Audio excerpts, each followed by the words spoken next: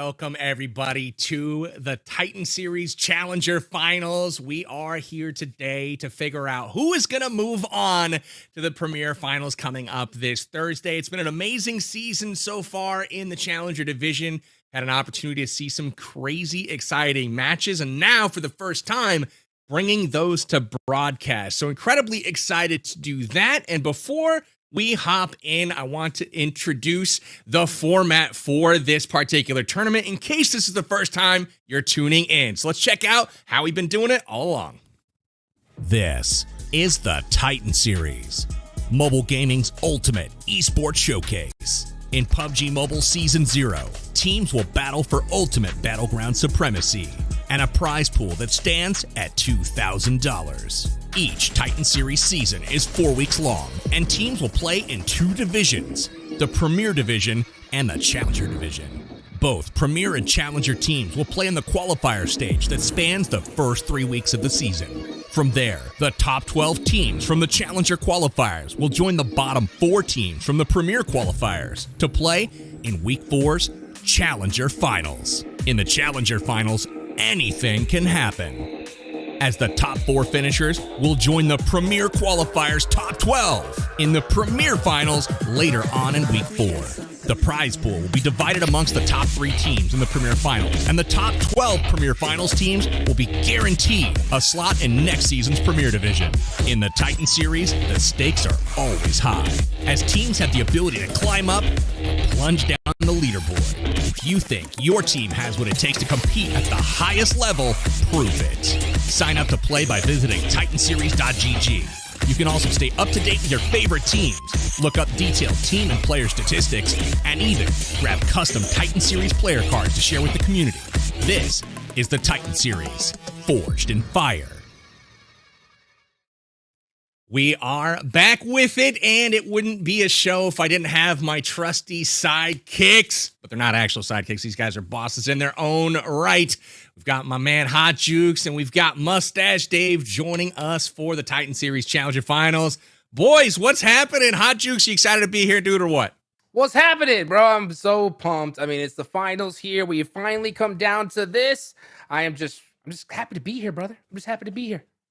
Couldn't agree more, my friend. I am stoked as well. Mustache Dave, we've been at it now for 3 weeks. We've gotten to Week 4, which is the finals week, Challenger Finals. Tonight, we haven't had a chance to take a peek at the Challenger teams just yet. Are you pumped or what? Yeah, there's a bunch of teams here looking to qualify here, but we also have to keep our eyes on those 4 bottom teams from the Premier that are going to be forced to kind of claw their way back into the Premier lobby, you know, the big lobby that everybody wants to be in here. So I'm sure we'll discuss those teams in a little bit, but before you ask me, Golden Eagles is definitely going to be that squad for me that I'm going to have my eye on here in this lobby as being one of the top contenders here. Jumping the gun, Dave. I didn't even ask him. He's already throwing out the predictions. Well, let's talk standings for a minute. We've got the Challenger standings from the season that we can take a peek at here. And this is how things shook out. And let's start at the bottom of the table. What I want to point out is how close this division was. Going into the final match of the Challenger Division qualifiers, there were 4 teams tied at 51 points in 11th, 12th, 13th, and 14th, which is both sides of what was needed to qualify. And thank goodness we did not have a tiebreaker, and the top 12 from this list has moved on. And those have to be highlighted for teams like Excuse, you can see at the top, which is XQS. Hot Jukes, have you heard of them before? I have. So I've heard of them a couple times. I've seen them in some past tournaments, and I'm really looking to see what they're going to bring out today right out the start, because I think this is where, I mean, every time you start off a tournament, it's always a little sketchy, especially when you're facing some new squads. So I'm really looking forward to see how they just come out the gate, if they're going to come in hot or just kind of warm up. I don't think they're going to really have time to, though, when it comes to here in the Titan Series. It's great points. And I got to say, look at the bottom of the 4 here. I really feel bad for GT, GCS, Suns, and the Thirsty. Dude, well, I don't know what all that is going on there, but unfortunately, there is 4 teams that didn't make it And those will be replaced by the Challenger Series teams. And the bottom four, which you can see here, are Golden Eagles, Wall Street Bets, Super Lazy Reflex, and The Chosen will round out our 16 teams for tonight. The top 12, as you can see, directly qualifying for the Premier Finals, which will go down this Thursday. Make sure you guys are subscribed and tuned in to the Titan Series YouTube and social medias. Make sure you tune in for that this week, where all of the action will go down to get that prize money. But first, Challenger Finals tonight. So who's on deck for tonight? Here we go. This are your lineup. That's right. These are your teams. We've got the Golden Eagles, Super Lazy Reflex, The Chosen, and Wall Street Bets joining the top 12 from the Challenger division. And Dave, this is where I'm going to call to you, my friend. You mentioned Golden Eagles. Is there anyone else that you got your eye on here tonight?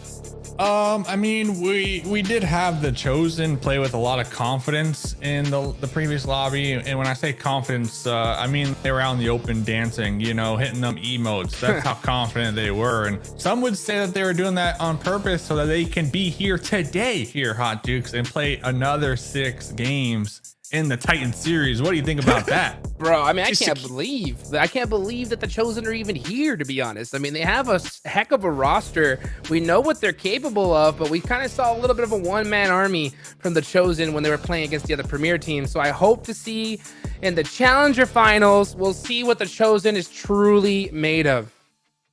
You got some cheeky reasoning there. 6 more games are being played, so I'm going to hop in and catch some more competition. You know what I'm saying? I like the rationale there for sure. I kind of got my eye on the Fears of God squad as well as Excuse. Just killed it in Challenger. But then you've also got the likes of Wall Street Bet, who, again, very talented individual performers. We'll see how they stack up to some of the talent in the Challenger division. But with that, we are going to pull up whatever's next. Let me know in my ear what we're going to once again. And we're going to go right there. Perfect. There it is. The bonus points. Let's talk about them. So over the first 3 weeks, we had bonus points that weren't necessarily being accrued, but they're being awarded for consistent play. So however you finished in the rankings after the qualifier period for the first 3 weeks, if you finished in first, you're picking up 10 points to start today's finals play with. You got second, you're picking up 8 on down the list. Those that are joining the Challenger Finals from the Premier Division,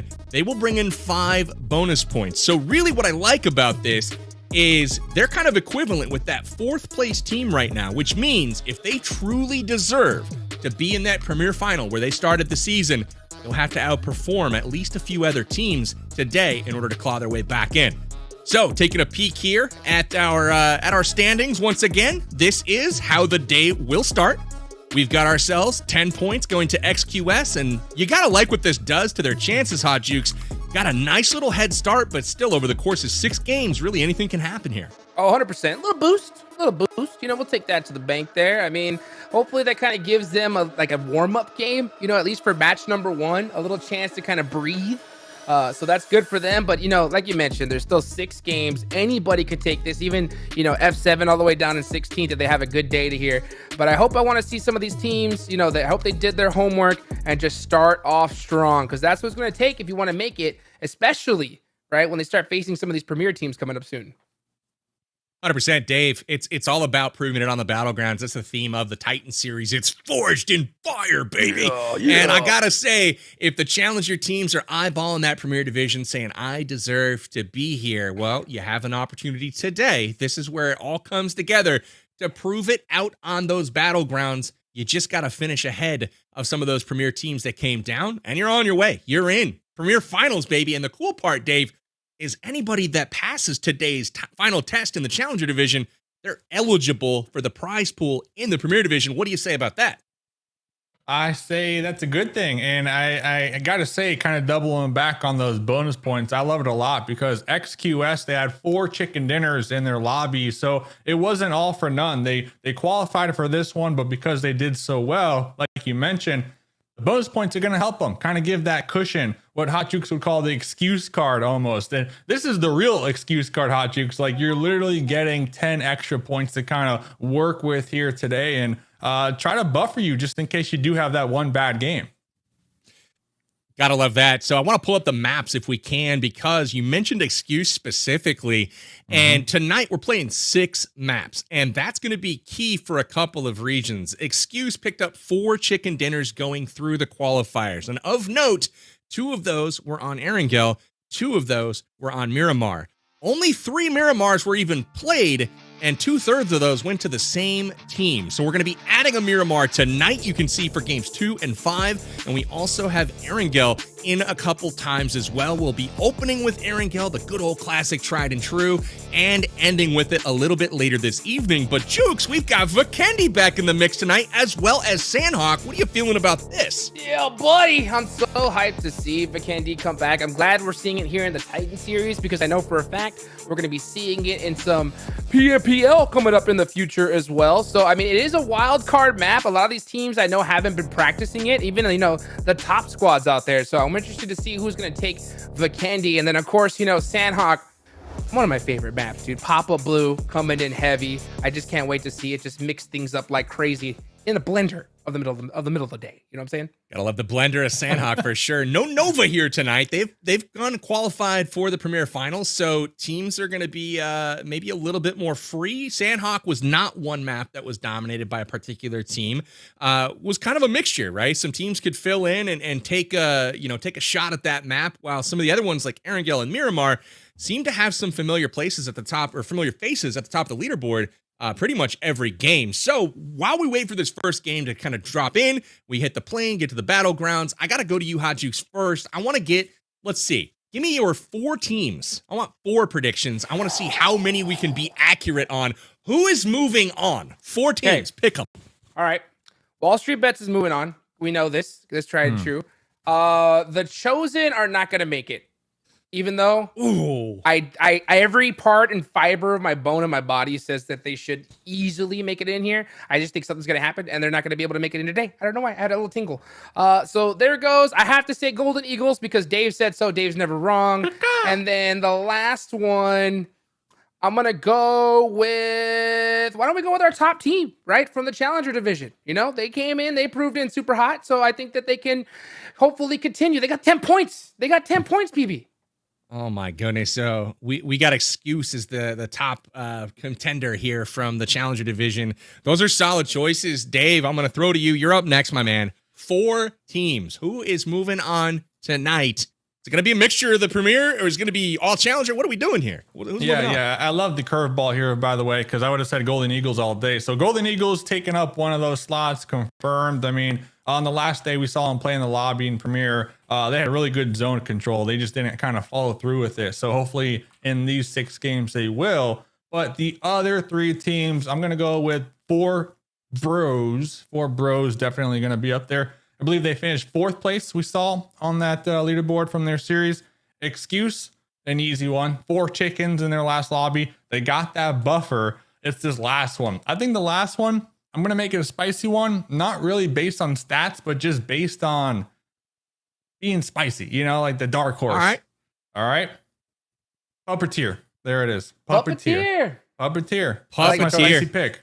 I like that. They're active in the community. Puppeteer's got some nice fans. I think you're pandering a little bit, Dave. That's what I think's going on here. I think he's trying to get some street cred here, picking the Puppeteer. No worries. I'm going to throw out my 4. First off, I'm picking a 2-2 split. I'm taking 2 of the teams that are coming down from Premier. One of those being Wall Street Bets. Another being Super Lazy Reflex. Golden Eagles, not going to make it. Sorry about it. Chosen, sorry about it. Gotta see more. But hey, you have an opportunity to prove me wrong. You got an opportunity to put egg on my face. No big deal. The 2 that I'm picking from the Challenger division, we're starting off with Excuse. 4 chicken dinners in the qualifiers. 2 strong, baby. XQS is going to be moving on. And then for the follow-up, I'm really liking the Fears of God roster. It's been revamped after week 1, and here we are hitting weeks 2 and 3 strong, hitting near the top of that leaderboard. FOG, along with XQS, to move towards the Premier Finals. So that's my picks. We'll see who's right here. As the night moves on, we got 6 games and obviously some bonus points favoring some teams more than others. Some teams are going to need it. So that's about it. We've got just a few seconds here before we head to the game. But, Dave, from your expert esports experience here, keys for Erangel, map 1. What are the teams got to be thinking about? Thinking about starting strong here. Started strong straight out the gate, get a nice little game underneath their belt to relieve that pressure in the next 5 maps here, Hot Jukes and Power Bank. So look at that team popping off here, getting these elim points, because we know how important elim points could be here in this tournament. Heck yeah. Well, Dave, we'll see you in just a bit. Hot Jukes and I are going to take the reins for game number 1. I'll bring you in for game number 2, but we will be heading into Erangel. Time to hop in for the first match of the Challenger Finals. Hot Jukes, are you ready? It's PB and J back with you. We're back, baby. Let's go. I mean, man, I have been waiting to see, right, these teams from the Challengers division, all right? I haven't got a chance to cast them just yet, so I can't wait to see how they come out the gates, baby. That is the show. We're at the show, PB. Who's going to get the watch? That is the question. Who's gonna get the watch? Who is it gonna be is the question. I gotta say, man, I gotta get a little tip of the cap that I am wearing backwards right now. It's a men of 4. They're blowing up the chat on YouTube right now. Lots of support for MO4. The support going crazy. They are PMGC soon bound. So says the chat. We'll see about that. They got some room to improve for sure, but where that starts is right here in the Titan series. So incredibly excited to watch them on their journey today. As we take a look at our plane path through the island, game number 1, Challenger Finals, we are looking at a dead center plane path going right through the island here. Jukes, what do you think of the first plane? Oh, looking sexy, if I say so myself, right down the middle. And when it comes to men of 4, PB, okay, they only have 1 bonus point coming into this, right? But they also only need 1 good day. You know what I'm saying? 1 good day. And they're going on to the finals. They're going on and facing the premier team. And today could be that day. And I love to see that they're getting that energy from the chat. But hey, you know what? Plane pass, looking beautiful. It's time to get it done. And look at that circle. Love that zone. Love it. Love that circle, baby. And you know what you were saying about, could be today. At some point in every league, in every tournament, there comes a time to put up or shut up. Today is that day. All the marbles are being tallied, and the results will be in. And so it's important to bring your best, to bring your A game when the pressure is on. And ultimately, we've tried to reward teams for that consistent play via bonus points. But again, important to realize that everything is reset and we are starting from scratch today. So if teams barely squeak their way in through the Challenger division, doesn't matter. That's a thing of the past. They've got an opportunity to start all over again today. And Jukes, just 1 chicken dinner is worth the same amount of bonus points that any team could come in with. So really, just perform on the battlegrounds and you're going to be good to go. 100%. Yeah, those bonus points are just there to give a little bit of love, to those players who actually performed well during their division. So, I mean, yeah, it is a great boost. Like I said, it gives them a little bit of breathing room, but it isn't, the whole enchilada. You know what I'm saying?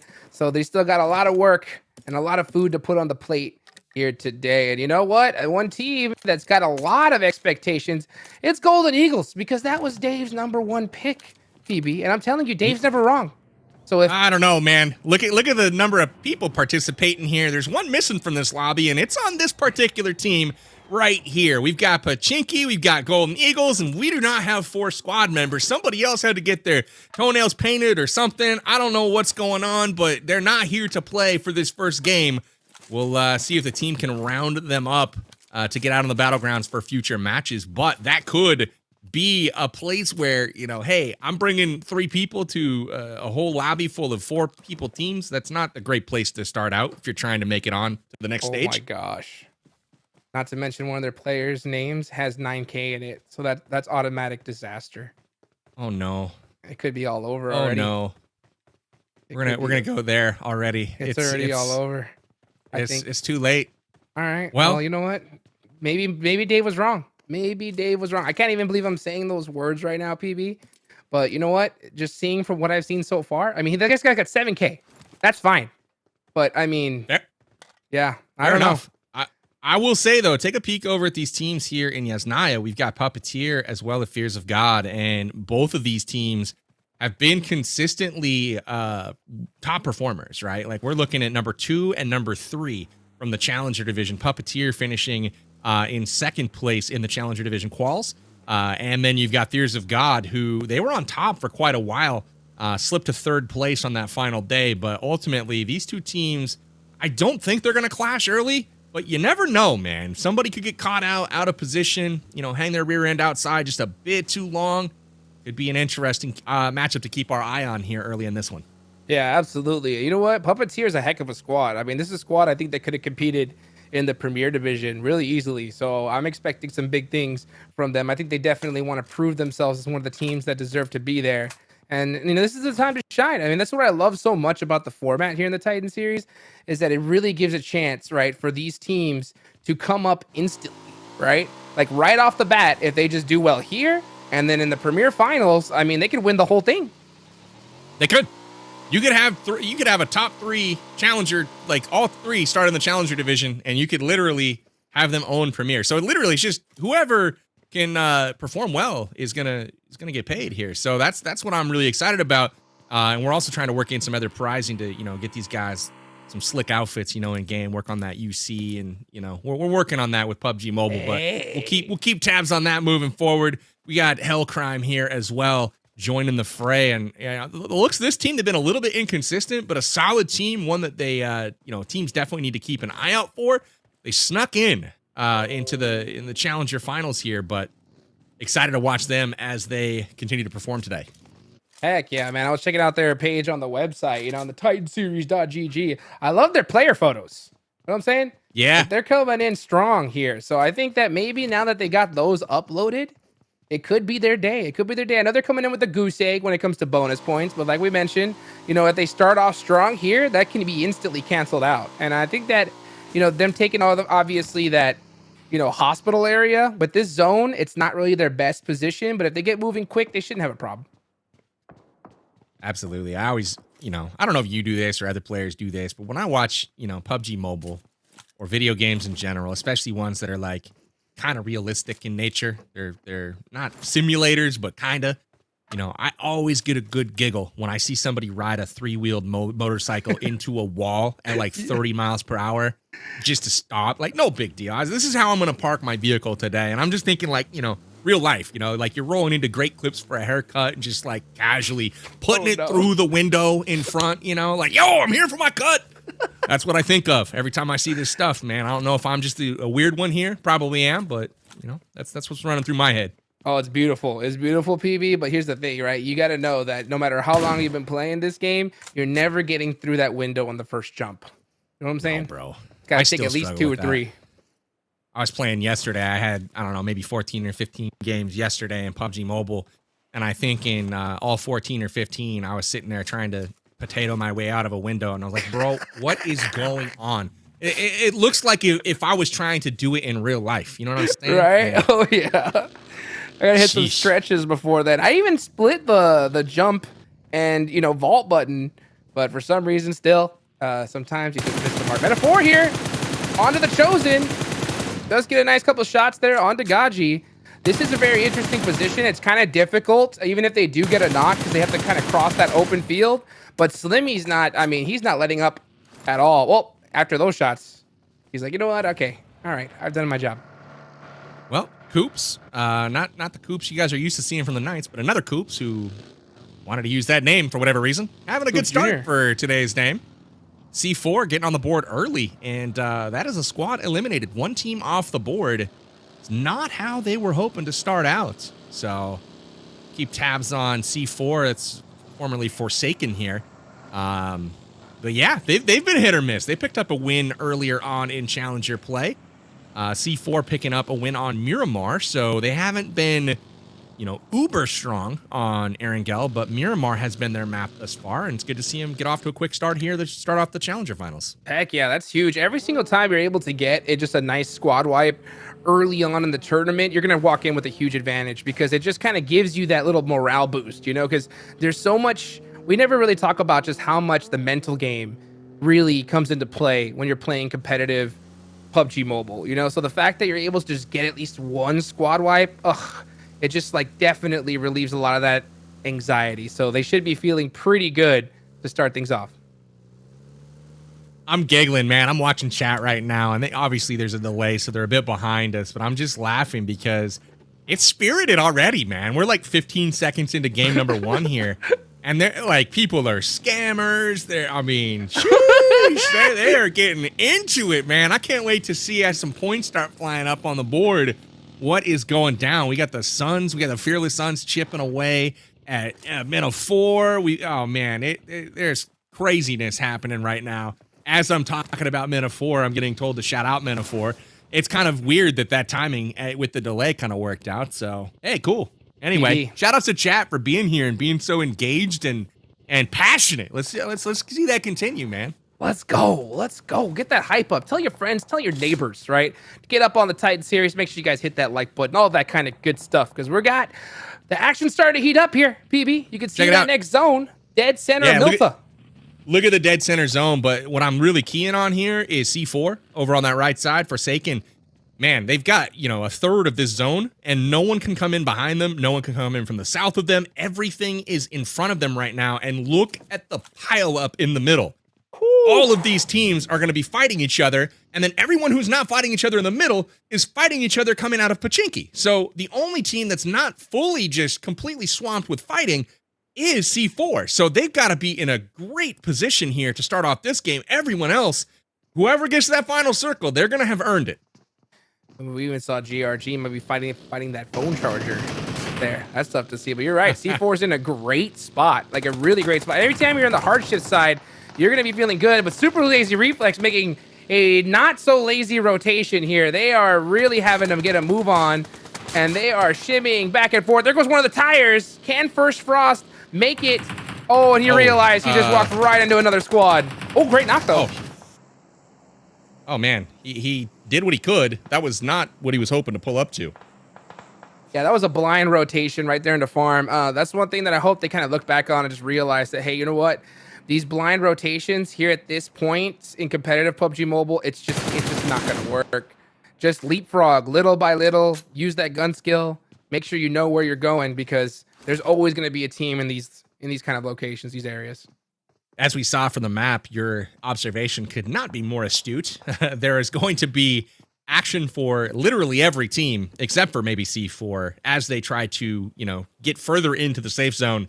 Every compound occupied, the path will be hard fought, and I'm really eager to see what squads like Wall Street Bets, who are known for having great gun skill and great individual performers, what happens when they go up against Minnow 4, who's looking across the way at them? Is that something that they just get ripped to shreds? Can Minnow 4 step up and show, hey, this is what's up? As I say that, the Car 98 shot coming in clean. And we got ourselves a man down from the play zone already. Someone didn't charge his phone. Man, I'll tell you what. That's a good sign, PB. That's a good sign. When you're talking about can they get it done and we see a Car 98 headshot, that automatically is a great omen there. It's like, having a bald eagle being born on your birthday at the same time. It's just so American. In your lap. No That's less. Right. That's right. The egg. Metaphor, wasting no time here. They're going to push this. Wall Street Bets trying to get back up. But what I will say is this was not the fastest push in the world to see if Wall Street Bets makes them pay. Here we go. Zay's going to have to go in with his CQC. He's going to go ahead and get a nice pre-fire onto Wall Street Bets. Woo! They are really bunched up here. And wow, Minnow 4 putting in that work. See you later, Wall Street Bets. Yeah, they still got one man clinging to life here. Let's see if he's able to get some work done. Blaze trying to sort him out here. Couldn't do it. Get it done. Minnow 4 coming out hot. 5 elims so far to their favor. And Wall Street Bets out early. This was a team. Did all of us pick Wall Street Bets to move on? Pretty sure we did. I think all 3 of us had Wall Street Bets moving on, and they are the 3rd team out so far in this one. So that is a tough one. Don't want to see that, but 2 of the premier teams out early in this one. We've got SLR as well as Wall Street Bets. Ooh-wee. Challenger teams are loving it because now those bonus points that they came in with, not looking so hot. Minnow 4 have already gotten 5 to their name. Yeah, I think Wall Street Bets made a big mistake by just, trying to focus on too many different teams, especially with this kind of zone in this area. Like, I'm surprised that they didn't try to focus more on covering that circle shift side because, that zone's closing. That there's a possibility a team could come to you, and they just weren't ready for it. Metaphor basically pushed up for free and just took their lunch money. So hopefully a mistake they learned from. as we see the Chosen doing some scouting. Glad we pulled over to Golden Eagles. I was actually wanting to go take a peek at what they were up to. You know, they started this match with 3, obviously not what they were hoping to do, but they've got a couple of elims. They're third place right now in points for this game, and all their members still intact, so Golden Eagles not slowing down at all. Maybe Dave is right after all. I'll have to keep an eye on these guys. Oh, yes, indeed. Apollo trying to get an elim. Not able to get one so far, but they do have a great spot, even though they only have 3 men up. So they got a couple eliminations. They're feeling good right now. But, you know, obviously, Men of 4, they're in the squad that has just been coming out real strong. 5 eliminations. They took out Wall Street Bets, which is one of the premier teams, right? So they got to be feeling themselves.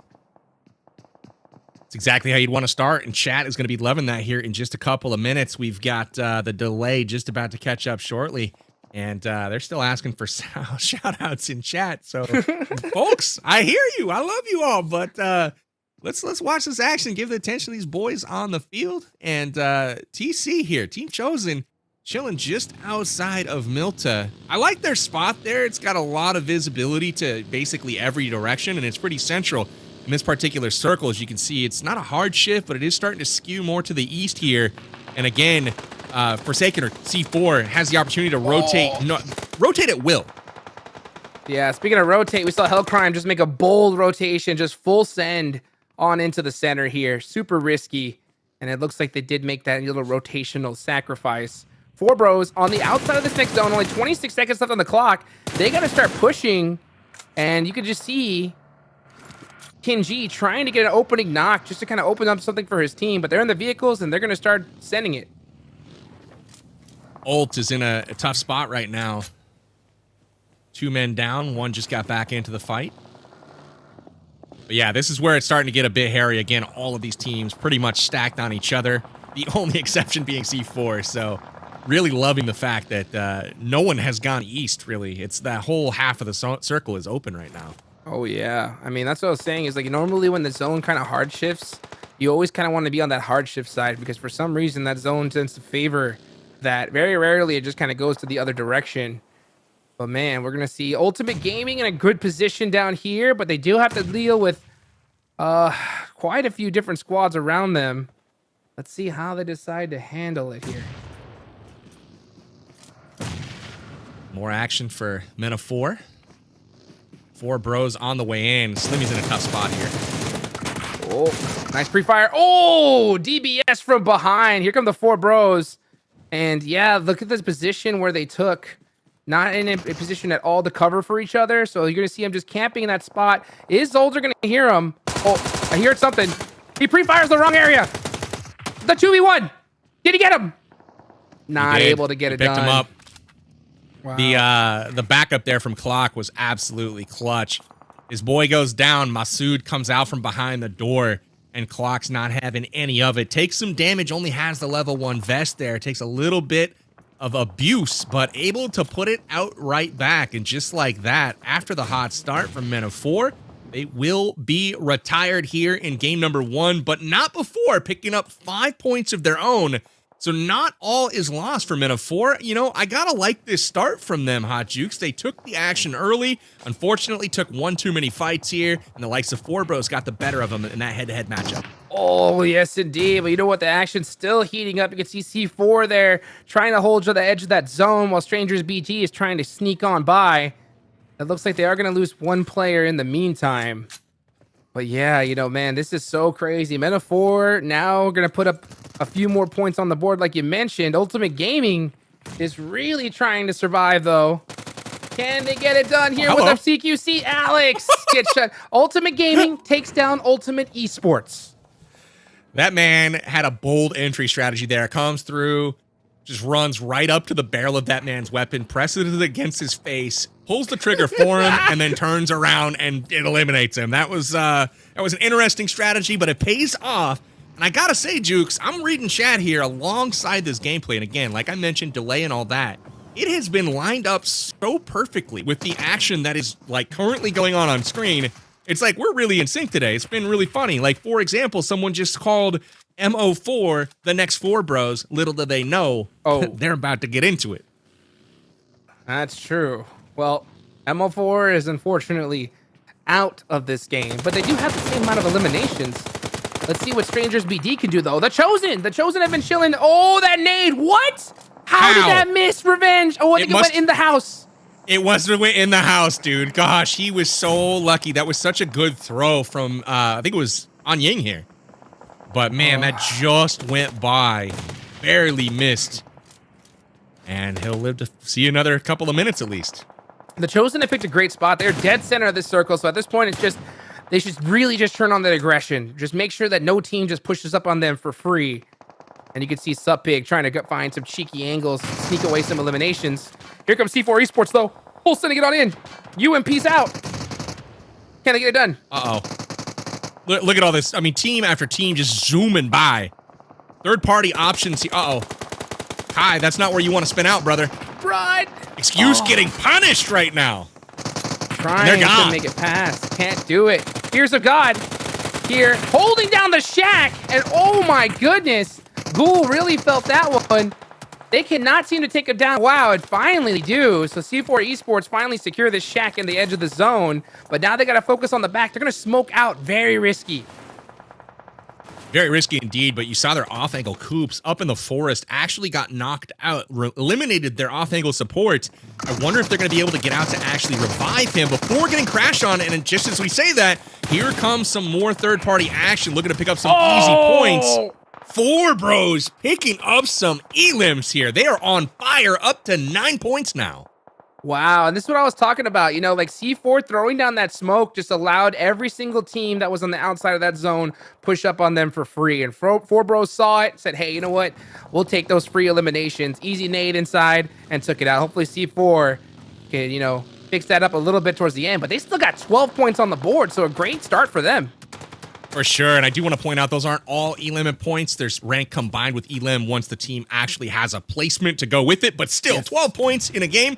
They will take that all day long and laugh their way to the Premier Finals, so C4 out of the gate strong in game number 1. We also have 4 bros and Puppeteer looking very strong themselves, and also looks like 4 bros is feeling some pressure right now themselves with 1 man down at that shack. Yeah, well, 4 bros is crushing it because with this 9 points alone, they're going to be feeling themselves big time on the leaderboards with the amount of bonus points they started off here today. Golden Eagles, as a 3-man, haven't lost anybody yet. And they are just doing exactly what they're supposed to, just creeping up, using their gun skill, covering each other, and just moving up little by little. No silly blind rotations. I thought Bang was going to connect there with Gao up in the distance for Puppeteer, and unable to do so, just misses. But I really like UG Ultimate Gaming's position here. They have a nice spot with cover, and that is something that is severely lacking for some of these teams. You see Puppeteer trying to work their way down this mountainside, and as you work your way into Milta, if you're coming across this open field, this is just a killing zone, not where you want to be. Oh, definitely not. But you can see Gao's gonna go right behind that tree and live a little bit longer. Luckily for them, the zone is starting to close. So Ultimate Gaming have to start pressing up into the next zone, but they've got so much vision. They left 1 behind there to try to cover for the teammates, I think. Smart play, actually. Get at least a couple people into the circle. Otherwise, they were done. But check out who's still in. Golden Eagles with all 3 members. That actually ties them for second most left alive on any of these squads. So Golden Eagles, not a bad showing to start game number 1 here. Not at all. I love how slow they're playing this as well. You know, like they could just try and risk it, but they know the position. They know they're down a man. So they say, hey, you know what? Let's just try and buy some time, put some points on the board, and not put ourselves in a bad spot as Gao goes down for Puppeteer. They are in a terrible position with 0 cover. Yeah, Lori getting picked apart here from up top. Puppeteer choosing to stay in the high ground. Again, not like they have a ton of choices. So they're just going to play this hand the best that they can. And it looks like they are getting thin on members at this point, down to 2. Will they move with the zone as it has gone north? You can see over that northwestern portion is the next safe circle. Exactly where Puppeteer would hope it would be. Yeah, but you know, all eyes are on them, and all eyes are on these 4 bros right here. Actually, just 2 bros. Actually, it's a single bro. Full sending it in the dodge. Revenge. That's a solo bro, Jukes. Single bro. Come on. Revenge with a low nade. Oh, that's gotta hurt. Lori That's goes down. Huge play from Revenge there. Strangers defending their turf. That was like really, really well timed. Had to switch the angle on the nade like 3 different times, but ultimately it connects. Strangers able to hold off with their solo bro, the compound. So nice work to them.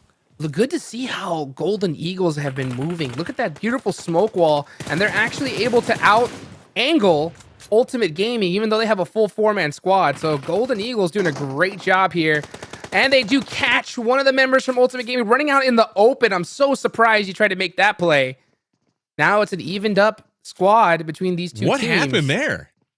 They're trying to get to the next circle. I see what's going on now. They were just, no smokes, no suppressing fire, nothing. You just tried to maybe sneak on over. Maybe they won't see me. Well, you're wrong. They're going to see. They're going to punish you.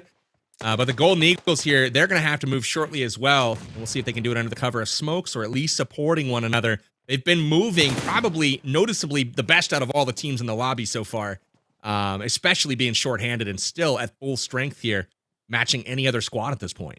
Heck yeah. One thing I love to see is we see 2 teams from the Premier Division here and 2 from the Challengers right at the end. Cobra's on fire! Blazing Snake gets naded.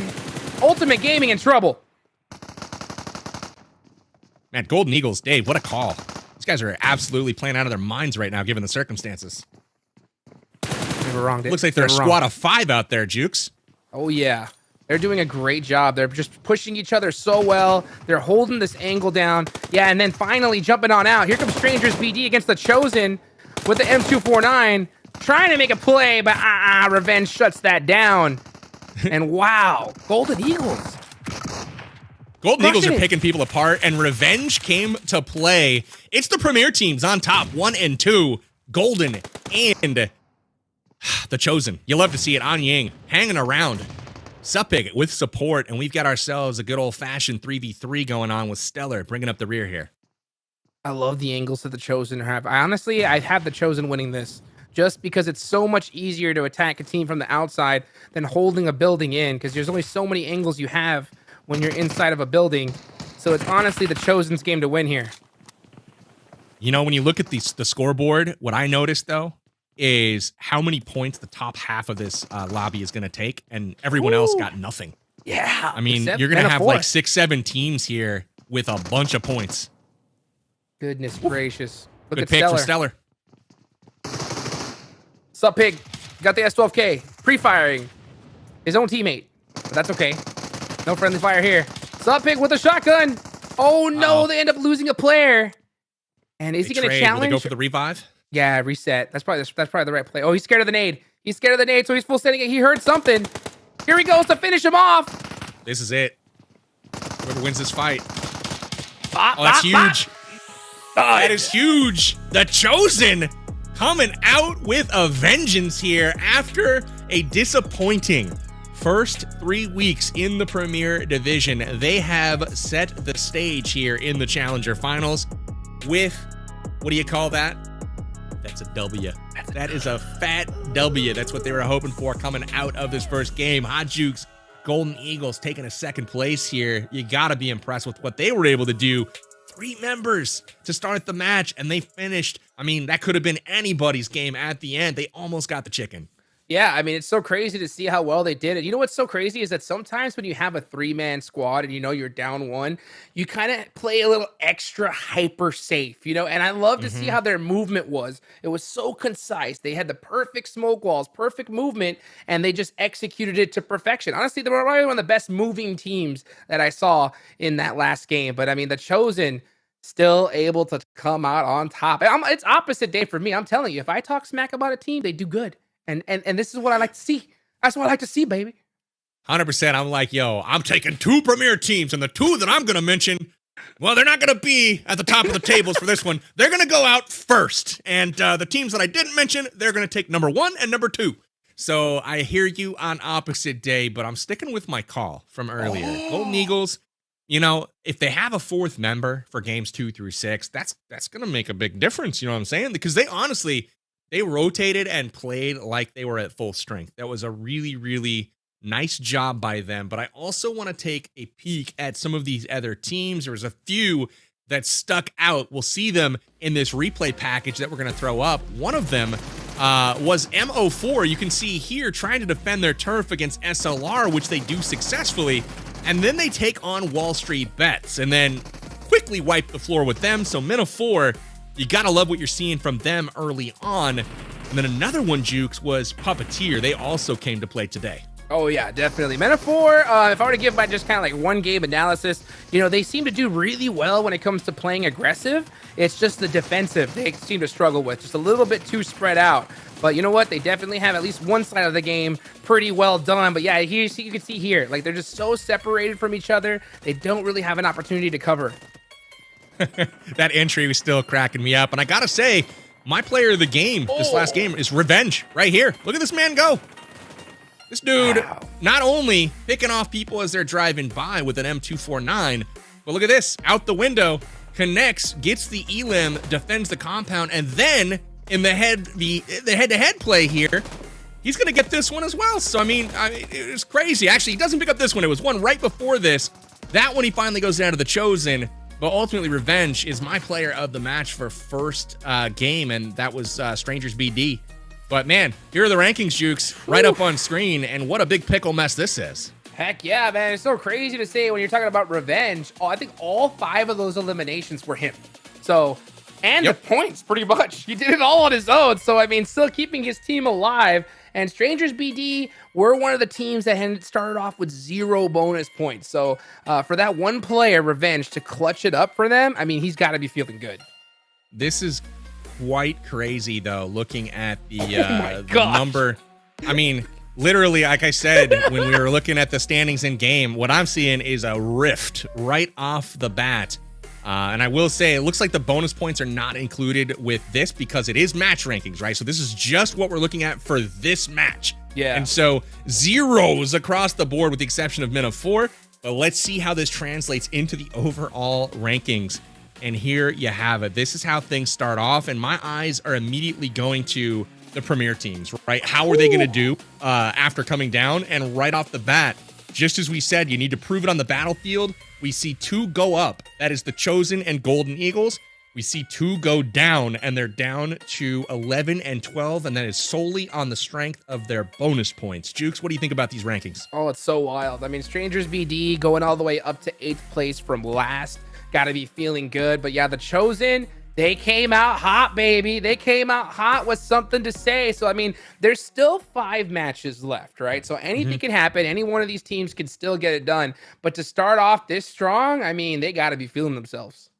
They really do. I want to bring back on Dave because I want to ask him about, you know, some things pertinent to next match, right? We've got ourselves an amazing Miramar team in Excuse. They were eliminated early, and this one, they got caught on the rotation out in the field. XQS just got picked apart. But quite honestly, I don't really fault a lot of the teams. The way that zone kind of lined up, everyone had to fight through each other in a line, and I'm hoping to see these teams start to figure out like, oh, maybe going center isn't the play. Maybe edging in and kind of going around the circle. That would have found a lot of them in a happier spot. But as we shift our focus to Miramar in this next match, we've got teams like XQS who have won 66% of the Miramar games. You got to think they're going to come back with a vengeance. Am I right, Dave, or do you think it's going to be somebody else? I hope you're right, because you know what? If they do come back, then that means all 4 of my picks in the top 4. I had 4 bros. I had Puppeteer. I had the Golden Eagles. I love how you guys forget to mention how my picks are at the top right now. I'm just saying. That's why I brought you back on, dude. I knew you were going to sound off. So, yeah, great point, though, with 2 Miramar matches being played here tonight. Hopefully, Excuse can bounce back after that poor performance in game number 1 here, PvP. Hey, can we get some mustache emojis in the chat for Mustache Dave's picks? I mean, this man's pretty high percentage right now. Let's get those mustaches in the chat for Mustache Dave and those accurate picks. But we'll have to see if those hold true throughout the remainder of the broadcast. I have a feeling we're going to be stressed and tested in a number of different areas. Hot Jukes, keys to Miramar. Teams have got a bigger map to play on. I doubt it's going to be as stacked as it was in this one. Based on what you saw in the last game, as these teams start to get a little more familiar and comfortable with each other, who do you have your eyes on here for this next map? I have my eyes on Golden Eagles. They're going to bring 4 people into this one, obviously. Yes. But, I think a real big team I need to keep an eye on is Excuse, just because of how they performed in match number 1. Miramar is a great place to just bounce back. So if they just come out heavy and swinging here, they're able to go down the board. So pretty much anybody that's in that bottom 8th, I want to see them just have some decent points on the board, because if they do not put them up here now, I think they're going to start putting themselves too far behind with only 6 matches today. I agree with that sentiment entirely. I thought with the 6 matches being played tonight, I thought it would be a bit more of, time taken to kind of establish the front runners versus, I thought there was going to be a middle of the pack kind of thing. But the interesting part was after that first game, it was like everyone on the first page has like 12 or more points and everyone on the second page has 0. And so it was just like, 1 or 2 exceptions there, obviously, but for the most part, there is a rift right through the middle of these standings, and it's very clear that teams have come out to perform tonight.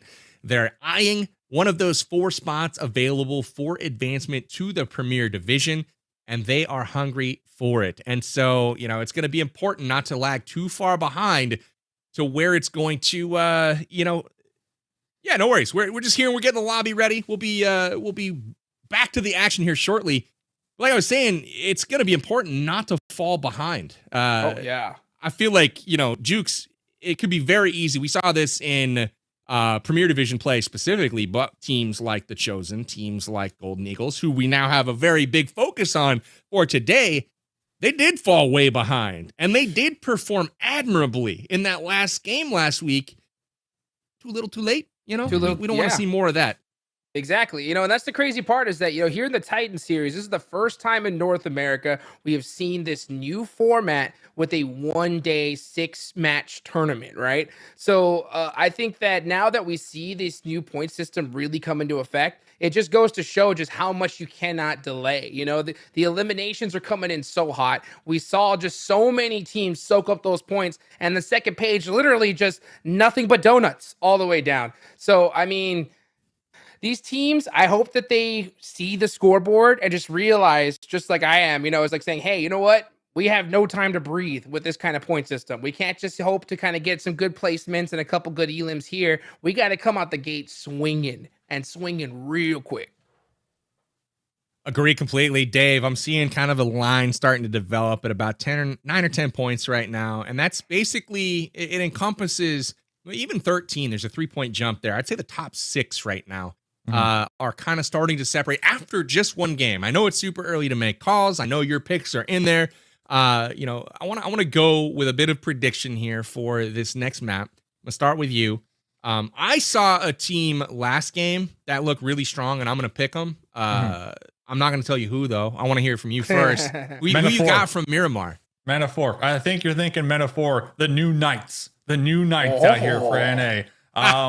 Jukes was talking about it. Their aggressiveness was just beautiful to watch. Their team fights were on point.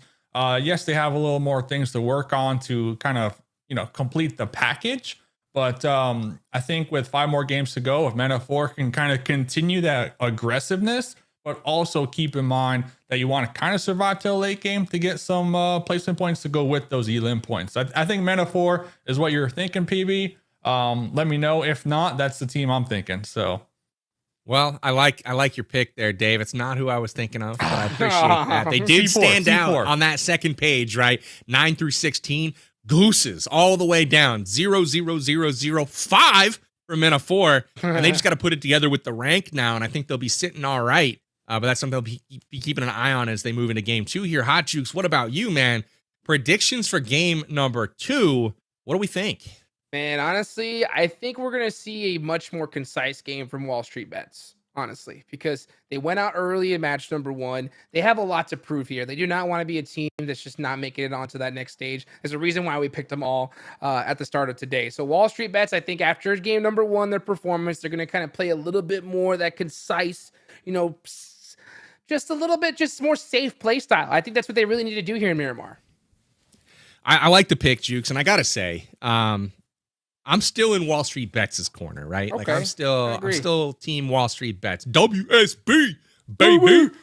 Right? I'm liking Wall Street Bets. But what I will say, is I've given them the benefit of the doubt now. Last week, that last game, I said, hey, they threw up on Sanhok. They threw up 0 damage, not just points. They were the only team with no damage at all out of there early. I was like, they won't do it 2 games in a row. They got to do something here to secure their spot in the Premier Finals. They didn't do it. So that benefit of the doubt, gone. Here I'm thinking the same thing this week. And if they don't turn it around now, early, I don't know how much longer I can keep the faith, man. We got to see it from Wall Street Bets. For now, I'm on board. But what I got to say is my team that I was super impressed with from that first one, I kind of had my eye on them throughout the Challenger qualifiers. But the team that I'm looking at is Four Bros right now. They've been impressive, like just, hitting teams, getting wipes, gunplay on point. But what I got to say is just a couple critical, little things like smoking out your shack, getting crashed on when all those teams are there. They clean little stuff up like that and don't find yourself stranded at the shack in the first place. I feel like they've got the gun skill to take into the battle to win the fights. So I'm thinking that Four Bros is one to keep an eye on. So with that, it is time to go to the battlegrounds. Hot Jukes, I'm going to say goodbye for just a game here before we bring you back for game 3. And I'll be taking this one with Mustache Dave. It's Miramar, game 2 coming up next. Jukes, have a good break, my friend. But Mustache Dave, hey, hit him with the call-outs, man. Where should they be subscribing?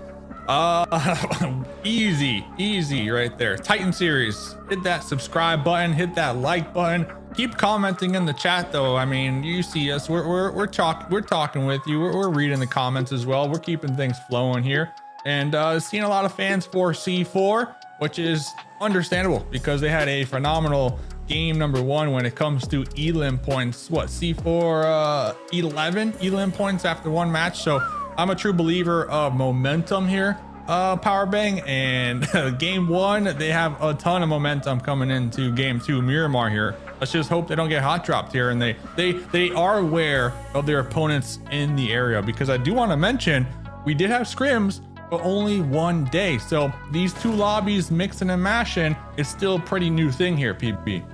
You know what I'm a big fan of is parachute trails. That's what I'm a fan of. Slimmy here rocking them, as well as the Season 2 Ace Parachute. That's what I'm talking about, my guy. I got that somewhere in my inventory. I should pull that out again. I haven't seen that in a minute, but I like the old school OG action. Means you were around from the beginning. And Men of 4 are going to drop early on here on the coast. They'll be the first team down, starting to loot up.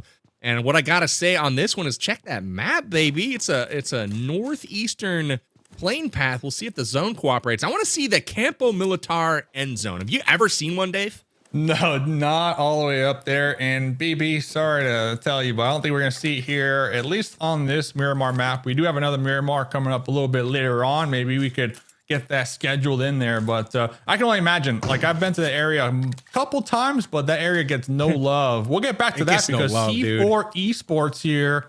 Remember, the momentum team, 11 elims in game number 1. Look at this, up against SLR. This is your squad. Absolutely. Ácido del Patron and the Golden Mirado is up for grabs here. Teams are trying for this beautiful ride early on. I mean, the rims on this thing alone are worth the fight. Coops Jr. Looking for some shots with the shotgun. They're whiffing shots, though, and luckily able to connect there. This is bad for SLR, man. They needed to get off to a quick start, and unfortunately, for a second game in a row now, getting picked off early. One member still standing, that's Yimon here, and he is trying to get the heck out of here, man. He said, Yimon, let's go. And the Gold Murado is not his to take. He's got to try to sneak away. I don't know if Payne knows where he's at, but C4 off to another fast start. And they gotta love this because they were sitting great. Want to say top 5 on the overall standing so far. And, they're in a really good spot at this point. Yeah, and they're probably going to hunt down Yeeman as well. Yeeman does have the Uzi to work with, but only level 1 gear. And yep, Yeeman going to be spotted. Nice little spray down out there. But the teamwork, the team comms on point right there. Payne with that support. There goes SLR taken out very early on here once again. That's going to hurt them, man, because they only have 4 more games after this. They got 5 bonus points still. That's it, though. I mean, that's it. Here we got the Chosen getting into it now. This is a big-time matchup right here. These 2 teams both have serious aspirations of moving on to the Premier Finals. Fears of God will take on the Chosen. They both seem eager for this fight. The Chosen pushing it. And they think they've caught these FOG05, for example. They think they've caught him solo, and they're going to try to push this. The Chosen, first place on the overall leaderboard so far. Looking to remain up there. It's going to be a 4v4 here, Foulbring. It is. FOG has support, but it's across the street. The Chosen seems to have sniffed this out, and they're trying to push this fight. And they do indeed. And they get the early wipe there of 05. And so with that, one more player isolated. That's Promise up on the top level. I mean, I don't know if they had the loot or just don't want to engage here. FOG looking to just give this up, it seems like. Yeah, I don't like the 2-2 split from SOG, FOG, honestly. You know, that road being a heavy divider between this large building and the compounds across the way. You just don't have any vision right there. So honestly, if I'm the duo across the street, I might just chalk it up to, hey, we lost too early on. I might be looking to evacuate, honestly, and just trying to play for that late game. I do like the sneaky position. I like this spot. Yeah, look at this. You can't be shot from inside. And this is great, actually. So one of the things that's interesting here is if somebody goes out the window, Promise will be able to actually connect. And that could turn the tide back in their favor. But I got to ask, Dave, I mean, how did the Chosen scout these guys? Like, did they know that they were going to 2-2 split? Because this seemed like a hit. This seemed like an assassination coming in, just targeting this group. They rolled up super fast straight to this building. And they went 4v2 all in against FOG here. Yeah, definitely very calculated, and they can afford that after game one's performance. One thing I do like about Promise's position, they did fall off, but they had their duo, the teammates across the way, pretty much playing oversight on them as well. But Promise jumping down, getting back into the building. Oh, going to be giving away their position, using the 2 shots in the shotgun. Cow. I don't know why they jumped down. Might have been an accident, but right now, this is when, we can see in the little mini map, the duo from the squad immediately just hit the eject button, run away as fast as you can, and hope that the Chosen don't hunt you down. But the Chosen do have they know where they're at to work with. They had the view from the roof. They saw somebody run by the window, so they know exactly where those players are. They're going. They got pedal to the metal here. They are going for it. And I gotta say, Dave, really liking the aggression here from the Chosen. They came into this map knowing exactly what they want to do, and they are having their way. Almost curious if the Chosen were just straight up trolling the last lobby just so they can have another 6 games underneath their belt. I mean, that was the word on the street here. We talked about it in the pre-show, and they're looking like a fine oiled machine right now. 3 elims so far. Yep. 1 heal left here for 07, and he's hoping to not get discovered. Doesn't have time to get that heal off at this point, so he might just try to get an elim point. They're gonna look here. This has got to be nerve-wracking. I like the pre-fire, though, from the Chosen as they reach each and every single room. He's going to try to run for it. Oh, no. No, the door's shut. They know where he's at now, though. These guys are swarming, man. Blood in the water. The Sharks have come to play, and that'll do it for Fears of God. Out of here early, and the Chosen with the wipe early. Man, oh, man. The interesting thing, though, is Suppig does go down, and they pick up a point from eliminating him. So the thirst out on Suppig, it costs them a member, but I think they'll trade the member for those 4 points any day of the week. Yeah, definitely worth, because 4 points, that's equivalent to a 4th place finish. So that is huge for them to continue to maintain that first place. Not so good for Fears of God, who came into this match in 9th place on the overall. No elims. They're going to be getting the goose egg here this game. So we're starting to see teams. I mean, you're talking about the night and day on the overall leaderboards with teams with points and teams with no points, basically, besides those bonus points. Dave. It's starting to spread. The gap is widening here, this map. It really is. And, you know, interestingly enough, I was waiting to come over to the Golden Eagles here to see who they brought in, and it was Mitsuki making an appearance, and they've got full strength for this particular game. What I will say, though, is Hellcrime has lost one of their members, and they come in with 3 here. So a couple teams struggling with their rosters for the Challenger Finals so far. But the Golden Eagles, you know, they've got to like having 4 members available for this this important game number 2. They did so well in game number 1. You can only imagine if they would have had that 4th, I think that chicken dinner would have been theirs. Yeah, and I'm kind of hoping as well they continue with that same game plan that they demonstrated in game number 1, and that is just playing nice and slow, playing the zones, playing the edge, and just let the points come towards you, essentially. And that's what they did, playing slow. They were able to rack up a couple elims along the way, and heck, almost got that winner chicken dinner here. So we'll keep tabs on the Golden Eagles, as now they have 4. But get a nice little look around Ultimate Gaming. They got F7 down the way. Did they not see him? I mean, he's right on the middle of the screen. Ultimate Gaming. There we go. We'll see if they're able to connect at this point. That is not the best escape vehicle I've ever seen. I think he's going to pursue. Maybe Yeah, not, F7 though. are Too split, far out too. into the blue zone.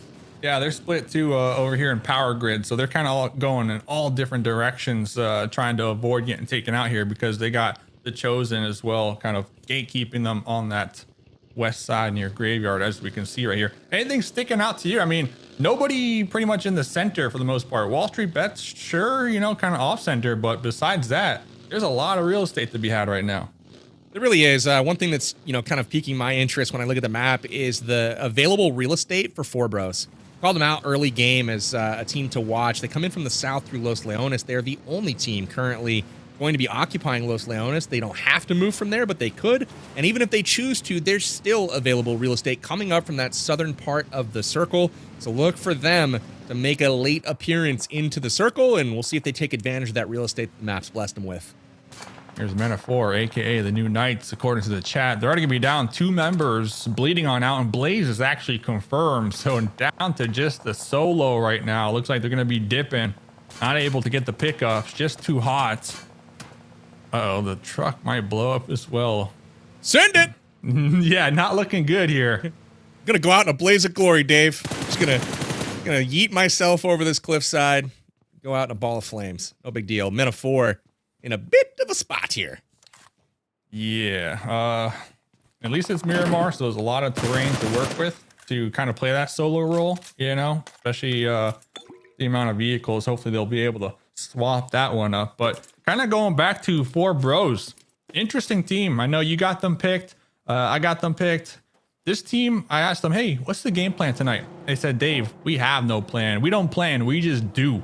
And you can kind of see that in their play style, right? That they just do. And when they do it, it looks good. And the reason I think this is PB is that the planning isn't necessarily there. It's because they're still testing out like the IGL, who's making the calls or whatnot. So I was told tonight King is going to be their IGL. So I love to see teams trying new things and not losing too much for it, right? If that makes sense, because currently they're in 4th place before this game. Yeah, it makes sense. I mean, no plan, winging it. You know, if I had any idea, I wish we had team comms. I'd be like, let's go to Four Bros. And like my idea of what that would look like would be like, hey, bro, have you seen my car? Yeah, bro. Let's ride in it, bro. There's some bullets over there. Let's drive towards them, bro. Let's go. That's kind of my idea of what the Four Bros team chat sounds like in the absence of a plan. But That's too hey, good. It seems to be working for them. So Yeah, keep it yeah. up. Those were the actual comms, by the way. Yeah, we got a live That listen in was there. the listening. Uh-oh. Oh, Batir. Did they? No, did Faye get spotted out, or did they just roll up into a very unfortunate spot here? Ooh, the spidey senses. The spidey senses. I believe one of the tires were popped on that buggy. But they are just full on pedal to the metal. Faye kind of letting a point slip through their fingers right there almost. I think Faye, what they were doing is waiting to see if the other teammates of F7 would also pull up to that location and then get the full spray down right there. But the spidey senses right there from Tempo on point. Oh, Faye. Okay. Faye's just like, Wow. I'm going off this hill, and nobody's reviving me. Just gonna drop my gear, let my teammates have it. No big deal. Skills of Mind's another team here, Dave. We're taking a look at Bomba right now. Skills of Mind is a team that I think is a team to watch. They're talented, had a pretty good showing throughout the qualifiers. And so far, they've laid an egg. They got 0 points and were out first in game number 1. They're looking to turn that around here on Miramar. We'll keep an eye on them as we move forward.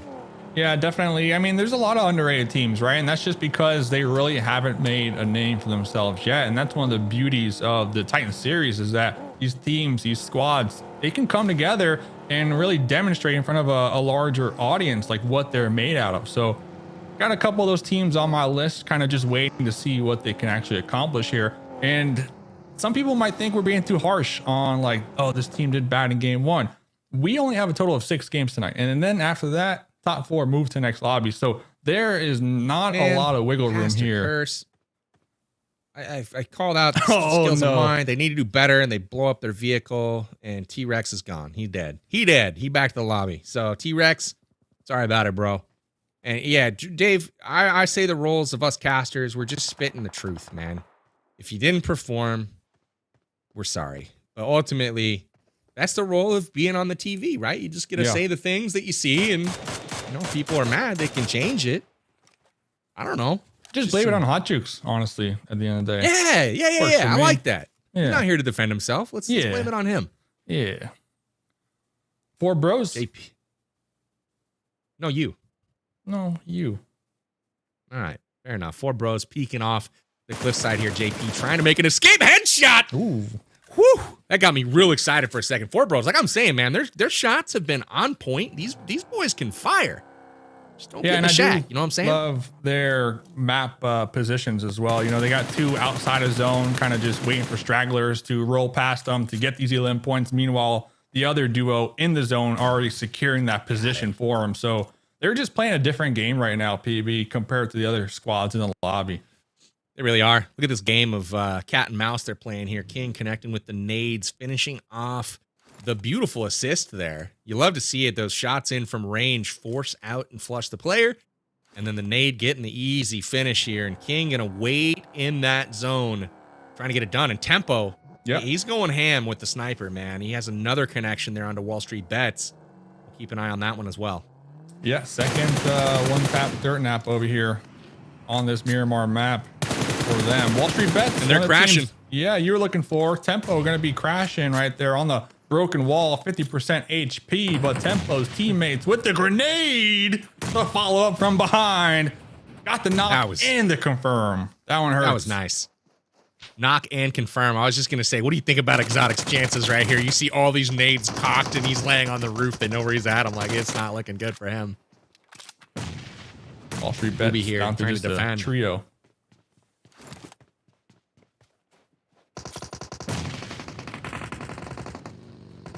Are they going to make it on out alive here? Because I see C4 out there in the distance as well, who might be looking to third party this PB. So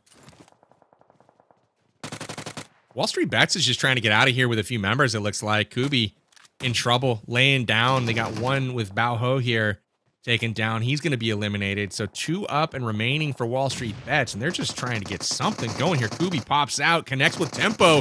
He's going for the flush. He's got to go for that flush, and he misses it. Doesn't get the point and goes down in return. The kill stolen, it looks like. We'll see who finished that one. That's Wall Street Bets. It was F7, it looked like. That's Wall Street Bets, too.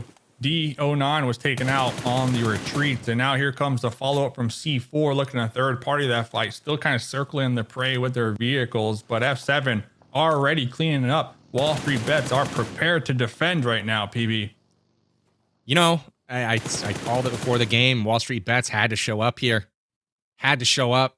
They just got outclassed. I'm gonna have to say it. I'm not liking their chances anymore to move on. Whew. Outclassed, outgunned, and outskilled here. It's early still. They got a chance to prove me wrong, but hey, being on their side hasn't shown any sense of motivating them. So now I don't believe anymore. Prove me wrong. Let's see, 4 more games to go for Wall Street Bets. What I can say is that what we've seen from them, they seem to really be a defensive team, and they like to hold down compounds and kind of play for that late zone, that late game. But they don't really make any moves before that late game, so they lose a lot of opportunity when it comes to these elim points that are so crucial to this point system. What in the heck is happening right now? We're watching the 4 bros in the bus getting chunked down pretty low. They should have some meds though. They've been getting involved here for a hot minute. They have. Yeah, another thing on Wall Street Bets is just they seem a little out of sync, man. You saw Kubi stay at the compound, and one of his teammates just bailed. Bye, I'm out of here. And it was like, you got to be all in or all out. You know, doing both ends up not paying off for anybody, and that's a tough way to go out. You can see the Golden Eagles here in trouble. They're going to try to get patched up, though, and back in the fight. They got 3 points on the board here. Golden Eagles still pushing the pace. Pretty good little point spread as well. This isn't shaping up to be a have and have not type of game. We've got a bunch on the board and still several others that are still in the mix. One interesting note that I have is Hellcrime.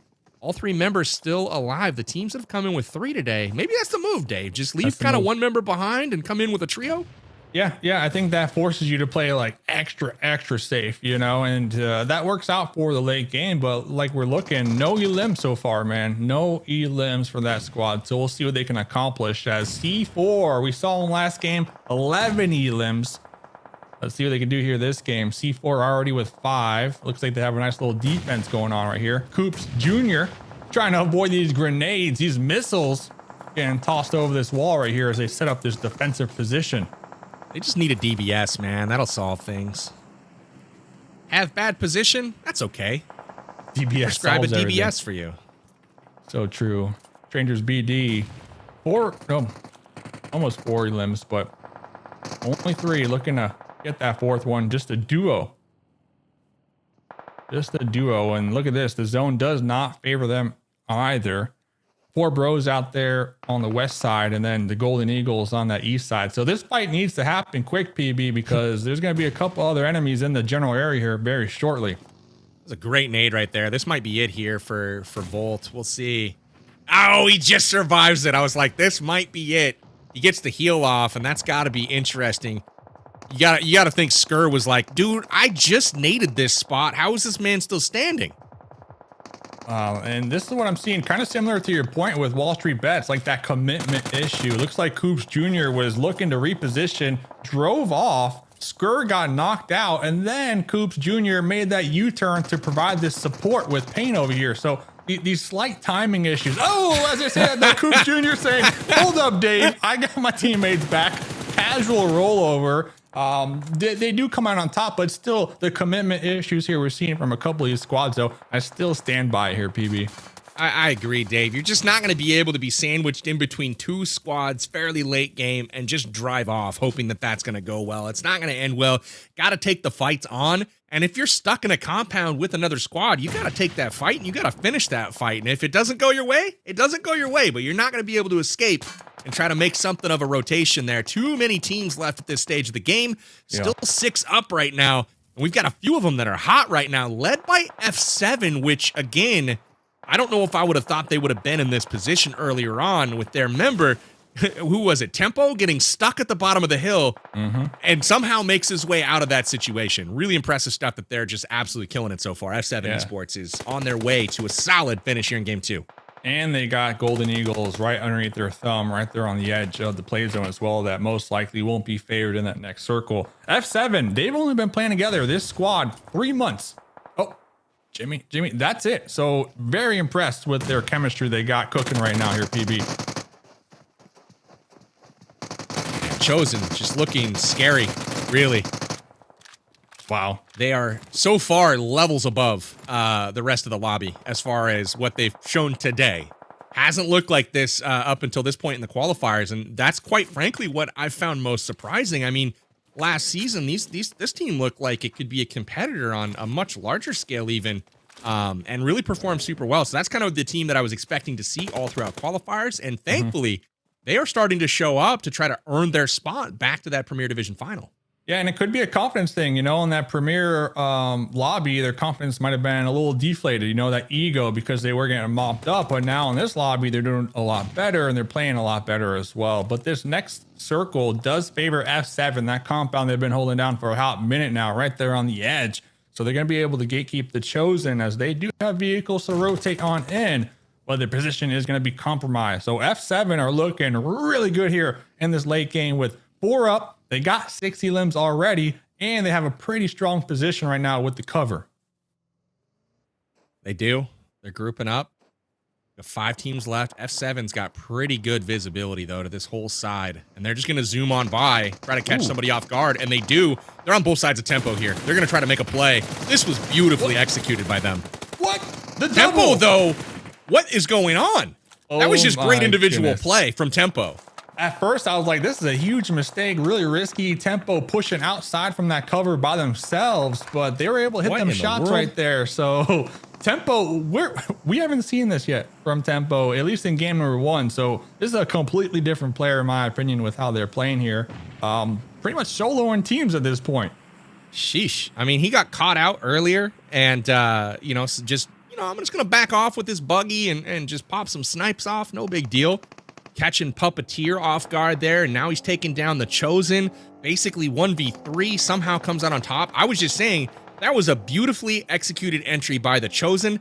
They just didn't make the plays. They got outskilled there by a solo player in Tempo. Incredible stuff from him. And that leaves F7 with a full squad still up and in control of this lobby.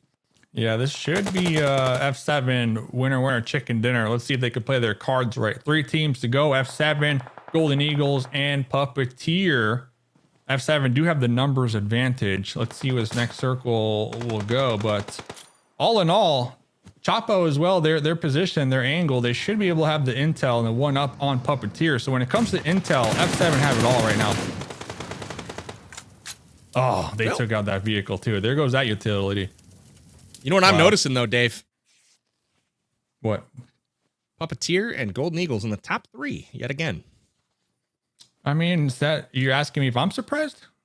Come on, no, PB. I mean, come on, I'm throwing you a bone here. Alley-oop. Thanks. You gotta take that and dunk it. I'm dunking it, man. I had him picked. I like that he asked for top 4, by the way, because that was a huge dub for me. But look at this, talking about huge dubs. F7, another circle going towards them. They don't need to leave. They're big chilling all day. They were just gifted this game, bro. Here, let's just put this in the compound. Everyone else is on the outside looking in. They got a squad of 4. Golden and Puppeteer need to work together at this point. Try to crack the defense here. I don't know what the strategy is. I mean, because it's just such a clear advantage right now for F7.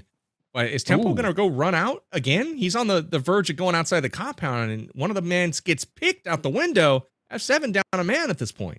Yeah, Tempo is just a wild one this game for sure. He's going to be providing that support for the pickup. When I saw a grenade getting tossed out there, long range. That'll do it. Tempo. That'll do it. Tempo is out of his mind right now. Just connecting everything he does. Look at this. Oh, man's 1v the lobby. Tempo, honestly, good 1v Lord. In the lobby. F7, winner chicken dinner this game. Golden Eagles, though, shout out to them. Another consistent game for them when it comes to points. But F7, PB, just a real quick check. They were in 16th before this game. They were dead last. I don't care what place they were in, Dave. They're going to be damn near the top of the board after that one, picking up 24 points. Like Tempo by himself, just putting the team on his back. I mean, good God, getting crushed by the Chosen. He's like, no big deal. I'm just going to dual wield, spin some circles. Everybody falls down. I got this. No big deal. He's sniping. He's showing close quarter combat skills, throwing nades against the teams in the distance. This guy's just lobbing Kobe's everywhere. I mean, I can't say enough about that individual performance there from F7, Dave. Anything else catch your eye besides the obvious that game of F7 just cleaning up? Yeah, I mean, GG's to F7, or maybe we could just say GG's to Tempo, honestly, carrying the squad on their back of this game. But it was impressive that they kept all 4 up, too, during that match. So that is an important thing. And it also kind of helped PB. I'm not trying to take away from their win, but it also helped that they had a really strong position in the late game when it comes to that compound. They really did. You can see SLR here again off to a shaky start, eliminated early, 2 games in a row. Yemen here getting crunched. And I got to point out, the thing that stuck out to me from this last game was the Chosen. I mean, yes, their push against the one-man God squad of Tempo didn't work out, but you can see here, I mean, these guys are just firing on all cylinders. The Chosen coming out with another big game, and Elims. You can watch Exotic here get ended just mercilessly. He is out like a light there. But no, the big story for me is how on the Chosen looks right now. They look a world above everyone else in the lobby. Yeah, look at that too. I believe F7, the team as a whole, knows how important Tempo is as well. Because Tempo, we saw right there, got knocked out, and the team, all 3 of them, immediately went to support Tempo and made sure to get that pickup on their fellow teammate. But yeah, the Chosen just popping off. I mean, they had an amazing game number 1, another consistent game number 2 when it comes to Elims here. This kill feed montage is going to be half tempo. Let's be real. And they deserve it. I mean, look at that quick flick right there. That's absolutely bananas, Dave. Here's a grenade. You know what's hilarious is the live broadcast was timed up exactly with the replay again on the tempo replay. That was happening in real time as it was happening on the broadcast, and I was watching it on both screens here.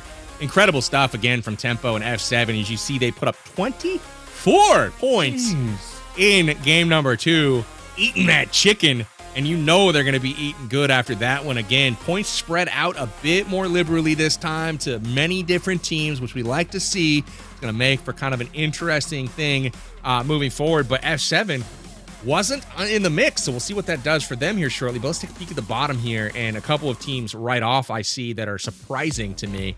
Fears of God, Excuse, Wall Street Bets, all of them eliminated early in this one. Excuse owning on Miramar up to this point, not able to get it done today. Dave, what sticks out to you? It has to be Excuse, right? I mean, we had Excuse kind of picked to perform quite well here on this Miramar because this is their best map in history, but they are going to have one more to go. Hopefully they can bounce back. But the thing is, we're going to keep saying that, but we can't say that for too much longer. Is now there's only 4 more games. And if you're a couple of these squads that just didn't get any points, barely any points, the goose egg in the first 2 maps, it's going to be a challenge, not only because we have teams that are feeling themselves now. We got the Chosen, we got F7 Esports, 4 Bros, like they're feeling themselves. They're in their prime right now. They're locked in. You got that going for you. But then you also have to think about when we get towards the later half of the day, like games 5 and 6, some teams, they get really sloppy as well. And it becomes a clown fiesta. And that's when they're going to be really struggling for these points to qualify. So I think this next game, very crucial for these teams on the bottom to try to have that bounce back game here, PB. You said something crucial to me there, Dave. Before we go to break, I really want you to break down for me the ingredients of a clown fiesta. Can you describe to me what exactly makes that up? Okay, so a clown fiesta, the ingredients. Let's see. It's the end of the day. All right. You have some teams that already confident, you know, they're going to qualify just because they have that point gap. They're so far ahead of everybody else. So they're going to come into the last game and they're going to just be driving around a vehicle, trying to get run overs, doing all types of stuff that is just unorthodox. Okay. That's one of the ingredients. Another ingredient is you're going to have teams at the bottom who most likely are in team comms, stressed out, you know, which they should be because they're at the bottom. They're going to be yelling at each other. They're going to be frustrated. Their fingers are going to be sweaty from swiping and gyroing all evening long. But they know that this is the last game that they need to get that chicken to qualify to move on. You got that. And then, of course, game 6, PB, the zone is always like the worst zone ever. So it's going to be a water zone. Yo, you asked for the ingredients, so I'm just giving you the ingredients. Bro. What? There's more ingredients. What do you got this on a scroll in your drawer? He like rolls it out. Like what are you saying? I think we've burned the time for our break. Let's production take us to break. We'll be back in a few with PUBG Mobile or the remainder of the list for the freaking fiesta of clowns. I don't know what's going on here. Anyways, we'll see you guys in a minute. Back for game 3 shortly. Thank you, Dave.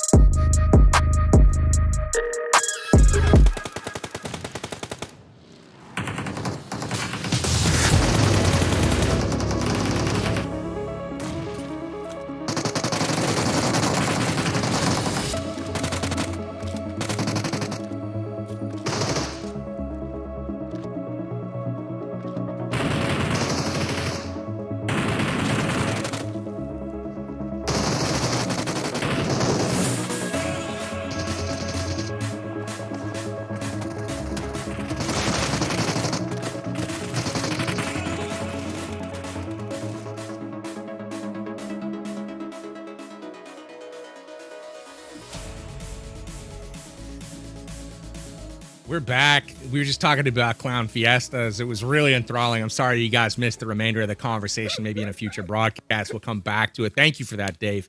But I got to say, as we kind of get ready for what's coming up next, you guys are going to take us to maps number 3. Let's bring up the maps really quickly and figure out what the heck we still have in front of us here today. 2 maps are already down. That was Erangel and Miramar. We have Sanhok, Vikendi, Miramar, and Erangel to round things out. That's the quadfecta of all PUBG Mobile maps. I think I just made that word up. But 30 seconds till we drop in. And I want to take a peek at the overall standings before we go to game, because I want to see what storylines are developing. Who cannot afford to have a bad game 3 here on Sanhok, and who is cruising at this point? Jukes, what are you noticing here from the leaderboard, aside from F7 crushing it, but still outside the top 4? Oh, outside the top 4, but they got to be feeling good, right? They made some huge moves after that last game. You know, the Chosen just obviously laying it down here. Golden Eagles popping off too. But, you know, we're still seeing some heavy hitters from the Challenger division. You know, I mean, there's still 4 more matches here left to go. So it's still anyone's game. Teams like Hellcrime, Wall Street Bets too. I can't believe that they're struggling so bad. You know, Super Lazy Reflex, they gotta pop off this game, in my opinion. Like this game right now. Has to happen. Mustache Dave, I'm going to throw it to you, my friend. There's 7 teams right now that have like 18 points or higher. Then there's a bit of a gap developing. Any teams right now surprising you at this point in time? Yeah, I kind of got to touch on, you know, what Jukes was mentioning, Wall Street Bets and SLR. Like, if they can't pop off here on the Sanhok map, this 3rd match, I think I'm going to write them off here. You know, I'm just being real. I'm going to write them off here. So this is the do or die match for those 2 teams in particular for me. All right. Wow. Thank you. Well, we're going to send it to game here in just a moment. But before we do predictions, I'm going to give mine first. That way you guys can handle it going into game. As far as do or die, they already did, in my opinion. I wrote them off last game. They out of here. Had to do better starting out. And I've given the benefit of the doubt too many times. But one team that's piquing my interest is F7. What the heck got into them last game? But I'm not going to go there for the predictions just yet. There's one team that stands out in my eyes above all others in this lobby. Not a name that I was expecting to say today. That's the Chosen. Definitely loving what they're bringing to the table. Sup Pig and company. They bringing it today. And I expect to see them on top here after Sanhok. But with that, Jukes and Dave, you guys are on the cast. Feel free to talk your predictions. But I am out of here for the moment. We'll see you guys after the game. See you later, PB. See you later. DED dead, Dave? DED. Yeah. For Wall Street Bets, it's over. Do you agree? That's what he said. Do you agree? Yeah, I mean, I said that like 2 weeks ago, but yeah, sure. We're seeing him now here as well. You know, Jukes, it is what it is, man. When you're in a slump, you're in a slump. And what, like, you tell me from being in comp, back in the day, like when your team is in the slumps, like what brings you out of that, like honestly? And do you see that happening for Wall Street Bets at this point? Maybe it's Sanhok. Anything can happen, right? Papa Blue can favor anybody. So I think that the way that Wall Street Bets has been playing and the way that their whole, like we saw when they were in the Premier Division. Okay, let's go back. Back. Right. When they were in the Premier Division, they had an opportunity to have that comeback play. And they threw up a goose egg 3 games in a row. You know what I'm saying? So they haven't proved yet that they're able to come back, you know? So what I'm thinking has to happen is Papa Blue has to cuddle Wall Street Bets like a little baby, you know what I'm saying? And say, you know what? Have this game. Here we go. Papa Blue's gonna take out all the other teams. We're gonna give you the zone, and you're gonna win this one, baby. Don't come back. You know, if that happens, this game, Wall Street Bets has a chance. Okay, because then they're gonna feel good, and they're gonna be going off here. Strangers BD, they don't feel good, Dave. Yeah, they don't feel good. Is it bad that part of me for a second thought that Quick Elam was a Wall Street Bets player? Oh man, that would have been great, honestly. Oh my goodness, that would have been amazing. Yeah, okay, you know, because like here's the deal, right? When I played, you know, the game was completely different than it is now. But as far as like the mental factor, it's the same. You know, when your team is down, the one thing I always look at is, you know, you got to have that math in your head, okay? Where Wall Street Bets, they're down, right? But it's still very possible for them to come back starting now. Okay, it's not done and over. It's not like they're 100 points away with one game. Okay, 20 so points. yeah, the 20 points, which is easily gettable. But you have to have a teammate, the hype man in your squad that's just kind of like, guys, let's go. Like, come on, like, yeah, we're down and out. Suck it up, put on your big boy pants and let's get it done. And when you have that hype man, it kind of just, delays all of those just negative effects that you're feeling, and not every team has one. There's some squads that, the second they go down and out, it's just over with. I mean, we kind of saw, like, just to give you an example, right? Like, you remember the Knights, like when they were playing in the championships, the globals, like when we saw them down and out, we saw all the players just heads down, just looking bummed. And you know what? Rightfully so, because it sucks. It sucks to be down, right? But you gotta be able to brush it off, and you gotta come back. And if you don't have a teammate or a couple teammates, right, that are able to do that, you're already done for. Like, you don't even stand a chance. So, like I said, I honestly, after seeing what we saw from Wall Street Bets in the Premier Division, I don't think they have that player, to be honest. I'm just gonna say that. So if Papa Blue does that job for them and gives them this game, then heck, one good game could turn it around for your whole squad. Yeah, definitely true. One good game, but like we've been saying, we just haven't seen that from them in particular, like be able to bounce back after having a couple of rough matches. And that's kind of the issue right now for them. And just looking at them still for a couple more moments, if I'm them, I'm this low on the leaderboards. Real quick. Yeah, okay, if I'm this low on the leaderboards, I think my game plan for this map would be drop, get loot, secure the area, make sure no one's near us. After we're looted, on the move. I would be on the move, Hot Jukes, with my squad, looking for some early game elim points, compared to just camping out in a building on the edge. You know what I'm saying? Like, oh yeah, I know what you're saying. If they were to do that and be on the move, very active, to me that would show me that they're still in it. In it to win it.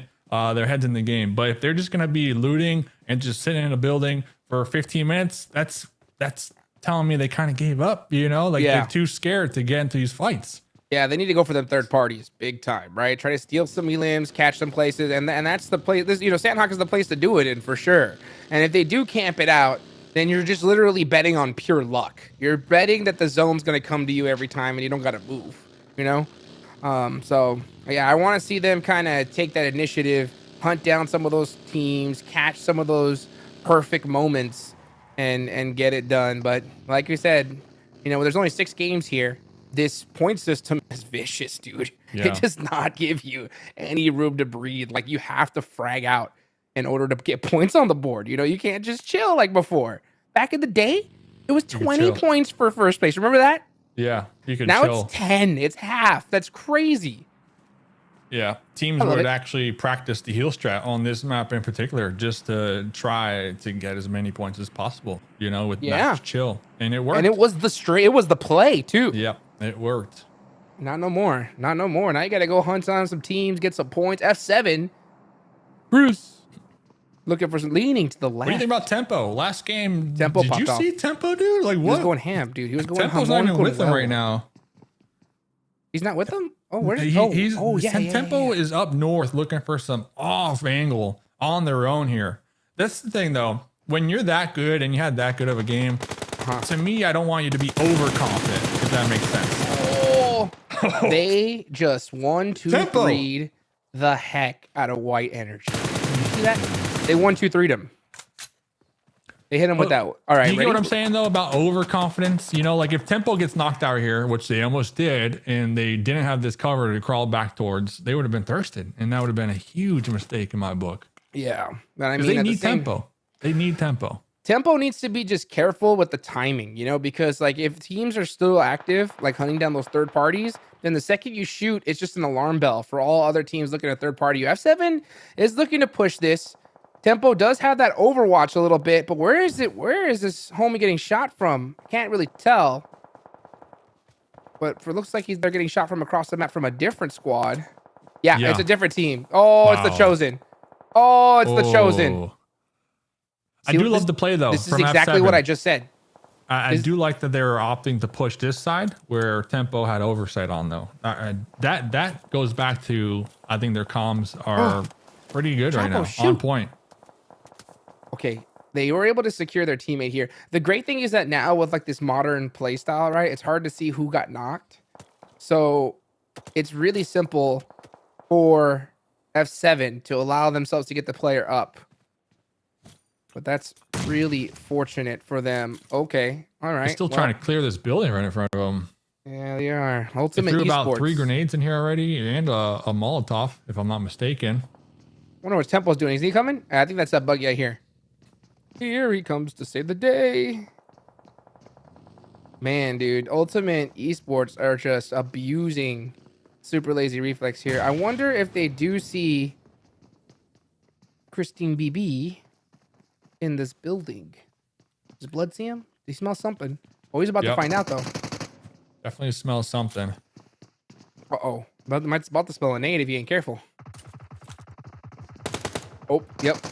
The alarm bells have been ringing. Here comes the rest of F7. Oh, Yemen should have been ready for that cross, but he wasn't. Oh, a great knock, though, on the Blood. Opens things up. Chapo trying to go in for some support. Nice little pre-fire there on that angle. The rest of the team needs to come. Tempo needs to get there quick. Otherwise, Blood is going to go down. Cooking it. Going to be tossing it. They are going to be on the other side, though. Outside the building. It won't connect. Oh. Here comes Chapo. Looking to get the thirst. Oh, sees that player. Spray down pre-fire. Gets it done. So clean. Does Ultimate Esports, are they over there? Are they going to come? No, they're going to be chilling. They're not going to risk it. I wondered if they were possibly, after hearing those shots, going to run down for try to catch a third party or something. But it doesn't end up happening. F7 on the board once again. And rip the Super Laser Reflex. That might fight them here soon, so hopefully they're able to kind of regroup, med up, and reset. Is going to be C4 making their way through that bridge. Yep, right here. Thanks for the map feed.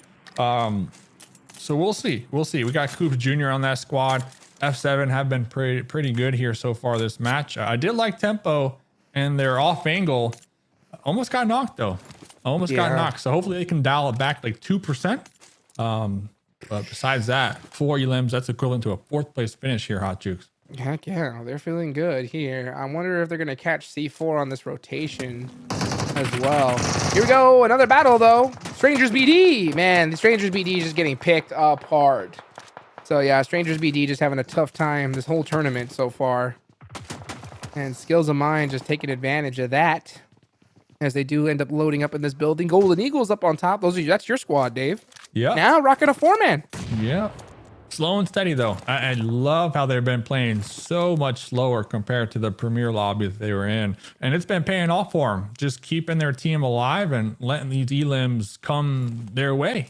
Just come towards them. So let's see if they can do it here this game. I don't really like their position. Yeah, they have some okay high ground, but on Sanhok, you just never know who might be on the other side of the hill here.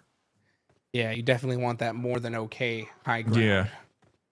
Real quick, just Hot Jukes. Like, talk to me. I am not, in the chat. Like, I want Wall Street Bets to do good. I just haven't seen it. You hate them. You hate them. No, I don't. And the one shining You're praying hope for their downfall, Dave. Be honest. The one shining hope for them, for me, has to be F7 and their performance last game, because F7 dead last. They had one amazing game. They're in 5th place now. So that's the thing. Can Wall Street Bets do that though? That's kind of been the question that we've been posing. Well, they just started off great, right? I mean, they have 4 eliminations to start things off. Yeah. So I mean, what more could you ask for here? So they're doing what they're supposed to do, right? Like the fact that they're getting their active, right? They're getting some eliminations early on is exactly what you talked about at the start, right? They can't just sit there and wait for the zone to come. This new point system is super unforgiving. Let's see where the next zone goes. Ooh, all the way to the north. Everybody needs to go. I hope we'll see some teams try to make that nice little circle hug, both on the east and west side. Where's Wall Street Bets? I don't see them. All the way down south. All the way down south. Dang. Yeah, I see them now. Wow. Okay. They got about 10 teams ahead of them. Jukes. Worst zone for them. It is the worst zone, but if they time it right, they could catch a lot of fights on the way in. So they got to play very quiet and backstab the heck out of teams, and they can score some crazy elimination points. Maybe not get the chicken dinner, but dang, they can really rack up the points. And we've seen how kill points, elim points are so critical to this this point structure, you know, so they might not get the chicken, but with enough points, they can have more points equivalent to the chicken, which we've seen multiple times here. So hopefully for them, they can get a couple backstabs in. I already see them getting awfully close to 2 teams, but I'm looking around here. Looks like C4 going all the way up to the north. Looks like F7 are going to be holding back, just waiting to make the move. But what do you see? What do you see? Oh, the Wall feed. Street Bets. Yeah, so all the way they got spotted. That's tough. They're in a really, really tough spot, and they lost a member, so that's gonna kind of really hurt their momentum that they had from that early squad wipe. You know, but man, they got their work. Yeah, they have to work through Skills of Mind, which is a team that I think they can. Who's next to him though? Is that Revenge? They have a solo right next to him that I don't believe they're aware of because they're tunnel vision on Skills of Mind. That's a very, very, very bad thing for Wall Street Bets. Oh, it's Revenge. Oh, it is. And we've seen this player. We've seen this player. Yeah. And how deadly they can be on their own. Okay. I need a percentage chance of survival for Wall Street Bets. Chat. He's asking you. I'm asking you. I'm asking you. Crystal Ball Dave. Percentage chance. They have 3 up. And in all reality, they only have 1 player up here kind of in the crosshairs because they got the duo still in the south going to be riding in with Papa Blue. So I think they can still make it in. I agree. Oh, look at this, though. The shotgun from Slimmy's not able to get it done, but the rest of the 4 are coming in hot. Jay goes down. Skills of Mind now in big trouble, but bomba. Mr. Bombastic. Mr. Fantastic. Metaphor, I remember you saying they're the new Knights here, and I could see it. I could see it. The aggressiveness in their play style. They saw those elim points and they immediately sent it. They pushed it. They got them. Now they're getting the heal up as they are going to be right here on the edge. So that's not good for Wall Street Bets, though. Still, Wall Street Bets, the duo is still going to be out there, almost touching the blue. That 1/3 member that was off on their own next to Revenge was taken out on their knees. Most likely not going to be picked up here. So the percentage chance for Wall Street Bets to survive as a duo with Men of 4 in the general area. Woo! Look at that, though. When in doubt, shoot it out. Shoot it up. And that's exactly what they did. So they're going to, just due to where the zone was, right, they're going to have that tough rotation. They're in big trouble now, especially with this next zone. It looks like it shifted even further north. So absolute bad luck for Wall Street Bets, but they did offset that luck with some eliminations, at least 5 of them. So that's pretty good here. Oh, man. Kinji ate that name. IGL or the 4 bros looking to avoid that grenade. Going to be chunked down just a little bit. This is going to be the Golden Eagles. What a mess of a fight right here on the edge of this east side of the play zone. Both sides going to be hurting right now. King going to be tossing a molly where he expects to pick up, but they did move a little further down that boulder. Using it for cover. Oh, baby thing. Hopping in a buggy. It looks like they don't want this smoke right now here, Hot Jigs. Very interesting. Nope, they're out of there. Yeah, trying to survive. But they're leaving Stranger. Hello? What? Look, and he's even looking, right? He's like, where are you going, dude? Where are you going? Where are you going? Let me jump on that buggy, at least. Oh, my gosh. Maybe it's a weird kind of sneak okie doke play. I don't know. Oh, my gosh. Shooting his own teammate. Well, crossfire action, but hey, no sweat from the 4 bros. Man, yeah, you could just see Golden Eagles just trying to make something happen, buy some time, but it looks like they opt to kind of avoid this fight because this is a really tough angle to take a fight on. These kind of these little side hills. Yeah, you're just kind of flipping a coin, and I think Golden Eagles realize that, hey, you know what? We don't want to flip that coin just yet. So same could be said for the 4 bros too, you know, because when they start to crest this hill, the sight lines that they give away are going to be right there in the open. And yeah, we already see them kind of looking over there. So there's going to be excuse in the compounds right there. But you were talking about F7. What's happening with F7? The whole team gone. Separated. And this was C4. That was a team that was playing from behind. Remember on that bridge that was in the general area. Looks like they were able to leapfrog them, and F7 4 points going their way after such an amazing performance last game. Wow, so at least putting something on the board, but man, C4 absolutely wiped the floor with them right there. So That is good for them. Wall Street Bets only have 2 players left. We haven't seen them in a minute, so they're just trying to make that rotation and survive for just a little bit longer. Excuse. What do you think about Excuse's performances so far? They got a 2-2 split right now going on. They're going to be holding on a lot of terrain here in the zone. My fear is if a team was to crash one of the duos, you know, they're already going to be at the numbers disadvantage. But Stranger doesn't care that their teammates left them in the dust. Still going to be holding it down over here. Papa Blue right there on the edge. Stranger, double barrel shotgun. Going to be making this push with the support from Beowulf. Playing that oversight. Stranger really low in the health department. Getting chunked down right there. What can they get though? Can they get a point? Can they get a trade here? Looks like Beowulf was able to get one. So at least it's a 1-for-1 trade. Just trying to get some points. Yeah. So Stranger took the shot. It was wide open. So I can't really say I blame him. But, you know, tried to full send it on that left side. I don't know why he did. I think he should have sent it on the right side of the rock where he had some supportive fire. So I think that's just a little bit of a misplay there. But regardless, hey, what can you do when you're in that kind of situation? You got to try to make something happen. But here we go. The one before, too. Very challenging. So the next circle did go up. All completely away from here. Oh, yeah, once again, another hard shift. Our last one went all the way to the north. This one going all the way to the west.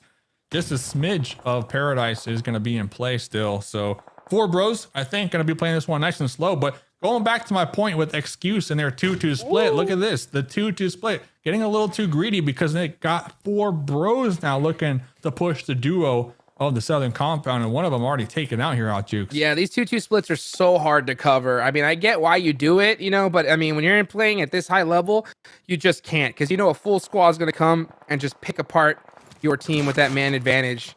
So Excuse, yeah, just making a little bit of a misplay on positioning. Puppeteer trying to creep on in with that. It's on fire. No. Couldn't do it. Oh, man. Yeah. No one's going to see you driving that. No. We missed it. No. But we're seeing Lori rotate in, so that's good. It is good. Right behind. From the blue zone. Maybe he's going to do something great. Maybe Lori's going to do something amazing. Slimmy right there. Slimmy, I don't think has a clue that there's going to be a whole squad right behind him. Oh my gosh. Ooh, big fight. Here comes the Chosen. Baby Tang. Yeah, Baby Tang going to be pushing up here with the UMP. Going for that pre-fire. Sup pig. Where you going? The SK12. That's the only gun I've seen Sup Pig use today, by the way, Hot Jukes. Shotgun meta, man. Gosh, dude, this DBS is king. It's just absolutely dominating all these kids. Wow, Ultimate Gaming. Snap. Snap. Oh, snap. Ooh, nice grenade, though. Love the awareness right there. Look at the Chosen, man. Wow, what a clutch play. He had negative HP and just straight bodied him in the face with that DBS. What do you think about Coops Jr.?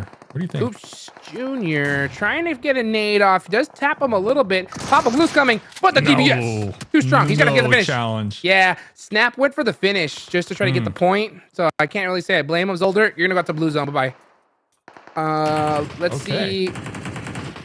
It looks like Ultimate Gaming is in a really good spot here. It's their game to win. Yeah.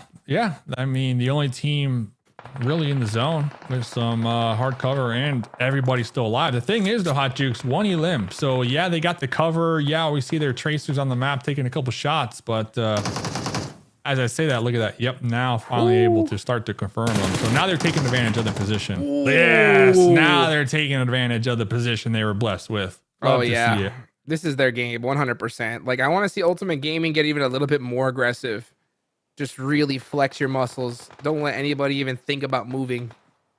The Chosen do have a spot here at the edge of the zone, but I would have to put all my money on Ultimate Gaming. Yeah, especially with that zone shift. Good luck. Oh my gosh. That tree. Just not thick enough, Dave. Just not thick enough. If you were a betting man, Dave. Yeah. I want to say the Chosen. Honestly, I want to say the Chosen. You're tripping. I don't know. How much would you put on it? All my UC, man. All of it? All my UC. It's a lot. They are pinned down, but I'll take that bet, bro. How many smokes they had? If they had a couple smokes, that could be key. I'll take that action, bro. I'll take that action. All my money. I'm putting the house on Ultimate Gaming right here. They should have this in the bag. They even know where the Chosen is. I'm surprised Ultimate Gaming is still holding it inside of a building as much. Yeah, finally, Bang realized the situation. So I'm just going to go ahead and throw a nade out there. Oh, Sup Pig is done for. Oh, didn't even stand Listen, a I like chance. to be spicy. I like to be spicy with the picks. All right, relax. Give me that UC, baby. Give me that UC. Yeah. Sent you after this, man. But Ultimate Gaming, they were in 7th place coming into this map. So nice little chicken dinner going their way with a couple of elim points. Remember, top 4 is the goal. Top 4 is the goal. So that should help them out here, Hot Jukes, with the winner chicken dinner here on the Sanhok map. The only Sanhok up today. Damn, dude, they gotta be feeling real good. They gotta be feeling real good. This is that scenario I was talking about, like, you know, what Wall Street Bets really needed, just to kind of give that zone blessing from Sanhok, because this is the one map where it could happen. Like, if you get that perfect zone, I mean, no other team stood a chance, not even at all. Like, the Ultimate Gaming just got blessed and they took advantage of it, right? So this was their game. They got that great thing that happened to them. So hopefully they take that blessing and they do something with it, Dave. You know, do something with it. I mean, you can almost say that F7 got the blessing last game, right? Yes, tempo was popping off, right? But F7 didn't do too well this game. So it's either hot or cold for both those teams. Hopefully they can hang on to that and just continue trucking along, kind of like you were saying here. But going back to F7, I love that fight, that early game fight with them. That is exactly what I thought Wall Street Bets would do. They kind of did it. But the zones, I'm going to chalk it up to the zones, just showing no love to Wall Street Bets this last game. Dude, not at all. Yeah, they stood no chance with that rotation. F7 getting punished as well by C4. Golden Eagles, yeah, I like that shot there from Stranger, but I would rather he go to the right rather than to the left, because he had all the support fire from there. But you know what? When you're in the zone, you got that blood pumping, you just got to make a play. And back to Stranger, I gotta rewatch that, but I'm curious if they took some damage from their own grenade, because they did toss a grenade before making that push, and I saw it blow up, and it chunked him down pretty low. How did he survive that? That's crazy. I thought that nade was gonna take out both of them, but that was brutal. Let's take a look at the standings after that match. Ultimate Gaming, 18 points. That's gotta feel good. The Chosen just, oh man, this is it. I think that's congratulations to the Chosen at this point. You know, it would take a Christmas miracle for them not to make it, I think. So going back to the original discussion in the pre-show, we're talking about the Chosen. Were they just kind of, you know, trolling a little bit here, Hot Jukes? Did they want to compete in this live? I mean, the only reason I would agree with that is because we literally saw a couple of them dancing in the open. You know what I'm saying? Mid-tournament. So I think they wanted to be here. That's what I'm going to tell myself. And you know what? They're looking good. They are looking good, baby. Look at that. 45 points at the top. 21 elims. They're just farming the lobby right now. They are feeling real good. You know, for those teams at the bottom, I mean, Wall Street Bets, I mean, PB put the nail in the coffin in them last game. And you know what? It's going to be tough. It's going to be tough. They have a nice, good 22-point gap. There's still 3 games. So all it really takes is one monster one. But, you know, if we haven't seen it yet, I did see some sparks of life from Wall Street Bets, right? With that early, they just got really bad luck on that zone. But I think if they come in with that kind of heat, that kind of fire, I think hopefully they'll make something happen in the last 3. Yeah. And remember, the Wall Street Bets, Super Lazy Reflex, these were the teams that were in the Premier League, didn't pop off as we expected. Now they're here competing for that shot. 2 other teams, Golden Eagles and the Chosen, 2 other squads that were in the Premier League. The Chosen at the top, as we just saw. Golden Eagles right there in 5th place. So they are definitely maintaining. And I'm always curious if they would be top 4 if they had all their squad mates in that game number 1 and might have won that winner chicken dinner. But so far, we've had some pretty exciting games here, Hot Jukes. Oh, yeah. Yes, we have. But you know what? I think it's time to bring in the most exciting host with the most, dude. Let's bring in the Papa PB himself, dude. Welcome, sir. How you doing there, boss? Oh, thanks, man. Appreciate the nice words. That was awful sweet of you to say. It's true. I'm pretty happy with how it went down last time. I picked the Chosen. I got number 2. So I'm liking where they're sitting. You guys mentioned it. They're looking pretty good. I don't want to bank it just yet for them, because they're I would say the cutoff for me right now is the top 7. we could bring up the overall standings once again. I want to mock this up a little bit with you guys, because I feel like there's a separation between number 7 and number 8. Everyone from, I would say, 4 bros up is looking real solid right now. Obviously, you can have, a pop-off game from anyone at any time, put up 24, 25 points, whatever, but you're still going to have to leapfrog several teams. So I feel like 4 bros, F7, Golden Eagles right now on the outside looking in, but pretty good odds here of being able to climb back in. The ones that I'm really kind of keying on, though, are C4 and Puppeteer, because the reason I say that is look at the rank points. They haven't put together a complete game just yet. They're just fragging out. Jukes, what do you think about, the odds of C4 actually putting together a complete game here and maybe securing a spot? Ooh, I mean, they're already there, right? They've already started off perfectly. So all they got to do is just continue what they've been doing here for the next 3 matches. Just play conservative. Don't do anything super risky, but at the same time, keep playing the game that you've been playing. That's always the big struggle. It's like all of a sudden you're like, hey, we're on top. Let's just change it up and play safe. And then all of a sudden they just put up a goose egg, 100%. I got to flip it to Dave. I mean, same question, but for 4 bros this time. They were sitting in 7th place. They got 27 overall right now. Only 4 of those are rank points. I mean, that's like, they're not ranking, doing anything special here, but they're fragging. They're winning fights. They're getting it done. We go to Vikendi next, and that's where I'm curious to see kind of who's going to do what, because that's a bit of a wild card, having it just reintroduced into competitive play. You think 4 bros has what it takes to actually place well and combine that with some, elim points here to get into that top 4. Yeah, I mean, kind of similar to C4. I feel like C4 are heavily leaning into their ability to pop off and get these elim points. We've seen it a little bit from 4 bros, but we also see them kind of pumping the brakes midway. So I almost feel like at this point, PB, I know we want to see them place higher, but I feel like they should lean a little harder into the elims, their aggressiveness, their team fights, because that we know for a fact they have it on lockdown here. So I kind of want to see them get more elims, honestly, compared to concentrating on go for those placement points, because I feel like when teams try to switch up their strategy here midway through a tournament, most of the times it doesn't work out for them, right? So if we see the 4 bros go for like the more passive play, trying to survive longer, that might actually bite them in the butt a little bit here, in my opinion. You're absolutely right. Speaking of Vikendi specifically, if we look to the one map that has been played on Vikendi so far this season, that was week 2 qualifiers, Fears of God came away with that one. They got the chicken, put up 14 points, but ultimately the elims were widely split here. Top 3 teams, though, Fears of God, F7 Esports, and Puppeteer. All of those teams really kind of in the running at this point. I would say Fears of God has the most work to do, but good news for them as they've shown to be strong on this map.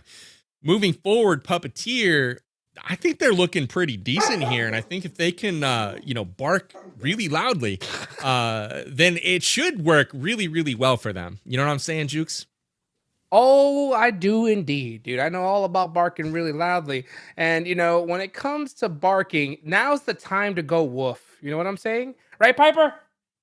That's right. Oh, that's what I'm saying. That's what we're gonna hear out of Puppeteer. Yeah, hopefully we do. You know what? Here's the thing, though. Vikendi, I know it's the icy tundra.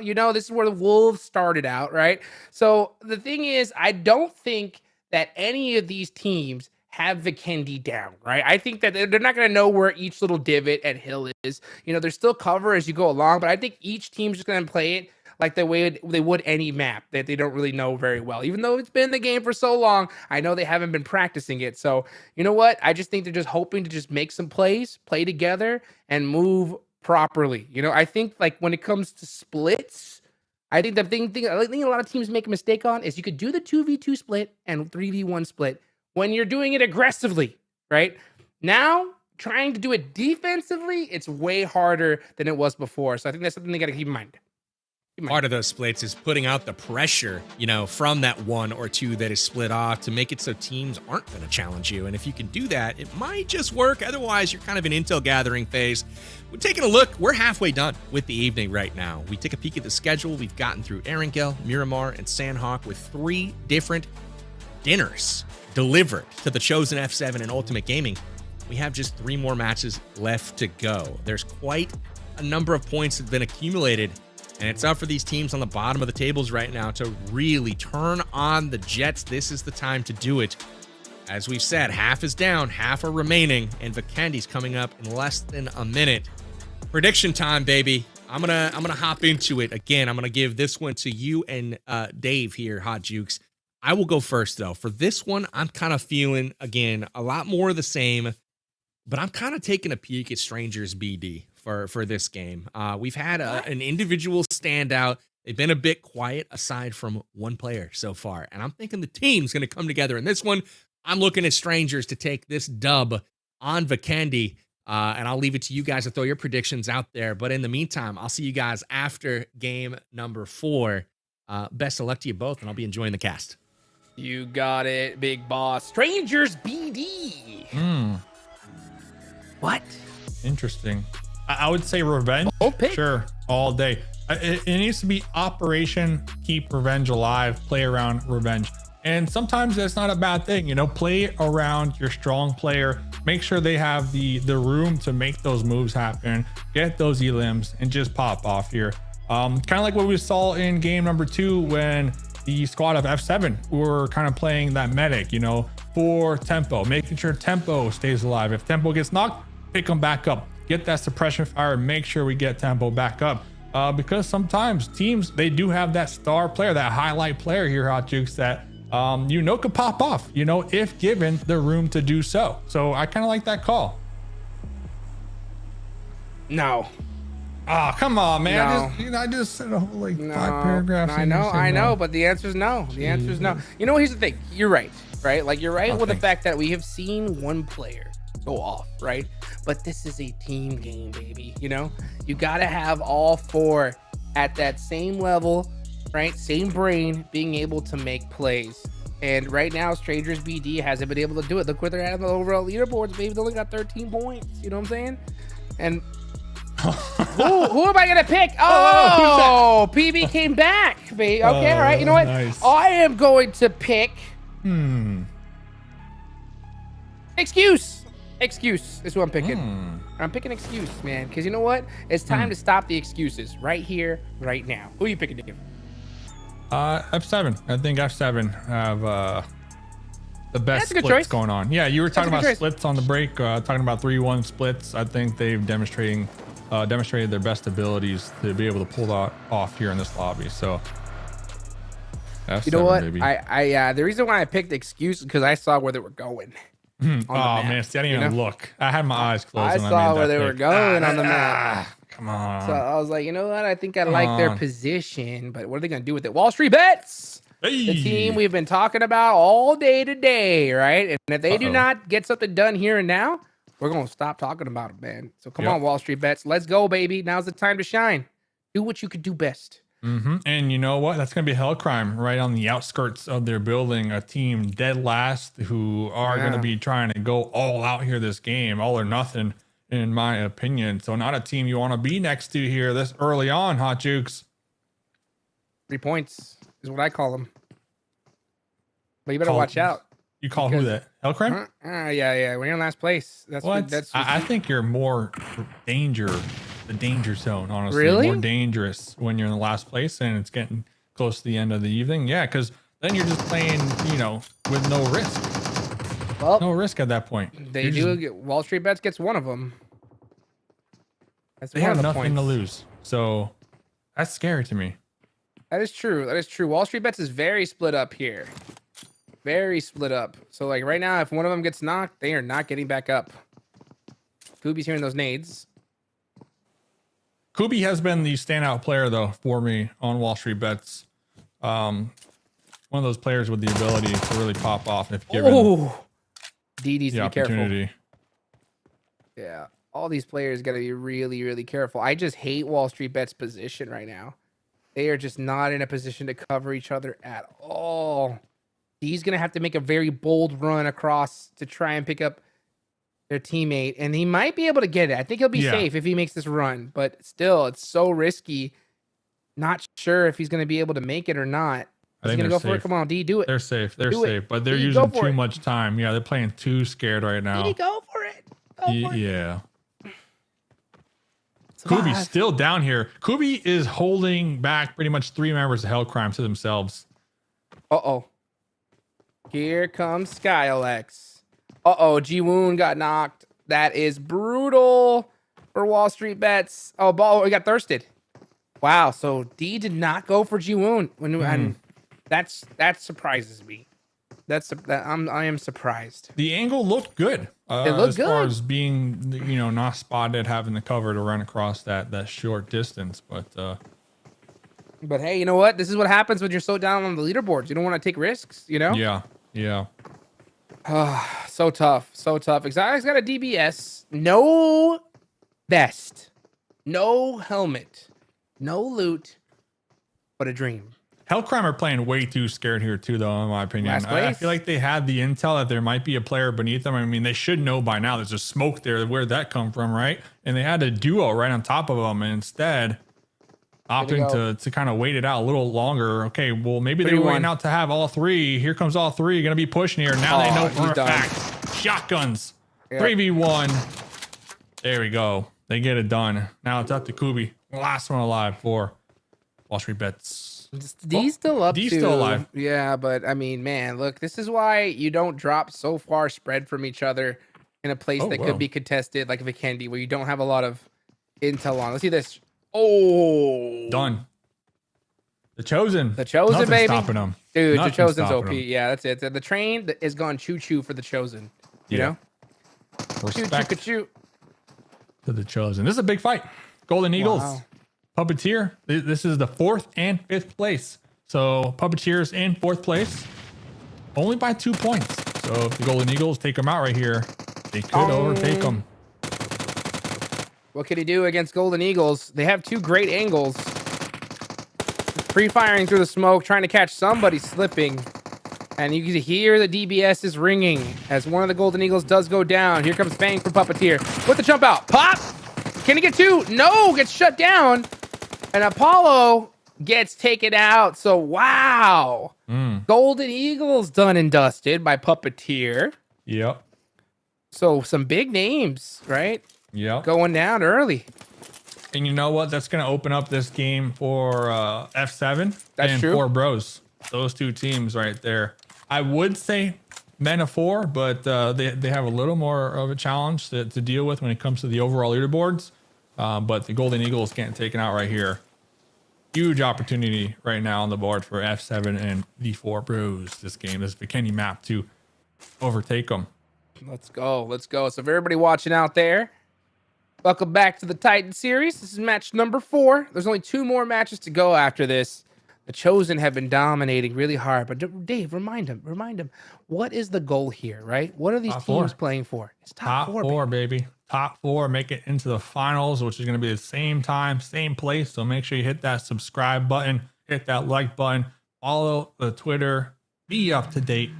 Because Thursday, it all comes down to this. And that's what the top 4 teams here will be competing in. Not there yet. Not there yet, because the Chosen pulling up with the Zima onto Super Lazy Reflex. So Super Lazy Reflex, they need this win. They need it big time here, Hot Jukes. Let's see if they come out on top. They need something massive. That's what they do need right now. Anying getting thirsted on that rotation. Bob busted out the vehicle. Oh, here comes Suppick. He's got the DBS. He's going for the thirst. He's thirsty, but he can't get the finish. No. Get the finish, Sup. I'm telling you, I haven't seen Sup use a different weapon besides a shotgun. That's all they have. Right. A shotgun every single game. That is it. Wow, look at skills of mind. On to Men of 4. Getting it done against them. Hell Crime. Did end up piecing up Wall Street Bets really good, but now having a little bit of trouble. Super Lazy Reflex needed so bad. One of the teams from the Premier League. Oh, they might get it. Still 3 up. They're popping off. They're getting some elims. They're getting the confirms here. Wow, that's a lot. Okay. That's going to be a total of 5 from them. Can they get 6? Oh, Christine needs to wait for his teammate. One more. Goes for through the doorway with the pre-fire. 6 elims here. This is their best game yet, Hot Jukes. Let's go. And they're going to get the res too. And they got position. I think they're getting third party though. Yep. Here comes the third party. They hear the vehicles. Got to turn around. Got to make some plays. Here comes the Chosen. Oh, it's only a duo. This is huge for them. Oh, what are we doing with this grenade, though? We're cooking it. We're cooking it big time. Ooh. Okay. Nice little toss out the window. Oh, that nade hurt. Stellar really low. This could be it. This could be that good nade. Bop. Survive. Wow. I'm trying to think like the intel. What's the intel looking like right now? Because if they knew it was a duo, yeah, this is what I want to see. I want to see them vault out of their safety of the compound and get that wraparound. Surprise them from outside. What a bold push from the Chosen in the first place. Super laser nothing to reflex. lose though. Nothing to lose. Oh my gosh, you're right. They don't. Super laser reflex have everything to gain though here. And this, they got to be feeling themselves big time. Gonna close that door. Yes, sir. And this is going to be somewhat off center as well, their current compound. The thing is, yes, they got a bunch of elims here, hot jukes, and I want to get your take. Like, do you opt to stay in this building because it is in a really nice spot in the zone, or you try to loot the crates and try to be proactive here and roll around the map and get some elims? Like, Protect those vehicles. Protect those vehicles and stay. You've already got so many eliminations. Wow, what a nade! Dong ate that one. And Puppeteer trying to make something happen. It's all the Faye. Nice pre-fire. Going for it again. Oh, the DPS. Too strong.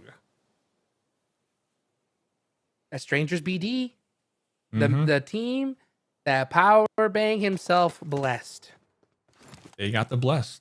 They got the bless. They got the Papa bless. The Papa bless. And there's going to be a stalemate. None of these teams are moving until the next zone. Yeah. Roka. Going back to our conversation a couple minutes ago though with SLR, if SLR can kind of spot this out, maybe hear it out in the distance, maybe recognize that there are going to be two teams fighting, they're not too far. They're not too far. I would love for them to be proactive with this. Will we see it though? I don't think so, just based off of the previous games, but you never know. With 70 limbs here so far, still 4 up, they might recognize the opportunity and be like, listen, boys, this is our time to shine. Recognize. Let me ask you this. Ask me. How many more eliminations do we need to see from Super Laser Reflex this game? Well, if they get 3 more, that's pretty much a chicken, right? So if they can get 10 elims and the chicken, that'll be 20 points. Yeah, that'll they put could them. Use that. They need it because they had 5 points going into this game, dude. So like literally 20 points will put them in 8th place. With which is in the running, like almost there, right? Like you're in a lot better of a position going into the last 2 games of the evening. So if I were them, I'm going for like a 15+ chicken dinner game. Like literally, like you need something huge here because you can't bet on those last 2 games, man. I mean, anything can happen. Like teams at the bottom are going to know they're done for, so they're going to kind of play a little soft in the last game.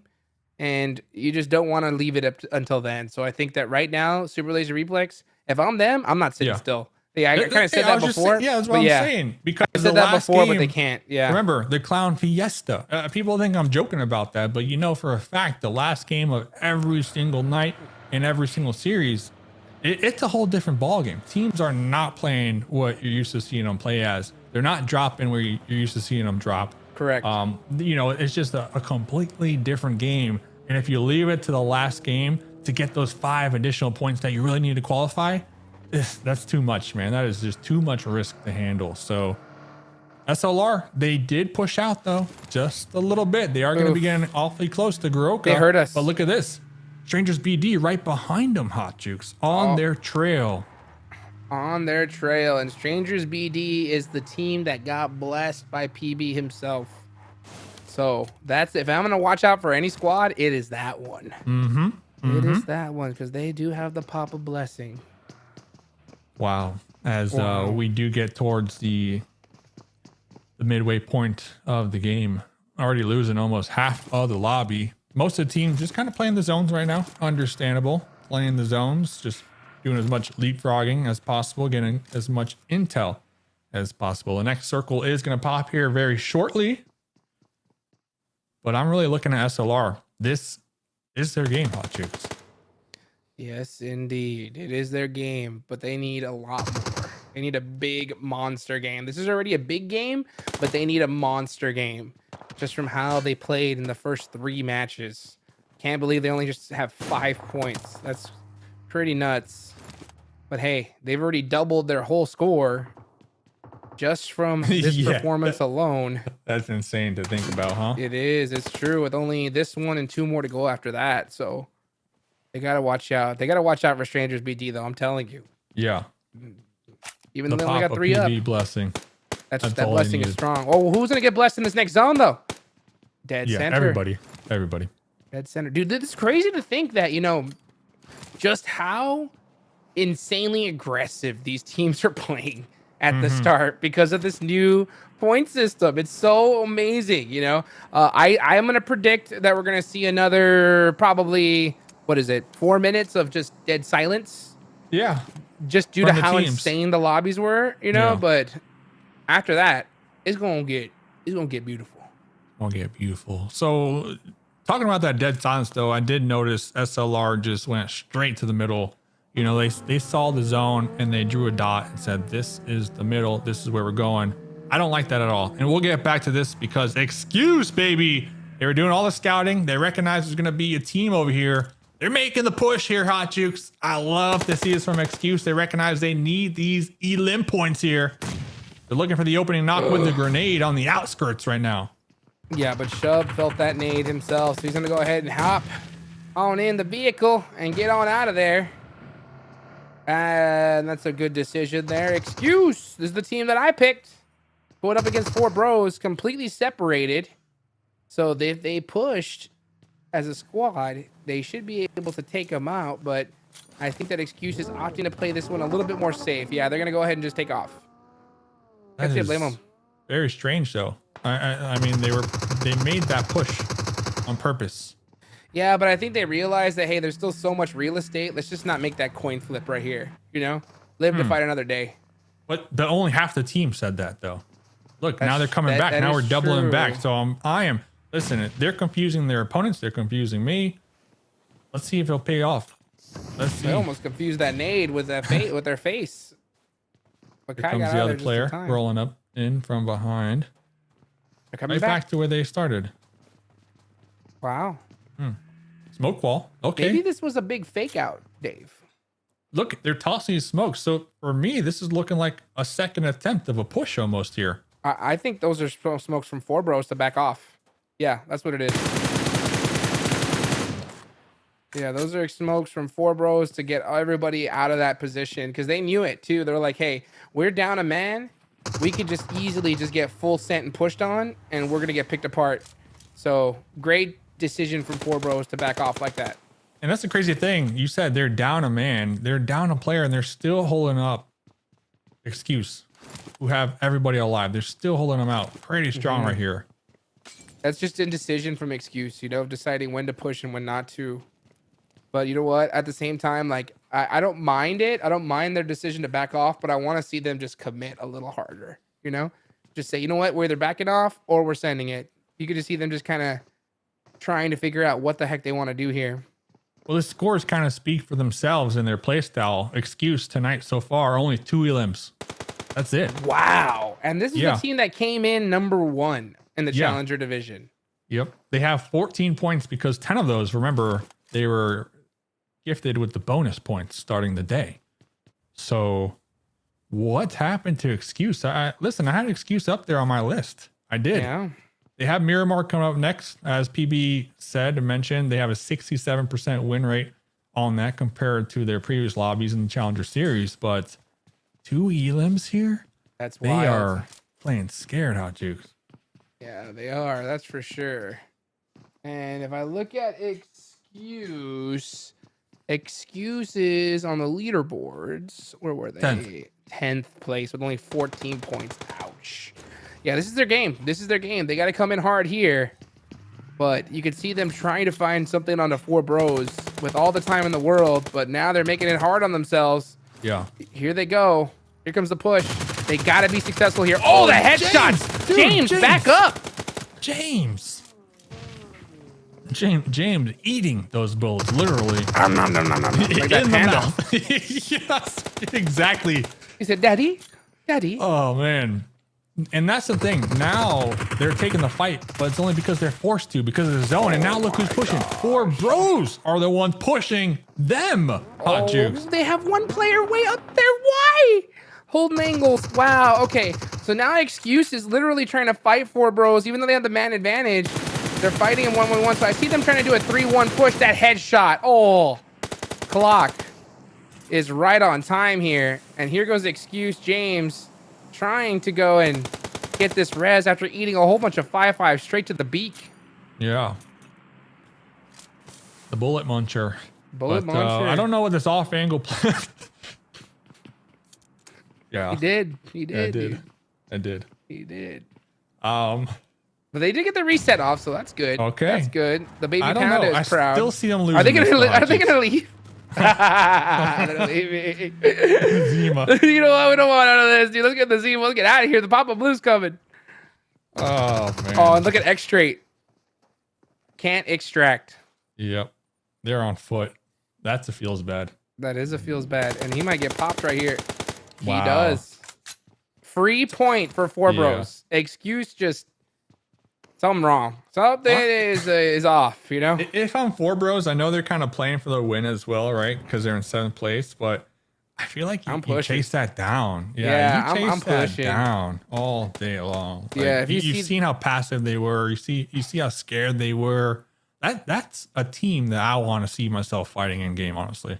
Yeah, dude. You can see the indecision and you just pretty much bullied them away as a 3v4. Just go for it, dude. Full send it in the snowmobile. Just get that first 8 off. That's nice. F7. Let's take a look outside the play zone. 4 bros clock goes down. That's gotta hurt. Looks like he maybe not have gotten that first 8 off after all. Yeah. But now things are starting to heat up. Yeah. You know what's not heating up though is SLR. They got that center position very early on. This circle popped again. They went right to the middle. Like, yes, you want to get the winner winner chicken dinner, but they were doing so hot in the early game when it comes to their team fights. Like, why put that fire out here, Hot Jukes? You know, it's risky. It's really risky to just full send a team without any information because everyone's playing so quiet right now. So if you go into a complex, you're going to a complex with 0 intel. Everyone's just camping an angle or camping a window or something. And that's just really, really tough to do. So I think that they're kind of waiting for things to heat up and try to catch a third party or something. Let's hope so.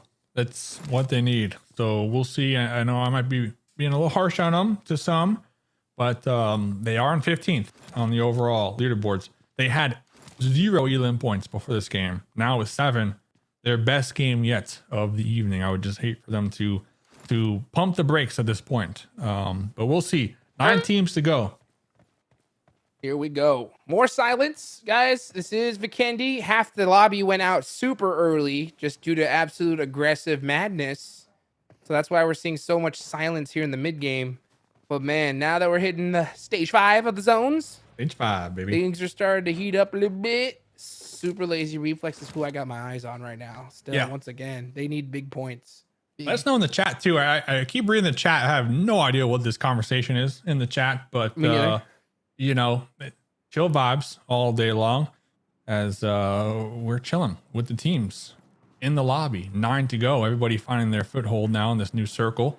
4 bros have had the most action here in the last 10 minutes, give or take, and now it looks like they have the opportunity to have a round 2 up against Excuse. Well, Trip BG, the chat said Excuse wins this fight. Bet. Boy, was he wrong. Bet. Define winning. Well, losing a ban on the way out without any limbs is a 3v4 is not it. But you know what? I can say though, they won when it comes to forcing 4 bros to use their utility because 4 bros popped like 10 or 12 smokes. Hey, so, you know what? They're playing the long game. The long game, exactly. And I'm surprising they're not doing a better job of gatekeeping 4 bros here. Okay, now James is finally taking a position that I want to see. It's a little risky. Can't really find a spot. So it's still more indecision from Excuse. You can see them deciding, like, do we gatekeep or do we push in? They need to gatekeep. They need these limbs. C4. Look at him. Everyone's playing this so carefully. Everybody. Legit everybody. Meanwhile, SLR now the only team in the play zone. Only team dead center. SLR, pay attention to them in the kill field. Let's see if they can rack up some elims here. But really, my main focus right now has to be on that Excuse versus Four Bros fight. That fight that has just been on the cusp for so long now. And look at this. Excuse running away. Going the opposite direction, Hot Jukes. Wow, not gatekeeping, not trying to get those points. Very interesting play style here. And they only have one. So that is absolutely wild. Here come the Four Bros. Look how they're playing. Super tight together. They know what time it is. They know they got to push up. Oh, he goes for the shots and doesn't get them. So they have now alerted the hell out of this squad. And now Four Bros are in trouble. This is a perfect opportunity for Excuse to pop up from behind as well. I really hope to see it. Dose with the two-time. Dose taking out the two. Uno, dos. Dose. Wow. Beautifully done. That flick was disgusting. 9 Tommy elims. gun. Yep, with the Tommy gun. So we haven't really been talking about skills of mind. You know, they've been underneath the radar here this game. 9 elims now going to be at the top above SLR when it comes to the total points. They got 3 up. Still looking strong. You know, you're right here on the edge, playing it nice and slow. Once again, Excuse, they were looking to third party that fight, but immediately changing their mind. Now they're going to be crashing right in the middle of C4. Another Zima send here, Hot Jukes, and they're still alive. They're going to be pushing the compound of SLR. Here they go, looking for angles now. Oh my gosh, just trying to figure out where the heck to go. And Shub is forced to full send it all in, but he does make it on into the shack. No support though for the team. Yemen with the Bison. Shuts them down. Now it's just Shub all in his lonesome in the shack. Look at SLR though, picking up more points. More points, exactly what they needed. And you know what? The next play zone did pop. This no longer in play. So hopefully they can take out Shub, the solo from Excuse now. Going to be a 4v1 situation. Groups Jr. is going to be downrange, downhill. So SLR should have a nice little window to try to sniff this solo out. Get another point underneath their belt. Oh my gosh. Here we go. They're trying to... I love what they're doing. You have to cover your back first. You have to make sure nobody's coming outside into you. Just like we saw earlier, that one team that was focused too far. Shub! No! Shub! Super lazy reflex. This is what happens, dude. You can't just let... You gotta cover each other just in case. You can't let things blind. That's frustrating. Yeah, but goodbye, Shub, by the way. Oh, maybe not. We're cooking grenades out here. We're on the cooking channel, Hot Jukes. What is going on? What? They almost lost 2. What is going on? Why are we cooking grenades like that in the open knowing there's a... Okay, they're going to get the pickup. But still, almost losing another one to Shub. This timing is terrible, too, with the zone. They do have just barely enough time to pick the wheel up. F7! 4 strong. Looking good. Tears of God, though, trying to catch them on their way into the zone. Here comes the smoke wall. Tempo trying to hide behind this vehicle. This is nice. Nice little smoke coming up, too. Can he get the burst off, though? Oh, we're pinched. Oh, he survives, though. Great Nice use smokes. of that vehicle. Yep. They're going to be down here on the south, 2 of the zone. So they're trying to clean up skills of mine, get a foothold here in the south, and then probably gatekeep FOG. So we'll see if they can make it on out alive here. SLR on the opposite end in the north. Looks like they did get that pickup, but then quickly getting knocked once again, Hot Juice. Oh my gosh. Oh, trying to do those tight peeks back and forth. Oh, Christine almost gets knocked, though. The vehicle's gonna explode, and it does. Not Christine. BB. Wow. Tempo, though. Skills of Tempo not mine. done. So many teams here. So much action. Super Laser Reflex needs it. So does Skills of Mine. All these teams need, even F7 themselves. And Tempo with this beautiful little ridge does get it done. But Skills of Mine get the zone. Can they hold it, though? F7's coming for him. Bomba's in trouble. Dose did have a nice little highlight here this game, but I don't know if Dose can hold down that position on their own, especially with F7 still strong and up over here. You gotta hit those, Dose. Ooh. Now Tempo's Tempo coming. knows exactly where you are. Yep. Oh, but Tempo going to be spotted out there. Almost taken out. Through the smokes. Dose with another. Dose has no angles. He knows it too. He's just got his gun on his back in a dream. Come on, Dose. Gets the perfect time heal. Does he have more? He has to smoke. He can't cover that other side. He has to go for the shot. Oh! So close. Tried to make a play. Couldn't do it. Close. SLR though, 12 elims. I told you they wanted 15, right? Mm-hmm. Yep. They can get it. Over the back. Not from the back. Yeah. Definitely forgot about them, I guess. Tempo still being alive, though, kind of keeps the dream alive for me for F7 to possibly take this win. Yeah, it's going to be a challenge with a trio of SLR still up. Got him. Tempo just hits those shots, Hot Jukes. Oh, but he goes down. Super lazy reflex. It's their chance to shine, baby. Frost goes for it, and they get the chicken dinner. 24 points for Super Lazy Reflex, one of the teams from the Premier Division, baby. We thought they were down and out, but boy, did they show up.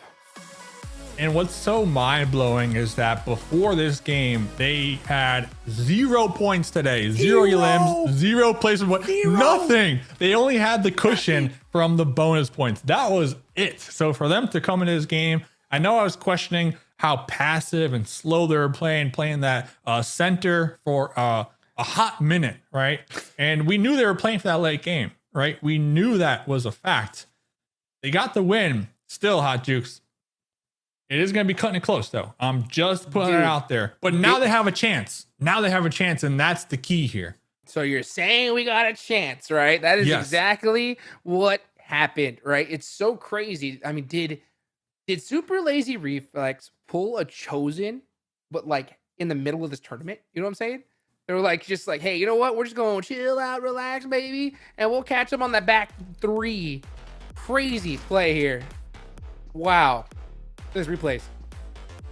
And you know what? I love to see it, man. I love to see these big wins, you know, these upset wins, because it definitely shakes up the overall leaderboards, you know, and it just makes the final games that much more entertaining because there's just multiple teams within fingers grasp of qualifying here. Sup, Pig? I'm telling you. Or sup, shotguns all day. That's it. That's the only thing we've seen. Like, it's true. It's true. He's had nothing but that dang DVS, and I know he's pissed that he couldn't get that finish there. Super Lazy Reflex. This is where it all started here, man. Once they started getting all these eliminations, I think they soaked up 7 in this building alone. Man, they were just big chilling afterwards, and they just finished so strong. One of the team that really surprised. Yeah, that nade was gross. Oh, that was revenge with the nades. Cooked. Yep. Perfectly cooked right there. This was like, I know there's a lot of downtime, but the fights that we had, I feel like were the best fights tonight so far. Ooh, that was nice. This was, yeah, a little confusing for me. Yeah, I'm glad they won though. Yeah, they did win, so they made it up in that position. But man, this one ended up being real tight towards the end. F7 put up some big points. Skills of Mine put up some major points in this one. Dave. Yeah. Only a couple matches left to go, right? 2. Yeah, 2. That's it. Those 2, and we are done. 1 Miramar, 1 Erangel. And you know F7, right? Yeah. Gotta be feeling good going into this next Miramar match. F7, like, I know the Chosen have been popping off, but I feel like F7, at least for me, are the best looking so far today, just as a whole here. Hot Jukes, as we are going to be looking at the match rankings. SLR, about time, showing up here on this leaderboard. 24 points, exactly what they needed to keep that dream alive here, Hot Jukes. 3.5 squads out of the lobby. And then look here on the second half, you know, we saw Puppeteer put up some points. The Chosen always putting up some points. Wall Street Bets is that team that I had the eyes on, you know. I think after that game, it's all she wrote for me. You know, PB put the nail in the coffin earlier. I'm just going to go ahead and tap it just a little bit harder. Take a look at the overalls, though. How far did they move up? Super Lazy Reflex jumped to 7th place. Second page. Yeah, second on that left-hand side. From last to 7th, very similar to what we saw earlier on as well from F7. And since that F7 play, look at this. They've just been maintaining it. Jukes, second place right now.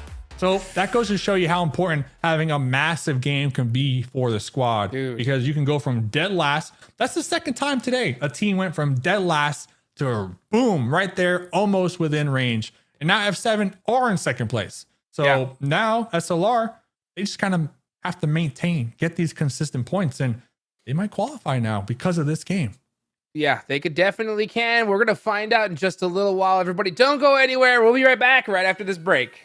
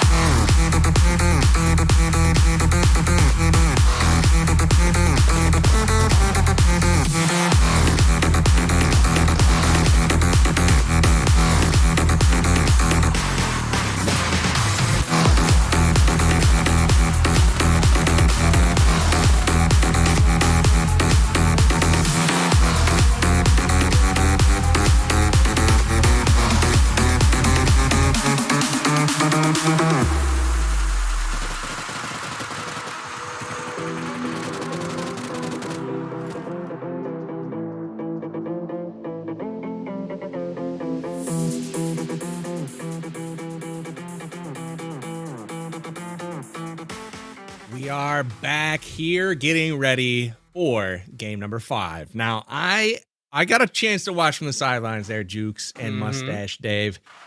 Saw some teams starting to pop off a little bit. Saw some really clutch performance from SLR. They really needed that. Like you guys were saying, it just takes one to get back into it. Now, we're at the point where teams need to be into it in order to have a shot to make that final leap into, the top 4, which is what it's going to take to progress into the Premier Finals. For those just tuning in, you need to be in the top 4 teams today to move on to the next stage. And so, with that, I feel like there is a bit of a rift, as you would say, again, 8th place or so.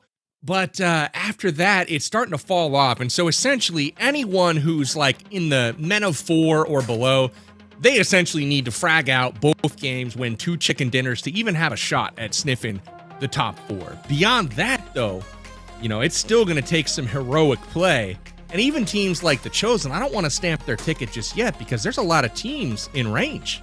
So, Jukes, when you get done killing those Muskas over there, who are you picking here as maybe a surprise to join the top 4? Man, you know what? At this point, it is so tight. It is so close that I have no idea who to pick. I mean, because the last 2 games, PB, are going to be nothing but shenanigans, especially that last one. When it comes to Erangel, I think those teams at the bottom are just going to kind of throw their hands up and just say, you know what? It's all she wrote. So I think whoever does well in this Miramar match is going to have that chance to do it. And if they can't get it done here, I think it's all done. Yeah, I think you're probably right. At this point in time, even looking at the bottom of the bottom right now, Hellcrime, Ultimate Esports, 4 and 6 points respectively, they're still technically in it. I mean, True. They need to frag out. They need to get on the board early. They need to set the pace, and they need to win. So they need to come away with those big 20-plus point games in order to kind of get there. But, I mean, even looking at the very bottom, we got 4 points. The bar right now is at 37. You got 37, you're through the next stage. So they got to make up 33 points. So that's pretty crazy. So, Jukes, before you're out of here, give us your picks, man. Who's taking game number 5? We got Miramar coming up. Man, you know what? I got to go with F7. I think F7 has played really, really well. They're coming off the momentum, but I think if I'm going to pick one wild card pick, I'd got to give it one more time to Excuse, just purely how they've done so well in Miramar in the past. If it's any time for them to show up, it's right here in this match. Thank you so much, Jukes. Myself and Dave will take it away. We'll have you back on for the last game with me. And thanks again, Dave. Same question posed to you, my friend. We're taking a peek at game number 5 right now. It's Miramar. Give us your pick. Who's going to take this one home? Yeah, great question. I think an easy one has to be SLR after that insane performance from them. They were dead last. Now they're up here 7th place. You have to assume the confidence, the team comms, and just the overall mental is in a positive state right now. So they're going to be feeling good coming into this game here. PB, but if I had to pick like a spicy one, I think Excuse as well. I'm gonna have to go with Hot Jukes because if Excuse can't pull it out of the hat this game on their favorite map, then I don't know if they can do it in the last map of the evening here. PB. That's a great pick. Excuse has got a long way to go. They got to double up what they've done right now just to get in contention. So they really got to bring it. We'll be keeping an eye on them for sure. We got this easterly plain path here through Miramar and a southerly zone. Look at that. Shaping up right around Los Leones. If I have to throw my pick in for who's going to take this one, got to go with Puppeteer. Puppeteer has had a crazy day today. Ultimately haven't put together the rank, but they have put together the fights, and hopefully they'll figure it out this game and end up on top. So popping off already early on, and just like we mentioned, SLR in the thick of it, but they lose out early and are eliminated 16th, so they follow up their massive winner chicken dinner in game 4 with the goose egg. They're out of here. That's not what they were hoping to see, Dave. What does that do for, I mean, what does that do? We were hoping they would come back with something, and they followed up with that? Yeah, what does that do? Well, I can guarantee you that doesn't let them qualify. That was it. That was it for them, PB, in my opinion. I don't know why they dropped here again. They lost the hot drop on the last Miramar match. They got taken out very early on. No idea in the world why you would repeat that, essentially. That's just insane to me, especially on Miramar. There's so much terrain, so many other spots to drop here, and just play a little safer early on and continue riding that momentum. So we were talking about the momentum. We were talking about the confidence and the mental aspect of SLR after a really good game. Well, it just got done, flushed down the toilet here. That's tough, man. You got to wonder if they're feeling the pressure a little bit, because again, they were sitting at 29 points, 8 points out. I mean, 8 points. I don't want to write them off just yet, Dave. I know you're saying they're done. You're nice. They're still an outside shot. I'm not giving them the WSB treatment just yet. But what I will say is that was not optimal. Obviously, they came back, threw up a goose egg, and they did it promptly at that. And I gotta wonder, this is a team that's playing from China, so I wonder if the CQB battles that they're taking on early in games, I don't know if that's the best bet, because they clearly are a good team. They have tactics, and I feel like maybe engaging over a bit more distance, you see those mid-game fights, might be a bit more optimal for them. I don't know, speculating here, but at the same time, they chose a fight that ultimately they didn't win last time. They didn't win this time. Yeah. And they're going to pay for it. So up to them to deliver in game 6, which will be coming up next, but they'll have to wait until then to do so. Yeah, just a bad time to kind of retake that fight that you lost earlier on, just for a spot as well. So even if you come out on top, you get 4 limbs, but it's definitely not worth it when they're trying to ride the momentum, to get that 4th place. Here's that replay.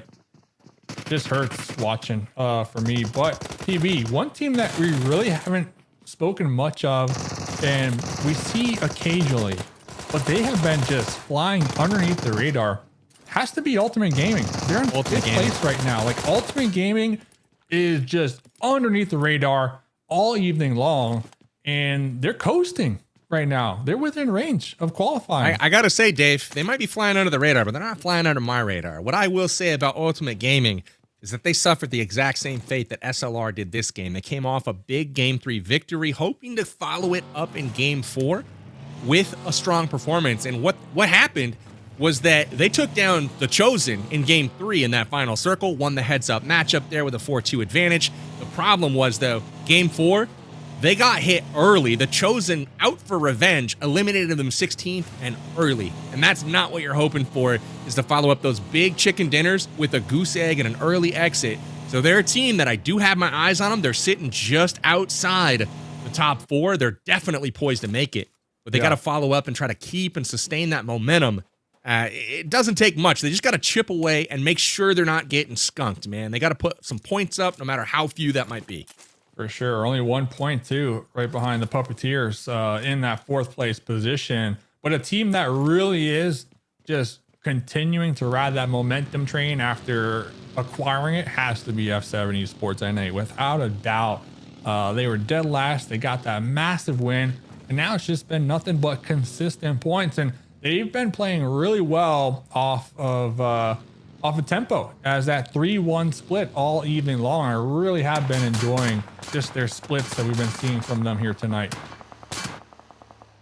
Agree with you, Dave. Another team, C4, not everyone's favorite at the moment, but at the same time, they have continued to perform every single game. They've been on the top of the damage output almost every game, with the exception of F7 in, I believe, game 2.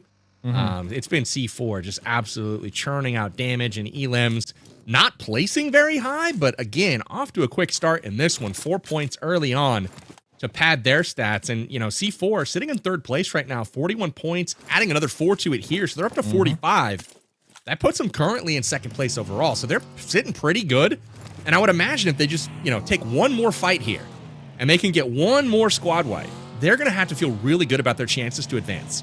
Yeah, pretty much all elim points as well, right? Like you said, to kind of add on to your point here, C4 truly, I feel like, understanding this point system here in the Titan series and taking full advantage of it here, PB, because they got 28 coming in this game plus these 4, the highest team when it comes to elim points. Yes, they're awfully close to the Chosen.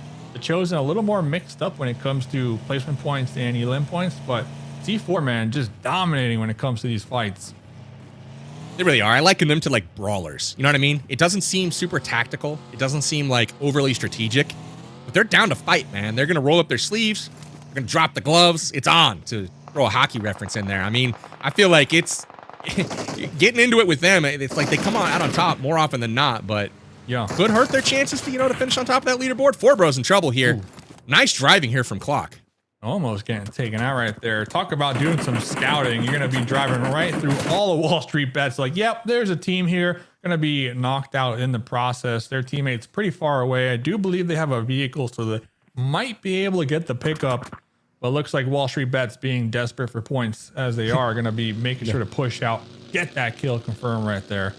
Yeah, so they're chasing it. They really, I mean, honestly, Wall Street bets at this point is playing for pride. I said everyone's still in it. It's highly unlikely that they come back at this point in time. It's not impossible. So, I mean, you got to know that they're going to be trying to put that pedal to the metal. This is exactly what they need, are picking off, squads like that are driving by ill-advised. They have to convert on those. Luckily, they're off to a good start here, but that's got to continue, and it's got to continue for 2 straight games for Wall Street bets. Yeah, for sure. And I feel like teams that are at the bottom, not specifically them, but just teams at the bottom, like, you got to be proactive. You got to be chasing down these points. You have to be just nonstop roaming the map, looking to take fights compared to just camping out on the compound. You just can't afford that luxury at this point here, PB. You can't. I got to ask you, Dave, what about Golden Eagles? You were high on them early. They had a great start. Maybe they should go back to the 3-man roster, but they're still hanging around. They're sitting here 6th place overall right now, 31 points. Wow, look at this zone. This is toxic, dude, from Miramar. We are sitting here in stage 2, and the zone's half in the water. What in the world? Yeah. Going back to Golden Eagles, I do like their positioning, though, here in Los Leones. This spot is a really strong spot on the west side of the town. There's some nice vantage points. If you get to the roofs of these buildings, you can really get a nice oversight of that west hand side of the zone. And we see there's a couple teams out there as well. So if the Golden Eagles could kind of plant their flag up here on this side of Los Leones and look to get some, random stragglers on the rotate, aka elim points. Oh, as we see that could be good. But the thing is, I'm not sure what they're doing. They gave up that position that I really do enjoy. And it looks like they're trying to center up here, PB. And to me, that's not what I want to see. I want to see teams being proactive, getting these elim points when they can, because looking for that center position, to me, you're just trying to play for placement points. And when you are the Golden Eagles, you're in 6th place. You need to do a little more here at this point, as there's only 2 more games to go. 4 bros. Classic way to take someone out in PUBG Mobile. Shoot him out of the vehicle and then run him over. They're not even going to go back for his loot. They're on the warpath. They know they need it. I got to wonder, who is going to take up that cheeky little position on the southern island down there? It's still firmly encircled. No one's there. What if the zone continues to go south? I know it's probably low likelihood, but man, if somebody was to set up a bridge camp and hold that area on that island, that could be super, super fun.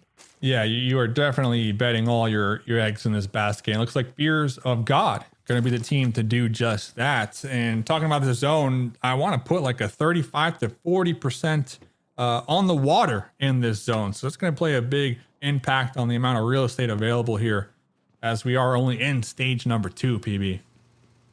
Man, it feels like super late game compared to like what this circle is doing to us.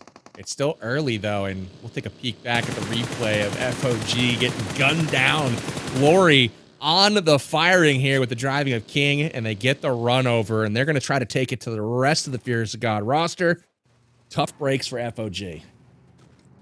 Yeah, FOG going to have some time to breathe, and they do have a care package a little south of them, so you might be able to recognize, oh, whoa, 2 wheels out here. Oh, hell crime. Driving on 2 wheels with the buggy. Trying to block those bullets.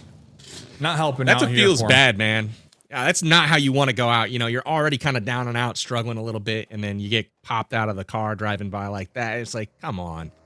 Don't do me like that. Let me fight back at least. And unfortunately for Hellcrime, the day continues to go off the rails. Very rough. You know who's not feeling bad after that? Has to be Skills of Mine. Last game, Dose had multiple fights that we saw that we got to catch their POV where they were just hitting them shots. So last game had to have been Dose's game of the evening. Let's see if they can continue on with that. 2 elim points so far for Skills of Mine, currently in the 11th place position, with most of their points coming from elims here tonight. Absolutely. You mentioned Dose from last game. Unfortunate, like the way the zone worked, and he just got pinned behind that tree. Absolutely no angles whatsoever. But yeah, had a pretty incredible game for sure. Dose picking up an absolute ton of damage last game. rocking 500 for skills of mind. Wow. So massive game. Pretty decent performance there. He's hoping to follow that up for sure. So it looks like Fears of God, they did take up the island, as you were pointing out. Island's still going to be in play, but F7 are going to be the team on the flip end of that one with the bridge camp here, PB. So Fears of God not looking too hot right now with their position, in my opinion. Not so much, but I'm loving the bridge play. Somebody got pushed south there. I mean, obviously they were chased down there. It wasn't by choice, but F7 controlling that choke point. And then there's a lot, like where Four Bros is at and south of there is a lot of sketchy territory. I'm looking forward to see who kind of buries themselves and embeds. See Hellcrime here getting punished. Ultimate Gaming creeping up from multiple angles here. And this is just tough, man. Shots coming in from all sides. Yeah, and then you're going to have Excuse as well, kind of rolling by with their vehicles. Hopefully Excuse could be a little proactive, hear these shots, and try to look for some points. James going to be pulling up with the buggy, popping out with the M4 ump combo. Going to be cresting right over this hill. Their teammates still in the buggy, possibly looking for a run over here. Doing some scouting. This is going to be right here on the edge. Excuse needs these kills. Yep. They're you got a couple just now, but they're still going to need to turn on the Jets here. Again, Miramar is where they have thrived all season long, and they've got to continue to try to make things happen as they got Ultimate Gaming back against the wall right now. Rush handling, just chilling on the side of this hill, hoping he doesn't get peeked, and he's going to fire. I almost felt like James was going to keep driving at that point if they wouldn't have gotten fired upon.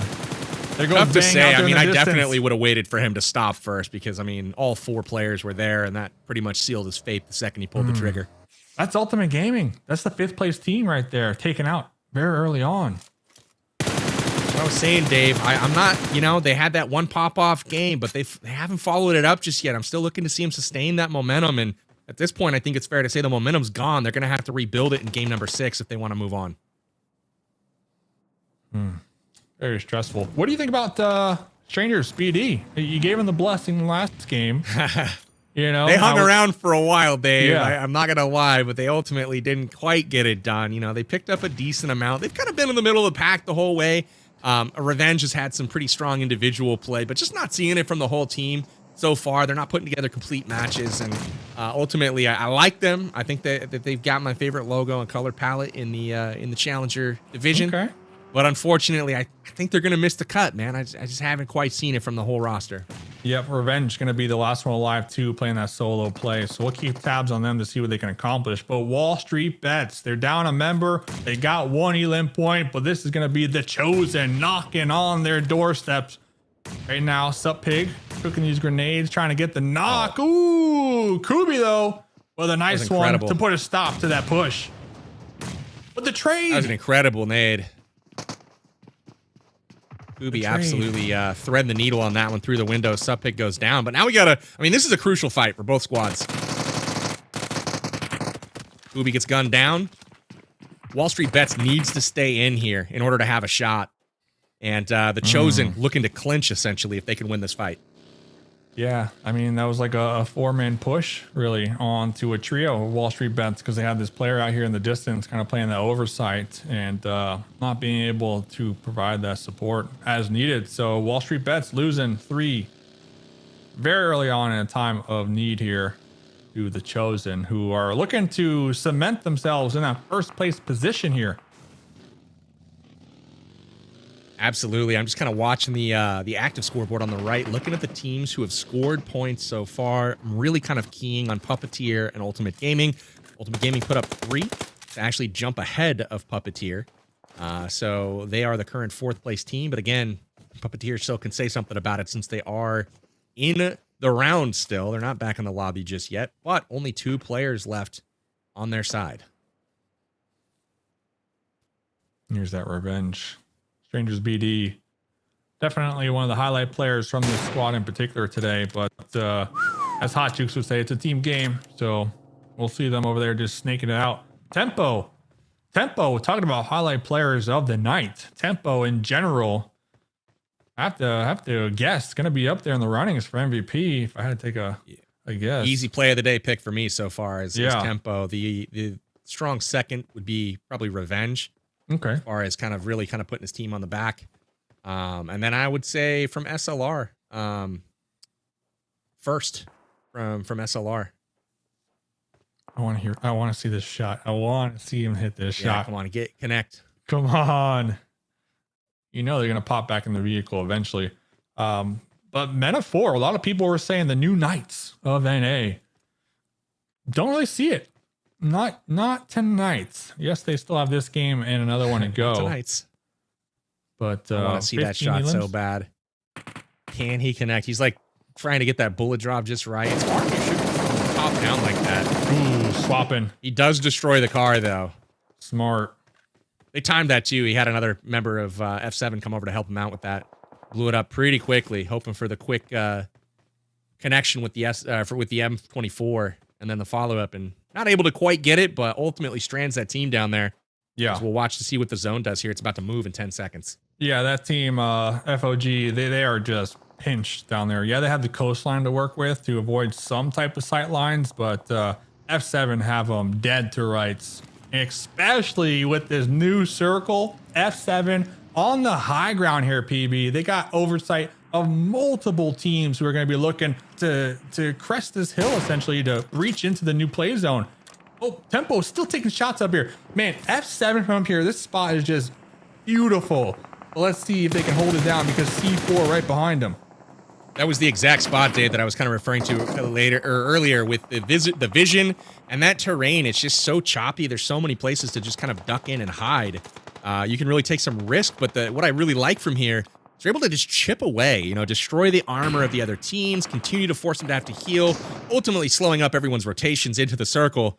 And F7 just in a really nice position of control here. They're slightly outside the zone themselves, so they have to make sure that the team above them is not going to sneak in and gatekeep them. That's C4 here.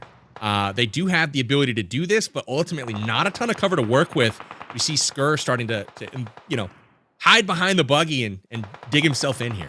Yeah, I almost want to see C4 try to sneak up behind F7. We see the triangles, of course, and we see where F7 are looking. They are extremely tunnel vision down here on Meta 4, and this could be an opportunity for C4 to kind of surprise them from behind.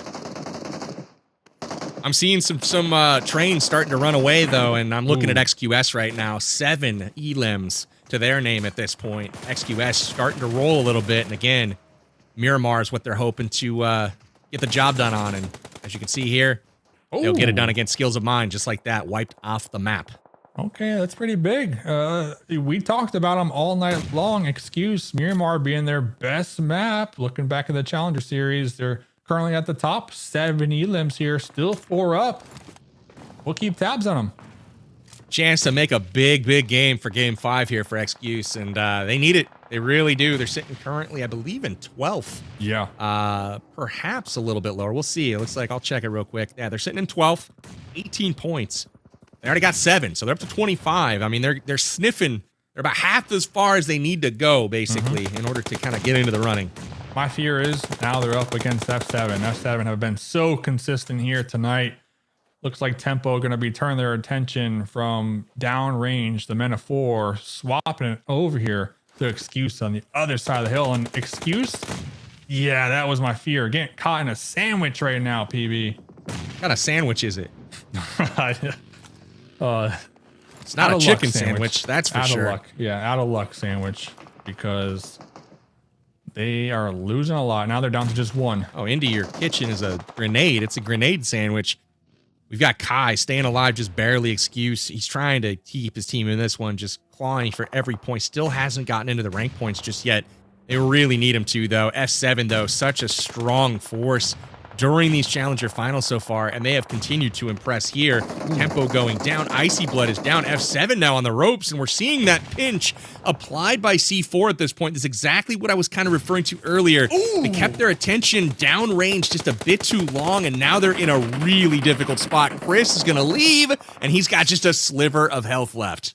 Yep, said see ya. Next circle did pop, and C4 right here to play gatekeeper, and they did just that, opening up, not even having a crest of that hill, but using their grenades, their utility to take out F7 right there. And Looking for some quick loot. Calling it now, that ridge line is key. The one ahead of C4. No one's on it currently, but it looks like, it's anyone's kind of push to try to get there. They're playing a bit cautiously, figuring there's probably somebody sitting just behind it, and there's currently not. So we'll see if C4 can take advantage of this opening in the real estate. It looks like they did push up into the zone just a little bit right there on the edge. Golden Eagle is trying to get the reset, trying to get the heals off before pushing right towards C4. So this could be a big fight going either way. Wall Street Bets, though, still alive. Down to just that solo that we saw earlier on. 2 elims up here in the north. Going to be trying to clean up some points. But C4, 10 elims so far. Now up against the Golden Eagles. It's getting exciting, man. We got Wall Street Bets still in it. But they forgot to put up some points along the way, you know? What can you do, though? Ji-Woon's been on his own now for a good 20 minutes, so yeah, they're doing the best they can. C4, man, just absolutely rocking. I think this is going to put them in a position of clinching. You know, they've had a problem with placement this whole time. They've been getting the elims, as you can see, but they're at the point now where, you know, they're getting at least third place here, and it looks likely that they're going to take the chicken.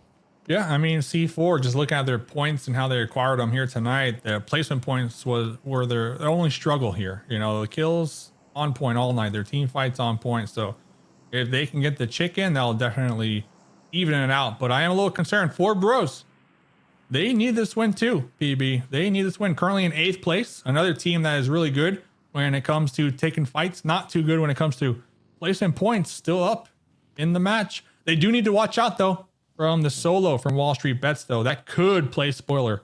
The solo it really could. Backstab. That's a big point, though. If they can get Wall Street Bets, that's 1 for the elim, 1 for the rank point. So that's a 2-point elim right there. And, you know, their position, I don't know how likely it is, especially with C4 owning the zone at this point. They're not looking good to take this game. It's C4's game to lose. They have the high ground. They have the zone. And at this point, you know, really just trying to take out Wall Street Bets would be my priority here. Oh, King going to be popping up, taking some shots out there. Missing them all. Coops now eagle-eyed right there onto King's position. And it looks like, are they smoking themselves here? Blocking that vision. I don't know if that's the play here, PB. Blocking your own vision. Ooh, King though. Maybe it is, Dave. What do we know? What do I know? They're on it, though. They're going to try to take advantage of this and hit the flank and take the zone. Still so surprised the solo from Wall Street Bets just being so passive, not even taking any shots right now. Now 4 Bros. Ji-Woon he's chilling, bro. He's happy to just chill. There you go. A little smoke for the road. See if he can pick up some third parties, maybe. As a buggy. Okay.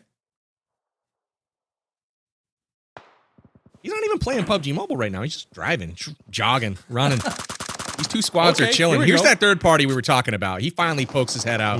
Got the knock, couldn't get the finish. Gonna have to patch himself up, but maybe he can wreak some havoc with some grenades. He's got 3 of them. Yeah, now the 4 Bros is going to be alerted to that solo from behind. That's going to play spoiler to their game plan. And look at this, C4 going to be cresting over the hill, looking for that push. Meanwhile, from behind, the threat's still there, but Payne going to be taking some shots from downrange, and C4. He failed. Winner, chicken dinner, PB. This team has been popping off all evening long with the elims. They've been on the ball. They were missing the placement points. They heard us on the desk. They heard us and said, listen, this is our game.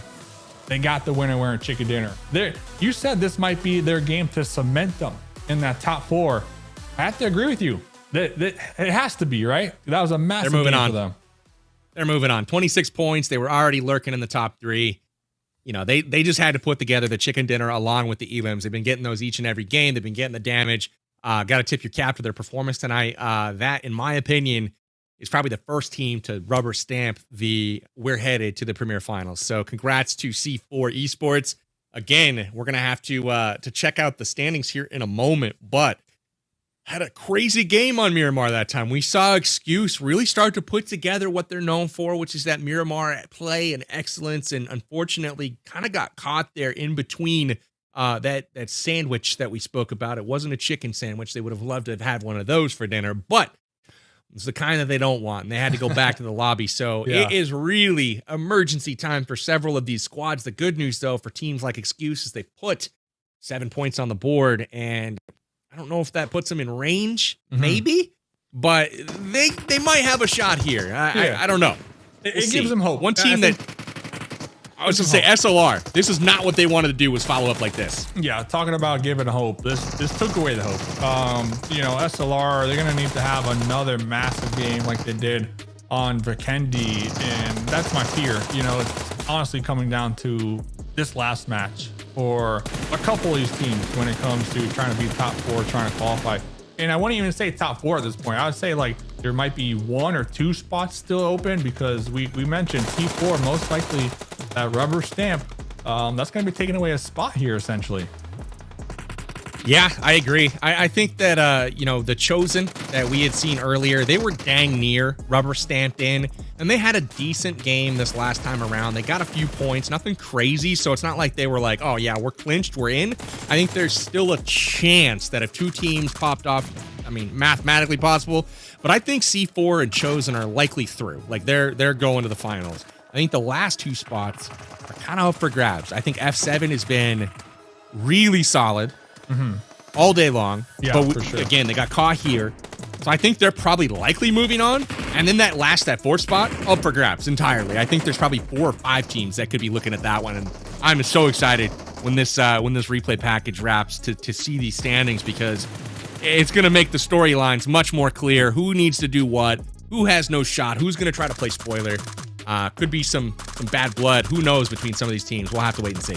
Yeah, you mentioned that position, that mountaintop that we saw a little earlier on from F7. They were able to use that to get a couple elim points to definitely keep them within those consistent points per game to be up there at the top. So I definitely agree with you. F7 talking about just completely flipping a switch here tonight. Games 1, nothing. And then we have that one massive game from F7. Since then, they've been just popping off your PB. And yeah, see this last game, that position, 4 elims. So I think those 4 elims should keep them within the running in this last game. Big performance there. It was sneaky. We didn't really mention them at all, but Golden Eagles picking up 8 there. That's got to be huge for them and their placement right now overall. So nice shots from them. Wall Street Bets getting some points, but it's going to be too little too late for them, unfortunately. Take a peek at the bottom of the leaderboard here, and a couple teams that stick out that, kind of have a shot right now. That's Super Lazy Reflex. They followed it up with a Goose, not what they were hoping for. And then also, if you take a peek at Puppeteer, they also followed up getting skunked, man. So 0 points from them. They were sitting in the top 3, top 4. And now they might be kind of out of it. We'll see. They could be outside looking in here. And they are. Look at this. Ooh, look at the race for 4th. Wow. We got 4 teams within 2 points of each other.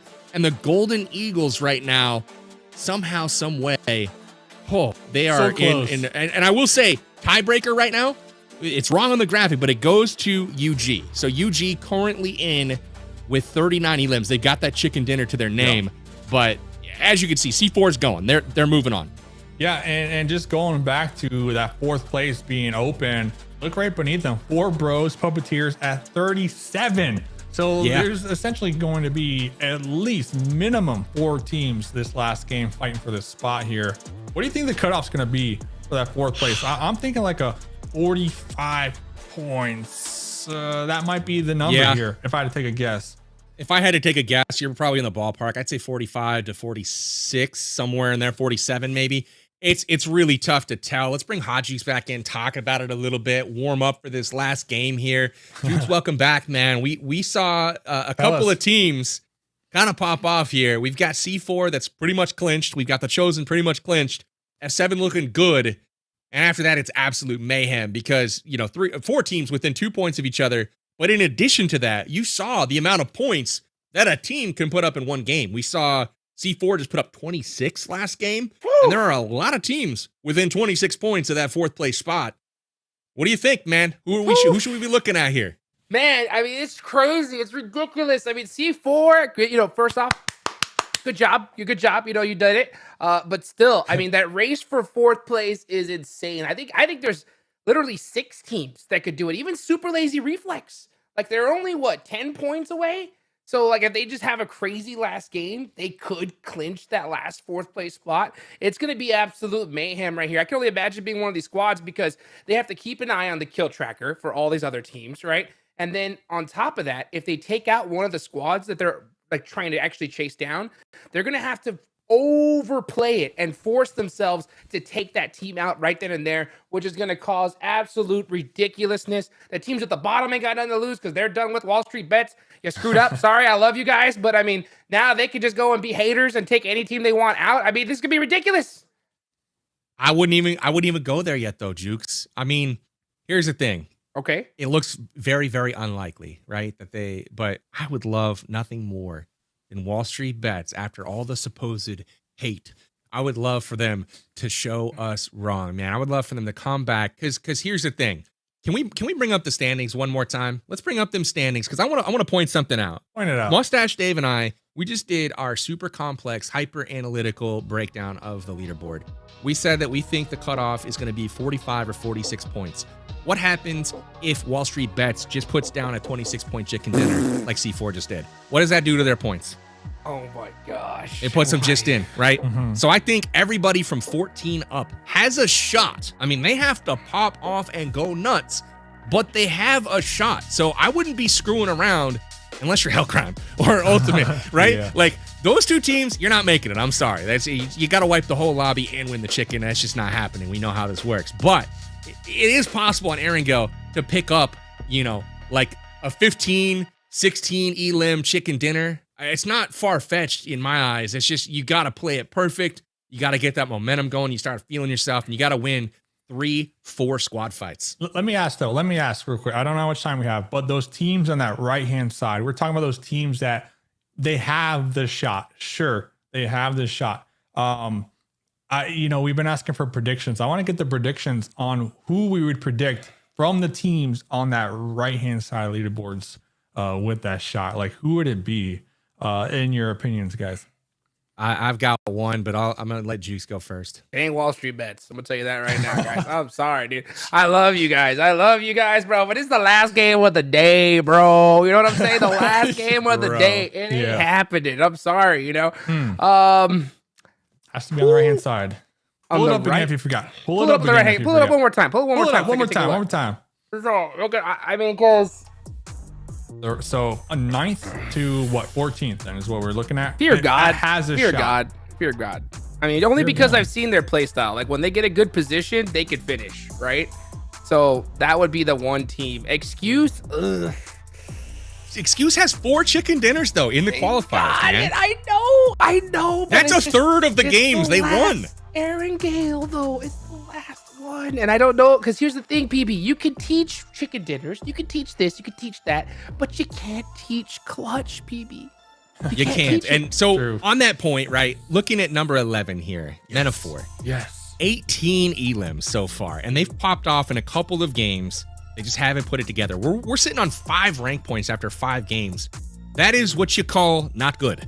So what I'm thinking is if they can put together a good game, finish on top of the leaderboard, and really crush the elims, Metaphor has a shot here. I mean, what if they pop off a 26-point chicken dinner? That puts them at 50, That's my team too. Everyone keeps saying Metaphor, the new Knights here in NA. Honestly, this is their game to prove it. Are they the new Knights in NA? They have to win. They have to clutch out this game to prove it. So here's the thing. Whoever wins, whatever happens, it will have been earned because this is not an easy road. We've got some teams that have really kind of showed up and showed out already tonight, and they've punched their ticket, in my opinion. We got some other teams that have had pretty decent performance all night long, and it's time to show who can be consistent and who can really push the envelope, right? Who can have that standout game, that milestone. That's what we're hoping to see, and it comes down to this, man. We are looking at the last game of the night. We're just a few minutes out from diving into Erangel, and as you can see, every single game this evening has had a different winner, and so that bodes super well for anyone that hasn't won yet tonight. And I'm looking at Excuse, I'm looking at Fears of God, I'm looking at Metaphor, I'm looking at Skills of Mind. All of those teams have yet to win tonight, and they have to put it together right here, right now. Dude, just imagine if you're super lazy reflex right now. You've been talking to each other for the past 30 minutes saying, why did we go to Hacienda? Why? And they got one match left to go. They were on the edge of greatness. Yeah. They could still do it. But man, how do you come back? Do you see that happening, PB? Coming back from just an absolute dump truck? I'm not going to go any further. I was going to give another analogy, but let's just say absolute bad, to now. Can they do it?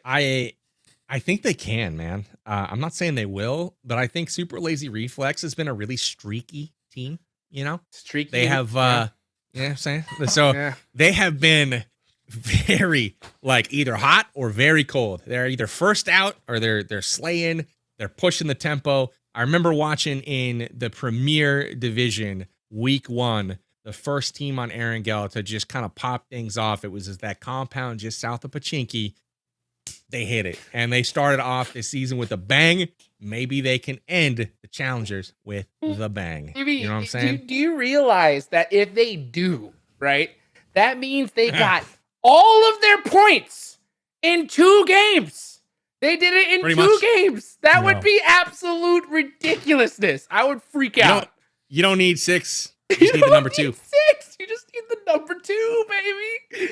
Number 2. Wow. All right. I don't see them doing it, but sure, we'll keep it going. Yeah. For the hope of SLR, they threw it away last game. That hot drop was unnecessary, and they're gonna pay the ultimate price for it in my book. We're a minute out, boys. Okay. Prediction time. Mustache Dave, we're sending you off for this game. Jukes and I are gonna take this one. Okay. So I want your prediction first. Well, who's the 4th place team? Who sneaks in? Who's taking the 4th spot? I want to pick. Good question. 4th place spot. I would be doing a dishonor if I didn't say Golden Eagles. So Golden Eagles are going to had to do it. Yep. Classic They're gonna Dave, maintain dude. it. The caca Golden Eagles. Let's go. 4th place. That's it. Dude. Consistent as ever, Dave. I love it. Love it. Dave, we'll bring you back in after the final game wraps here to chat about it. But thank you for your service, my friend. Hot Jukes. For you, before we head into the map, give me your prediction. 4th place. Who secures this spot to go on to the Premier Finals? It's Super Lazy Reflex, baby. 2 games. The number 2. Oh, man. The number 2. That's all they need. He's really going to lean into that one. They dumped the Miramar on purpose, PB. Dumped the Miramar on purpose to rise up into the finale here. This would be an absolute anime if they bust out a chicken dinner right here. That's right. Well, they're going to have to get busy wiping squads. We'll keep an eye on them. And I got my eyes on Puppeteer. I'm thinking Puppeteer takes that final spot. They're 2 points out right now. They've been pretty consistent. And look at this goofy playing path. I don't know, man. I don't know if I like it. We're going to see a Zarky finish. I'm feeling it. Man, we had an absolute, the last game zone was just ridiculous. If this is a Zarky finish, my PUBG mobile bingo card is complete. I have been waiting for a Zarky finish since the beginning of time. I can have an hour montage of me asking for Zarky at this point. Let's ask for it one more time. That way we can extend that to an hour and 12 seconds, So take it to the here we go. Zarky, please bless us, zone gods. The zone is just about to pop. Golden Eagles jumping in. That's Dave's pick to win it all. Or at least win a trip. Don't even win it all. And here we go. Skills of mine already on the ground, looting up, waiting for that circle to pop. I'm really eager to see where this goes. Is it going to be up north? I would like a Stalber finish as well. Zarky! Just give me something north this game. Yeah, I want to go north. What? Okay. All right. Ooh. To the west. Still toxic. Still toxic. Oh, yeah. Look at the plane path and how much of the safe circle that crosses. It's minimal. And look who went there. Look who went all the way to the west. SLR, baby. Super Lazy. They gotta love that. So they got the opportunity to push it all the way over. Head on over to Primorsk or something and do some looting there and just chill. See what happens.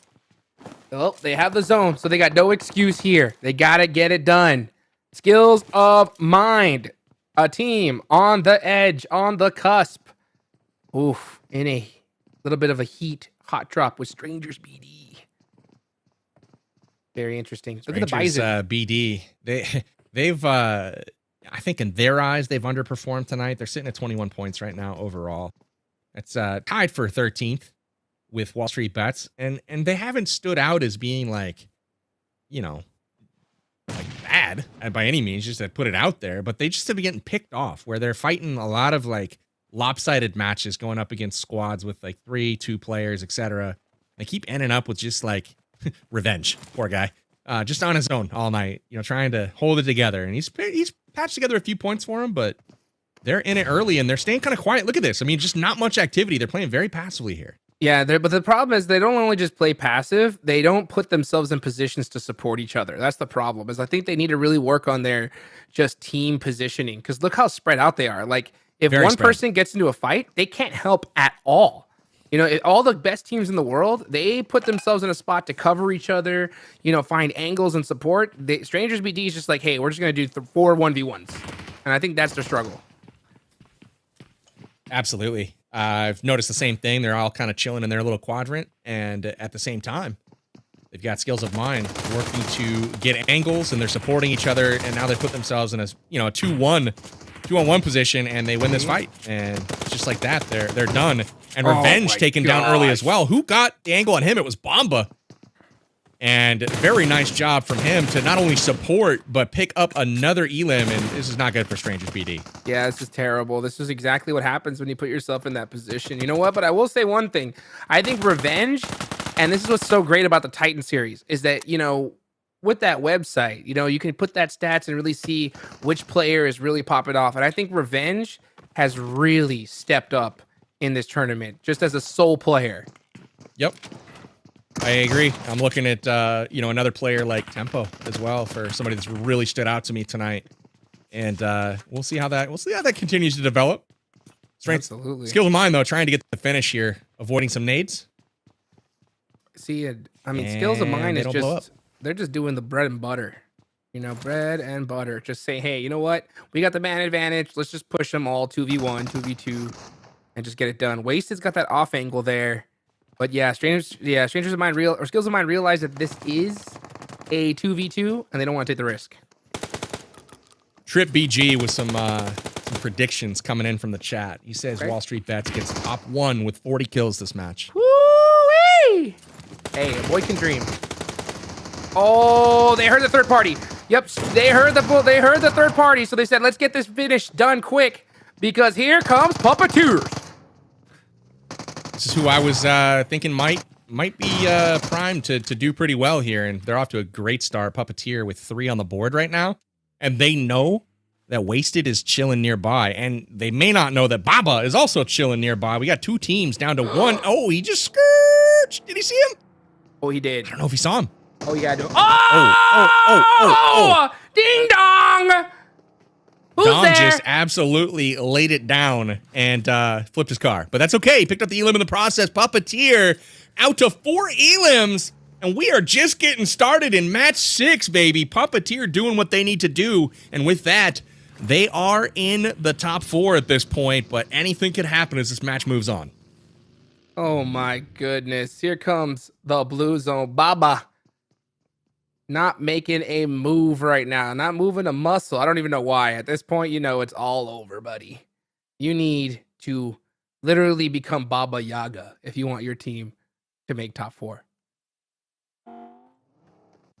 Not happening. Replays are in. Check it out. Here it is.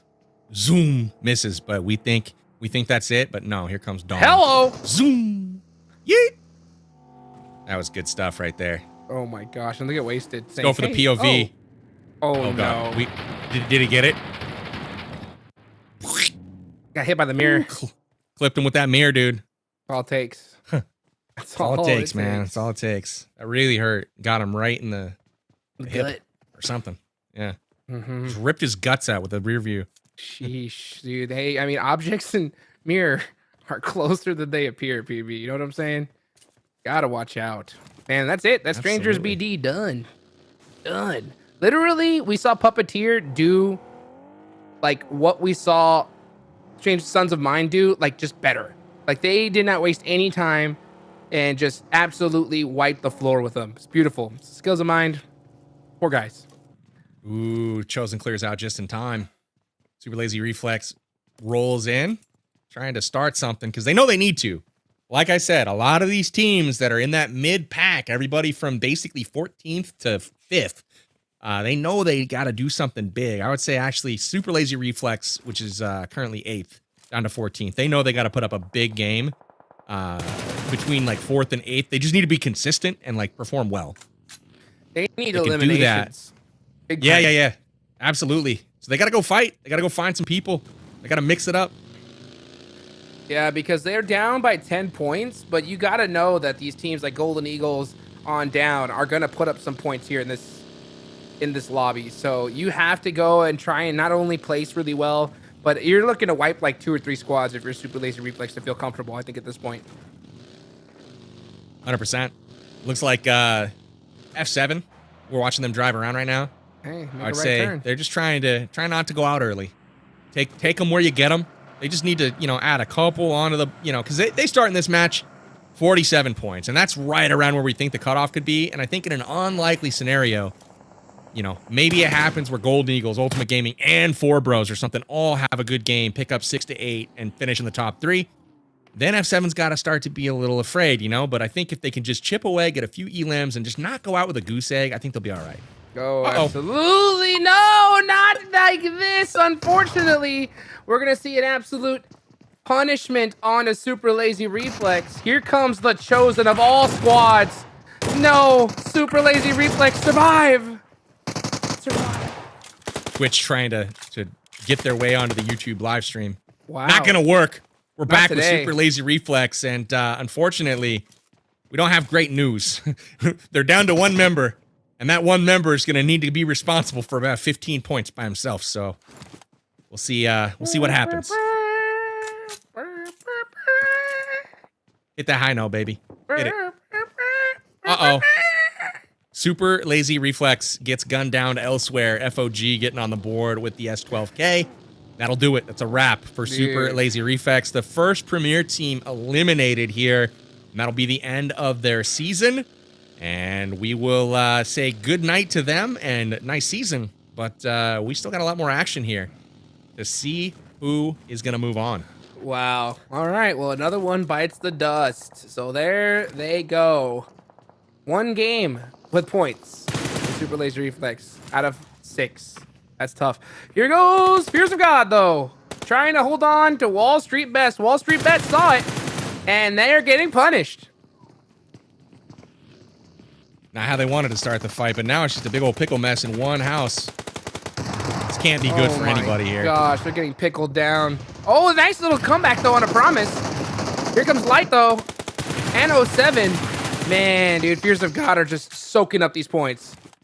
Wall Street Bets is eliminated, and that is the second Premier team that will wrap their performance here. That'll be the end of their season. Congrats to them, and good luck here as we start season 1 here in a couple of weeks. But without further ado, FOG doing what they needed to do. Again, starting the day here in Game 6 with 29 points, and they picked up 5. All 4 members intact, so they're doing what they need to do so far. They need a big performance, and they're hoping to get it here in Game 6. Yo, Golden Eagles, and all the rest of these teams right now, Ultimate Gaming need to keep their, they need to know what time it is. Because FOG just put up some big points. Look at this replay right here, though. Ugh.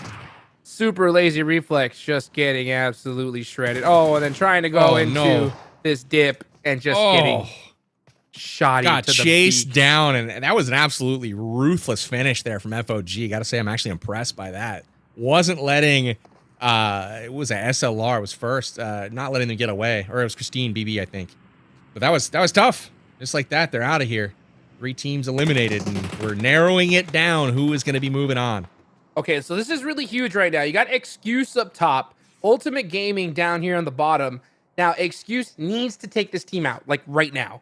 They have to get the points, especially after watching FOG put up 5 elims so far in the feed. So if you're Excuse, I think you don't have time to really just sit here. You got to make a move. You do. Puppeteer right now has jumped over both Golden Eagles and Ultimate Gaming. Ultimate Gaming was sitting in that 4th place prior to the start of this one, and they are currently sitting in 5th. So they've got work to do. As you see the Chosen getting taken down by Tempo there. Tempo snipes have been on point tonight, and he lands another one here. Let's go, man. Tempo has been popping off this tournament, really keeping his team in the game. F7 in third place, looking like they ain't going anywhere after that. But you can see, look at that Kai out trying to get a crazy off angle, trying to catch something. The Chosen catching Chapo. But these are two teams all the way at the top, so that's pretty good for these teams at the bottom. It's good that they're wiping themselves out, but at the same time, they might be trading some points too. And that's all they really need to secure. Not that they're doing it on purpose, but it's just the way it kind of works out in the leaderboard situation. It looks like F7 has been eliminated. They did pick up 1 point, just 1. But that opens the door for all of these other teams as F7 finishes on 48 points. Look at this circle. Look at this zone indeed. Excuse has a really great spot here. And Golden Eagles, I don't even know where they are. They're all the way on that west side right now from Quarry. About to meet up with 4 bros. They may catch each other on this rotation. Yeah, this is going to be interesting. They did have 1 member, I think it was Beowulf, up ahead, kind of securing a spot. So that one player that's able to lay down some suppressive fire, that might be enough to scare them off. We'll have to watch that fight develop. But here we have Men of 4 driving by, and that is a team we definitely want to keep our eyes on. They've shown the propensity to pop off.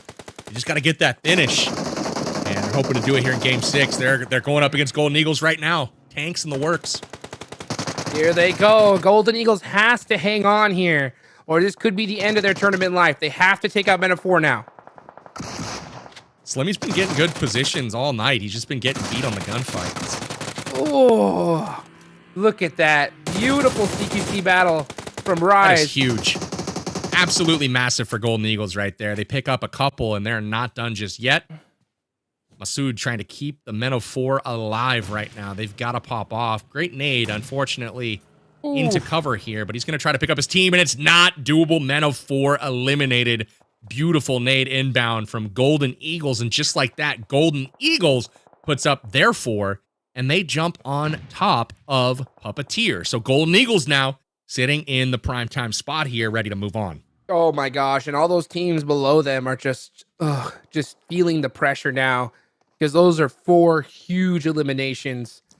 And the more eliminations that we see getting done here, it's just going to soak up the rest of that lobby and just limit how many points these teams can get. So, I mean, if you're these teams at the bottom, like, you need to go. Like, you need to go right now. Like, if your excuse, you need to just start pushing people. Like, you cannot just chill.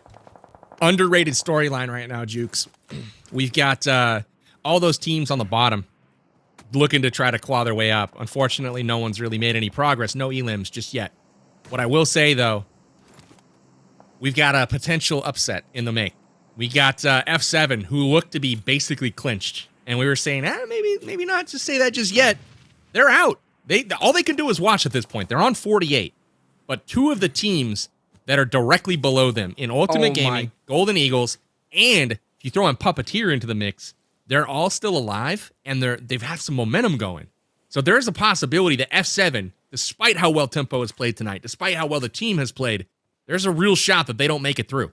Oh my goodness, you're so right. You are so right, especially with Golden Eagles and Puppeteer putting up big points here. They were not that far off. F7 only got 1 elimination, so it's only 1 point. So they're sticking at 48 on the total. This is going to be close, real close. It's going to come down to the final game, as always. Yep, it really will. I mean, this is... Oh, goodbye, strangers. This could be interesting. Be a grenade. Oh! Ooh. I would have thrown that on myself in the shack. Let's go. Why not, right? Ultimate Gaming getting 1 point. That brings them up to 40. They're still in this. And Golden Eagles, I think, had to realize that was the team. They're going to third party this. They have to push them. They have to know. They're too close. Yeah. They're on it. They're going to... Yep. They are going to push it. Oh, this is it. If they can pick this up, this is so huge right now for the overall standings. F7 watches on in horror right now. The Chosen moving in as well. The Chosen has 10 eliminations, and they are coming. And now Golden Eagles has to hit the brakes. But the Chosen could take down Ultimate Gaming here, as they are literally fish in a bowl. But they got the bolt.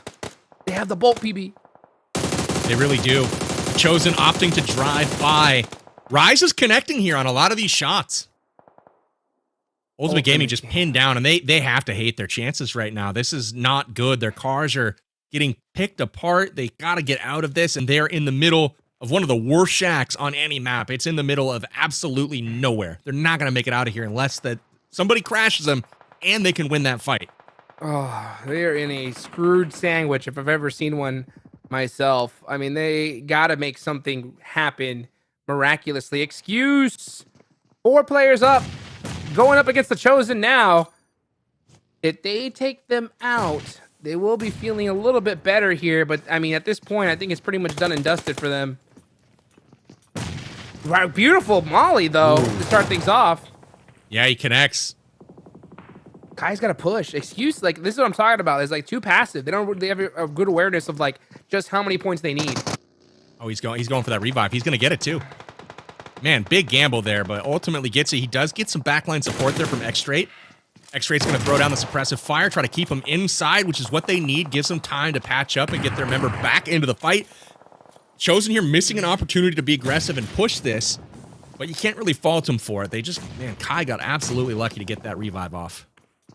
That was a great nade in, but the Chosen with such awareness pushed themselves out of that position. Oh! Anying getting burned up.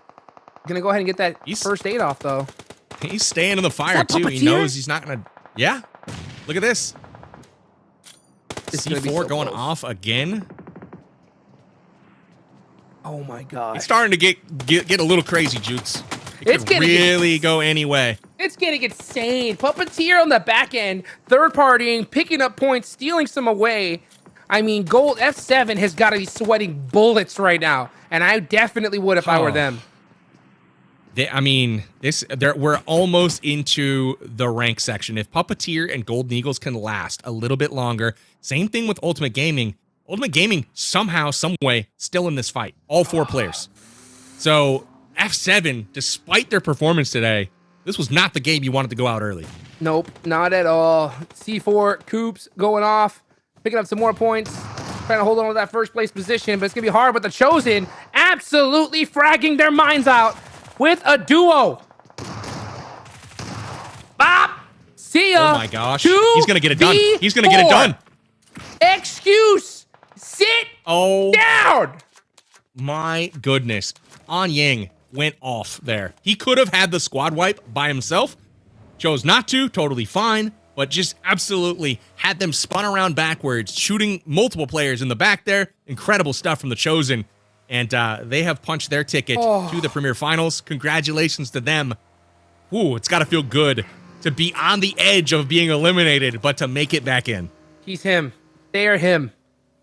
Golden Eagles, just so desperate here. Leaving Beowulf behind and finally getting in that vehicle and sending it on over. But it looks like they do end up picking up quite a few of the 4 bros here. So Golden Eagles, now 8 eliminations. And Puppeteers has still got 4 up. Oh my gosh. F7. The nade. Oh no. And it's Puppeteer versus Golden right now. Oh my gosh, this is a must elimination. Puppeteer has to take out Golden Eagles right now. Has to. No choice. Oh my, if they lose one single player, this is not good at all for F7. Oh, but look, not to mention Puppeteer. This is nuts. A great angle on Golden Eagles. It's really up to Beowulf on the off angle. He has to do something magical right here, right now. Go! This is crazy, Jukes. Look at the play. Look at Rise. He's got the shot. Can he land it? Goes for the res. They've got to. Is he going for the res? That took forever. There's no way. You can't possibly tell me. One name. He's going to get it off here. There's no way. Puppeteer, are they out of Somehow utility? he got it off. No way. How is Puppeteer not pushing this? I don't know. They're scared. They know what's on the line. And here comes Blue Zone. Is and he the stay on this side? Is he going to stay on this side? It does. The luck. The luck, PB. Oh, my goodness. This is wild. In from the sideline is Golden Eagles and Puppeteer in danger, down to 1 player. Puppeteer, not like this. Oh. How do you get turned on, dude? Golden Eagles has put up 10 now. Wow. And they finish Puppeteer. Puppeteer has won. No. Has won somewhere, but it's over. Where are they? No, they're gone. They're gone. It. Faye's gone. Okay. Wow. They got 9 though with the rank points, dude. This is neck and neck. Ultimate Gaming still there, was right below Golden Eagles, but Golden Eagles has fragged out of their dang minds here. But they got to worry about the 2 goats in the lobby. Bro, the chosen. Dave's got to be so happy right now. Dave's screaming. You know, the wild card here though, Ultimate Gaming still up. They could wipe the rest of the lobby, maybe. We'll see. Yeah. Will they start here? That's going to be I mean, there's a lot still left in it with the rank points. Ultimate Gaming's not out of this. There's 3 teams. Ultimate Gaming needs to wipe out everybody and win first place. And they need to take out Golden Eagles right now. Because they need to jump over Puppeteer now, and they have to jump over F7. Dave and I were wrong on the line to beat. We were thinking that maybe only 1 or 2 of those teams would pop off this game. 4 of them did. So this has been crazy.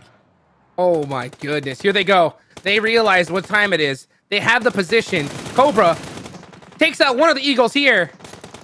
He's going for the rest. Massive. That's and 2. another one. Ultimate Gaming. Are you kidding me? This is going to be so close. They have to see the other ones. I have no idea what's going to happen. Here they go. Golden Eagles pushing, trying to go for the res on the rise. Was that a mistake?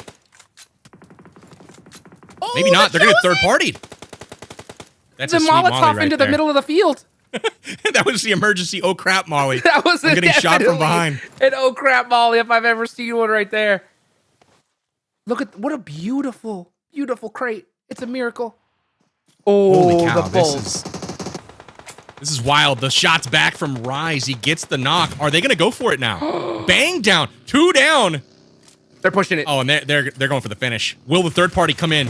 No, third party's gone. It's just 1 on 1 here. This is crazy. Golden with a statement. Shutting them down. Strangers finds the miracle tree. Fisherman stuck in an open field positions. Gotta hit those. The shimmies. The flame. Oh my gosh. Golden Eagles. Oh my gosh. Yeah, y'all. Oh, I have an idea of what's going to happen here based on what I saw at the rank at the end. And this was a wild finish. Absolutely wild finish. And not something I saw coming necessarily. Man, oh man. Made some predictions here, and I don't think I was right. Puppeteer with a valiant effort, but I think we're going to come up short. What an insane finish. All props to Golden Eagles, man, for the way they finished that. They needed a big game. They came and got the big game, finishing with a 28-point chicken dinner. I mean, just frags galore. And not only that, they were down at the end. Ultimate Gaming had them penned in an open field with a man down somehow. They run across an open field, pick them up. What? I mean, that was crazy. Let's bring in Dave, because you know Dave's got to be happy with Rise and the Golden Eagles here. I mean, he picked them from the beginning. They did not disappoint. Dave, I mean, are you surprised? No, I picked them. I picked them. Hey, of course. Puppeteers did throw, though. Let's be real. Puppeteers did kind of throw. 1 grenade, 1 molly would have sealed the deal. I got to go watch the replay back and see what their utility looked like. But all in all, like that was one heck of a match for a lot of these teams. Man, it was everything we were hoping for and more as far as like the drama. It wasn't just 1 or 2 teams. I mean, we had 4 teams legitimately in the running here. And it wasn't exactly how I thought it was going to end up. But oh my goodness, it started off early in this when you could see Skills of Mine really pushing this house here, wiping ST off the board. Strangers not really, liking the way that ended up, and then Wasted here, seeing himself get wasted as Dong lays down the smack with the vehicle. You love to see it. Yeah. Now, Team Chosen, these guys absolutely owned this game. For the most part, and they did it with man down here, so impressive stuff from them. Where were they in the Premier League? Like, where was this Chosen? Were they asleep? Right? Was this on purpose? All planned. All planned. All planned. Just getting that extra practice. What happened this game that has me worried, though, and I think we'll see it here in a couple of moments, but F7 getting taken out very early on. I was sweating bullets, and every single time I saw one of these other squads, like I know I was cheering for Golden Eagles, but any of these other teams that were near F7 on the overall, every time I saw them get a kill, I was like, oh my goodness, F7 must be just on the edge of their seat. Yeah, that's a tough one, man. Dave, I think you're absolutely right. You know, I was doing the math here, and it's like F7. I said early on in that game, the one thing that can't happen is that F7 cannot go out early and get skunked. Now, they did get 1 point, but they went out early. All they had to do was hang around, not try to get into too many fights, you know, take the elims where they come, but just try to outlast. And unfortunately, that did not work. I'm not sure if that was what they were trying to do, but it got taken to them. And we see here, Puppeteer, this was a fight that they should have won. They should have won this fight. Golden Eagles should not have made it out. They were down to just 1. And I mean, I don't know, man. It was pretty brutal there. I thought that they should have pushed, and I also thought Ultimate Gaming should have won this fight with you know, I think it was Rise down over here. Not like, how do you not win this fight? Just mistakes were made, you know, mistakes were made. Just all of a sudden thinking you have it and just playing too patient. You know, they could have just gone, stood up, been aggressive with their gun skill, but instead paused, hesitated, and when you hesitate at this level, it's over, baby. You're done. The good news for Ultimate Gaming here, as we take a look at the match standings, is the rank points. They picked up 6 points by staying in till second place, which that's massive. You remember they were tied. It was either for 5th, I believe, but they were within 2 points of being there, and they picked up quite a few. And we take a look at the bottom. All of these teams in a bit of a sketchy spot. You can see picking up barely nothing. And Metaphor, we were hoping to see them pop off. They did not do it, so obviously their season will come to an end. But without further ado, I think it's time we take a look at the overall standings, the top 4.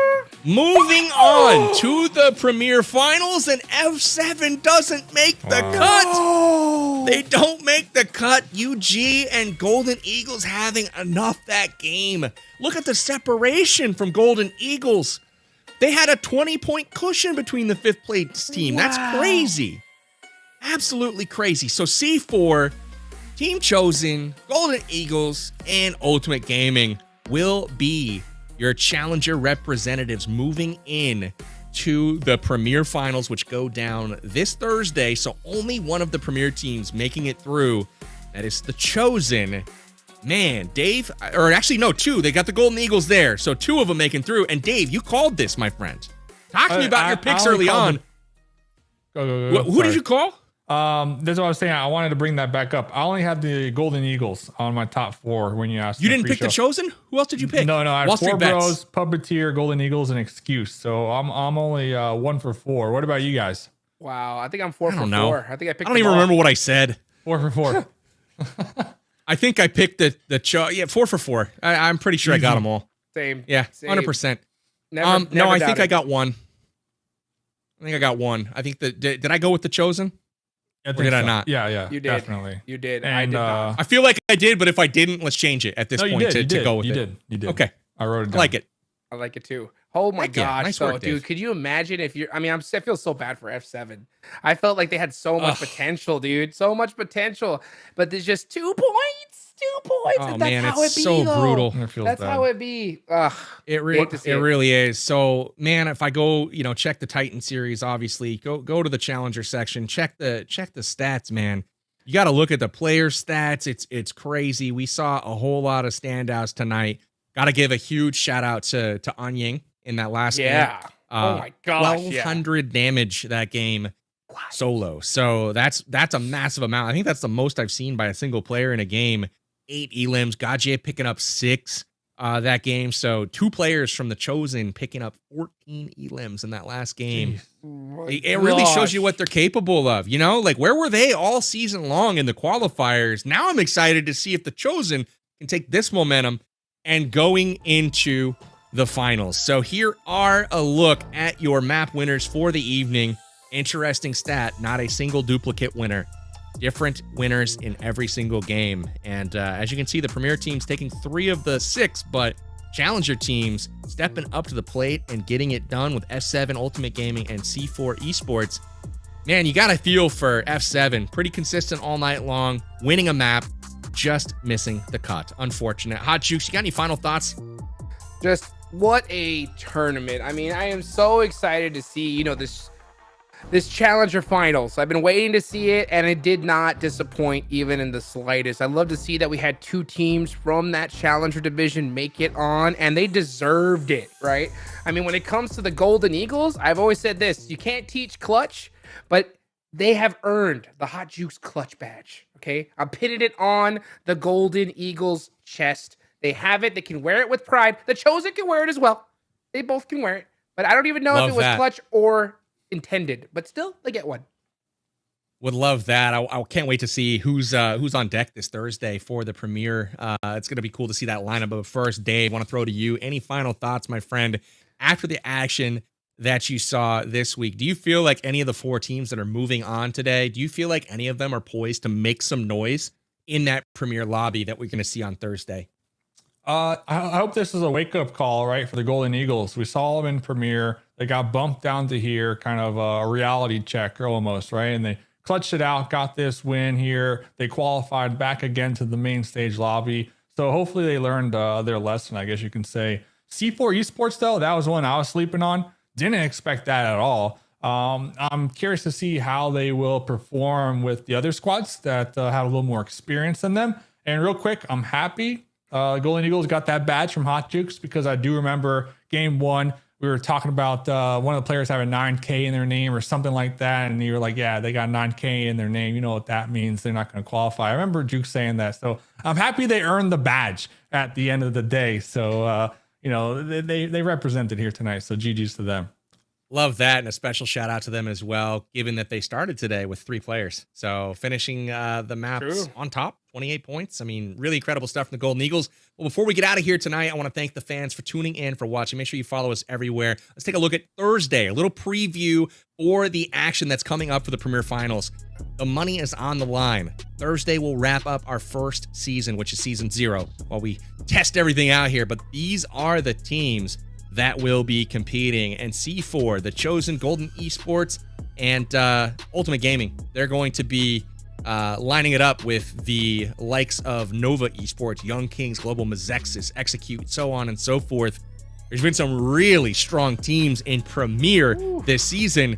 Any preview there, Hot Jukes, before we wrap it up today? Dude, there's gonna be a thick lobby, a thick one. The Young Kings are monsters on the field. Nova, you're always consistent.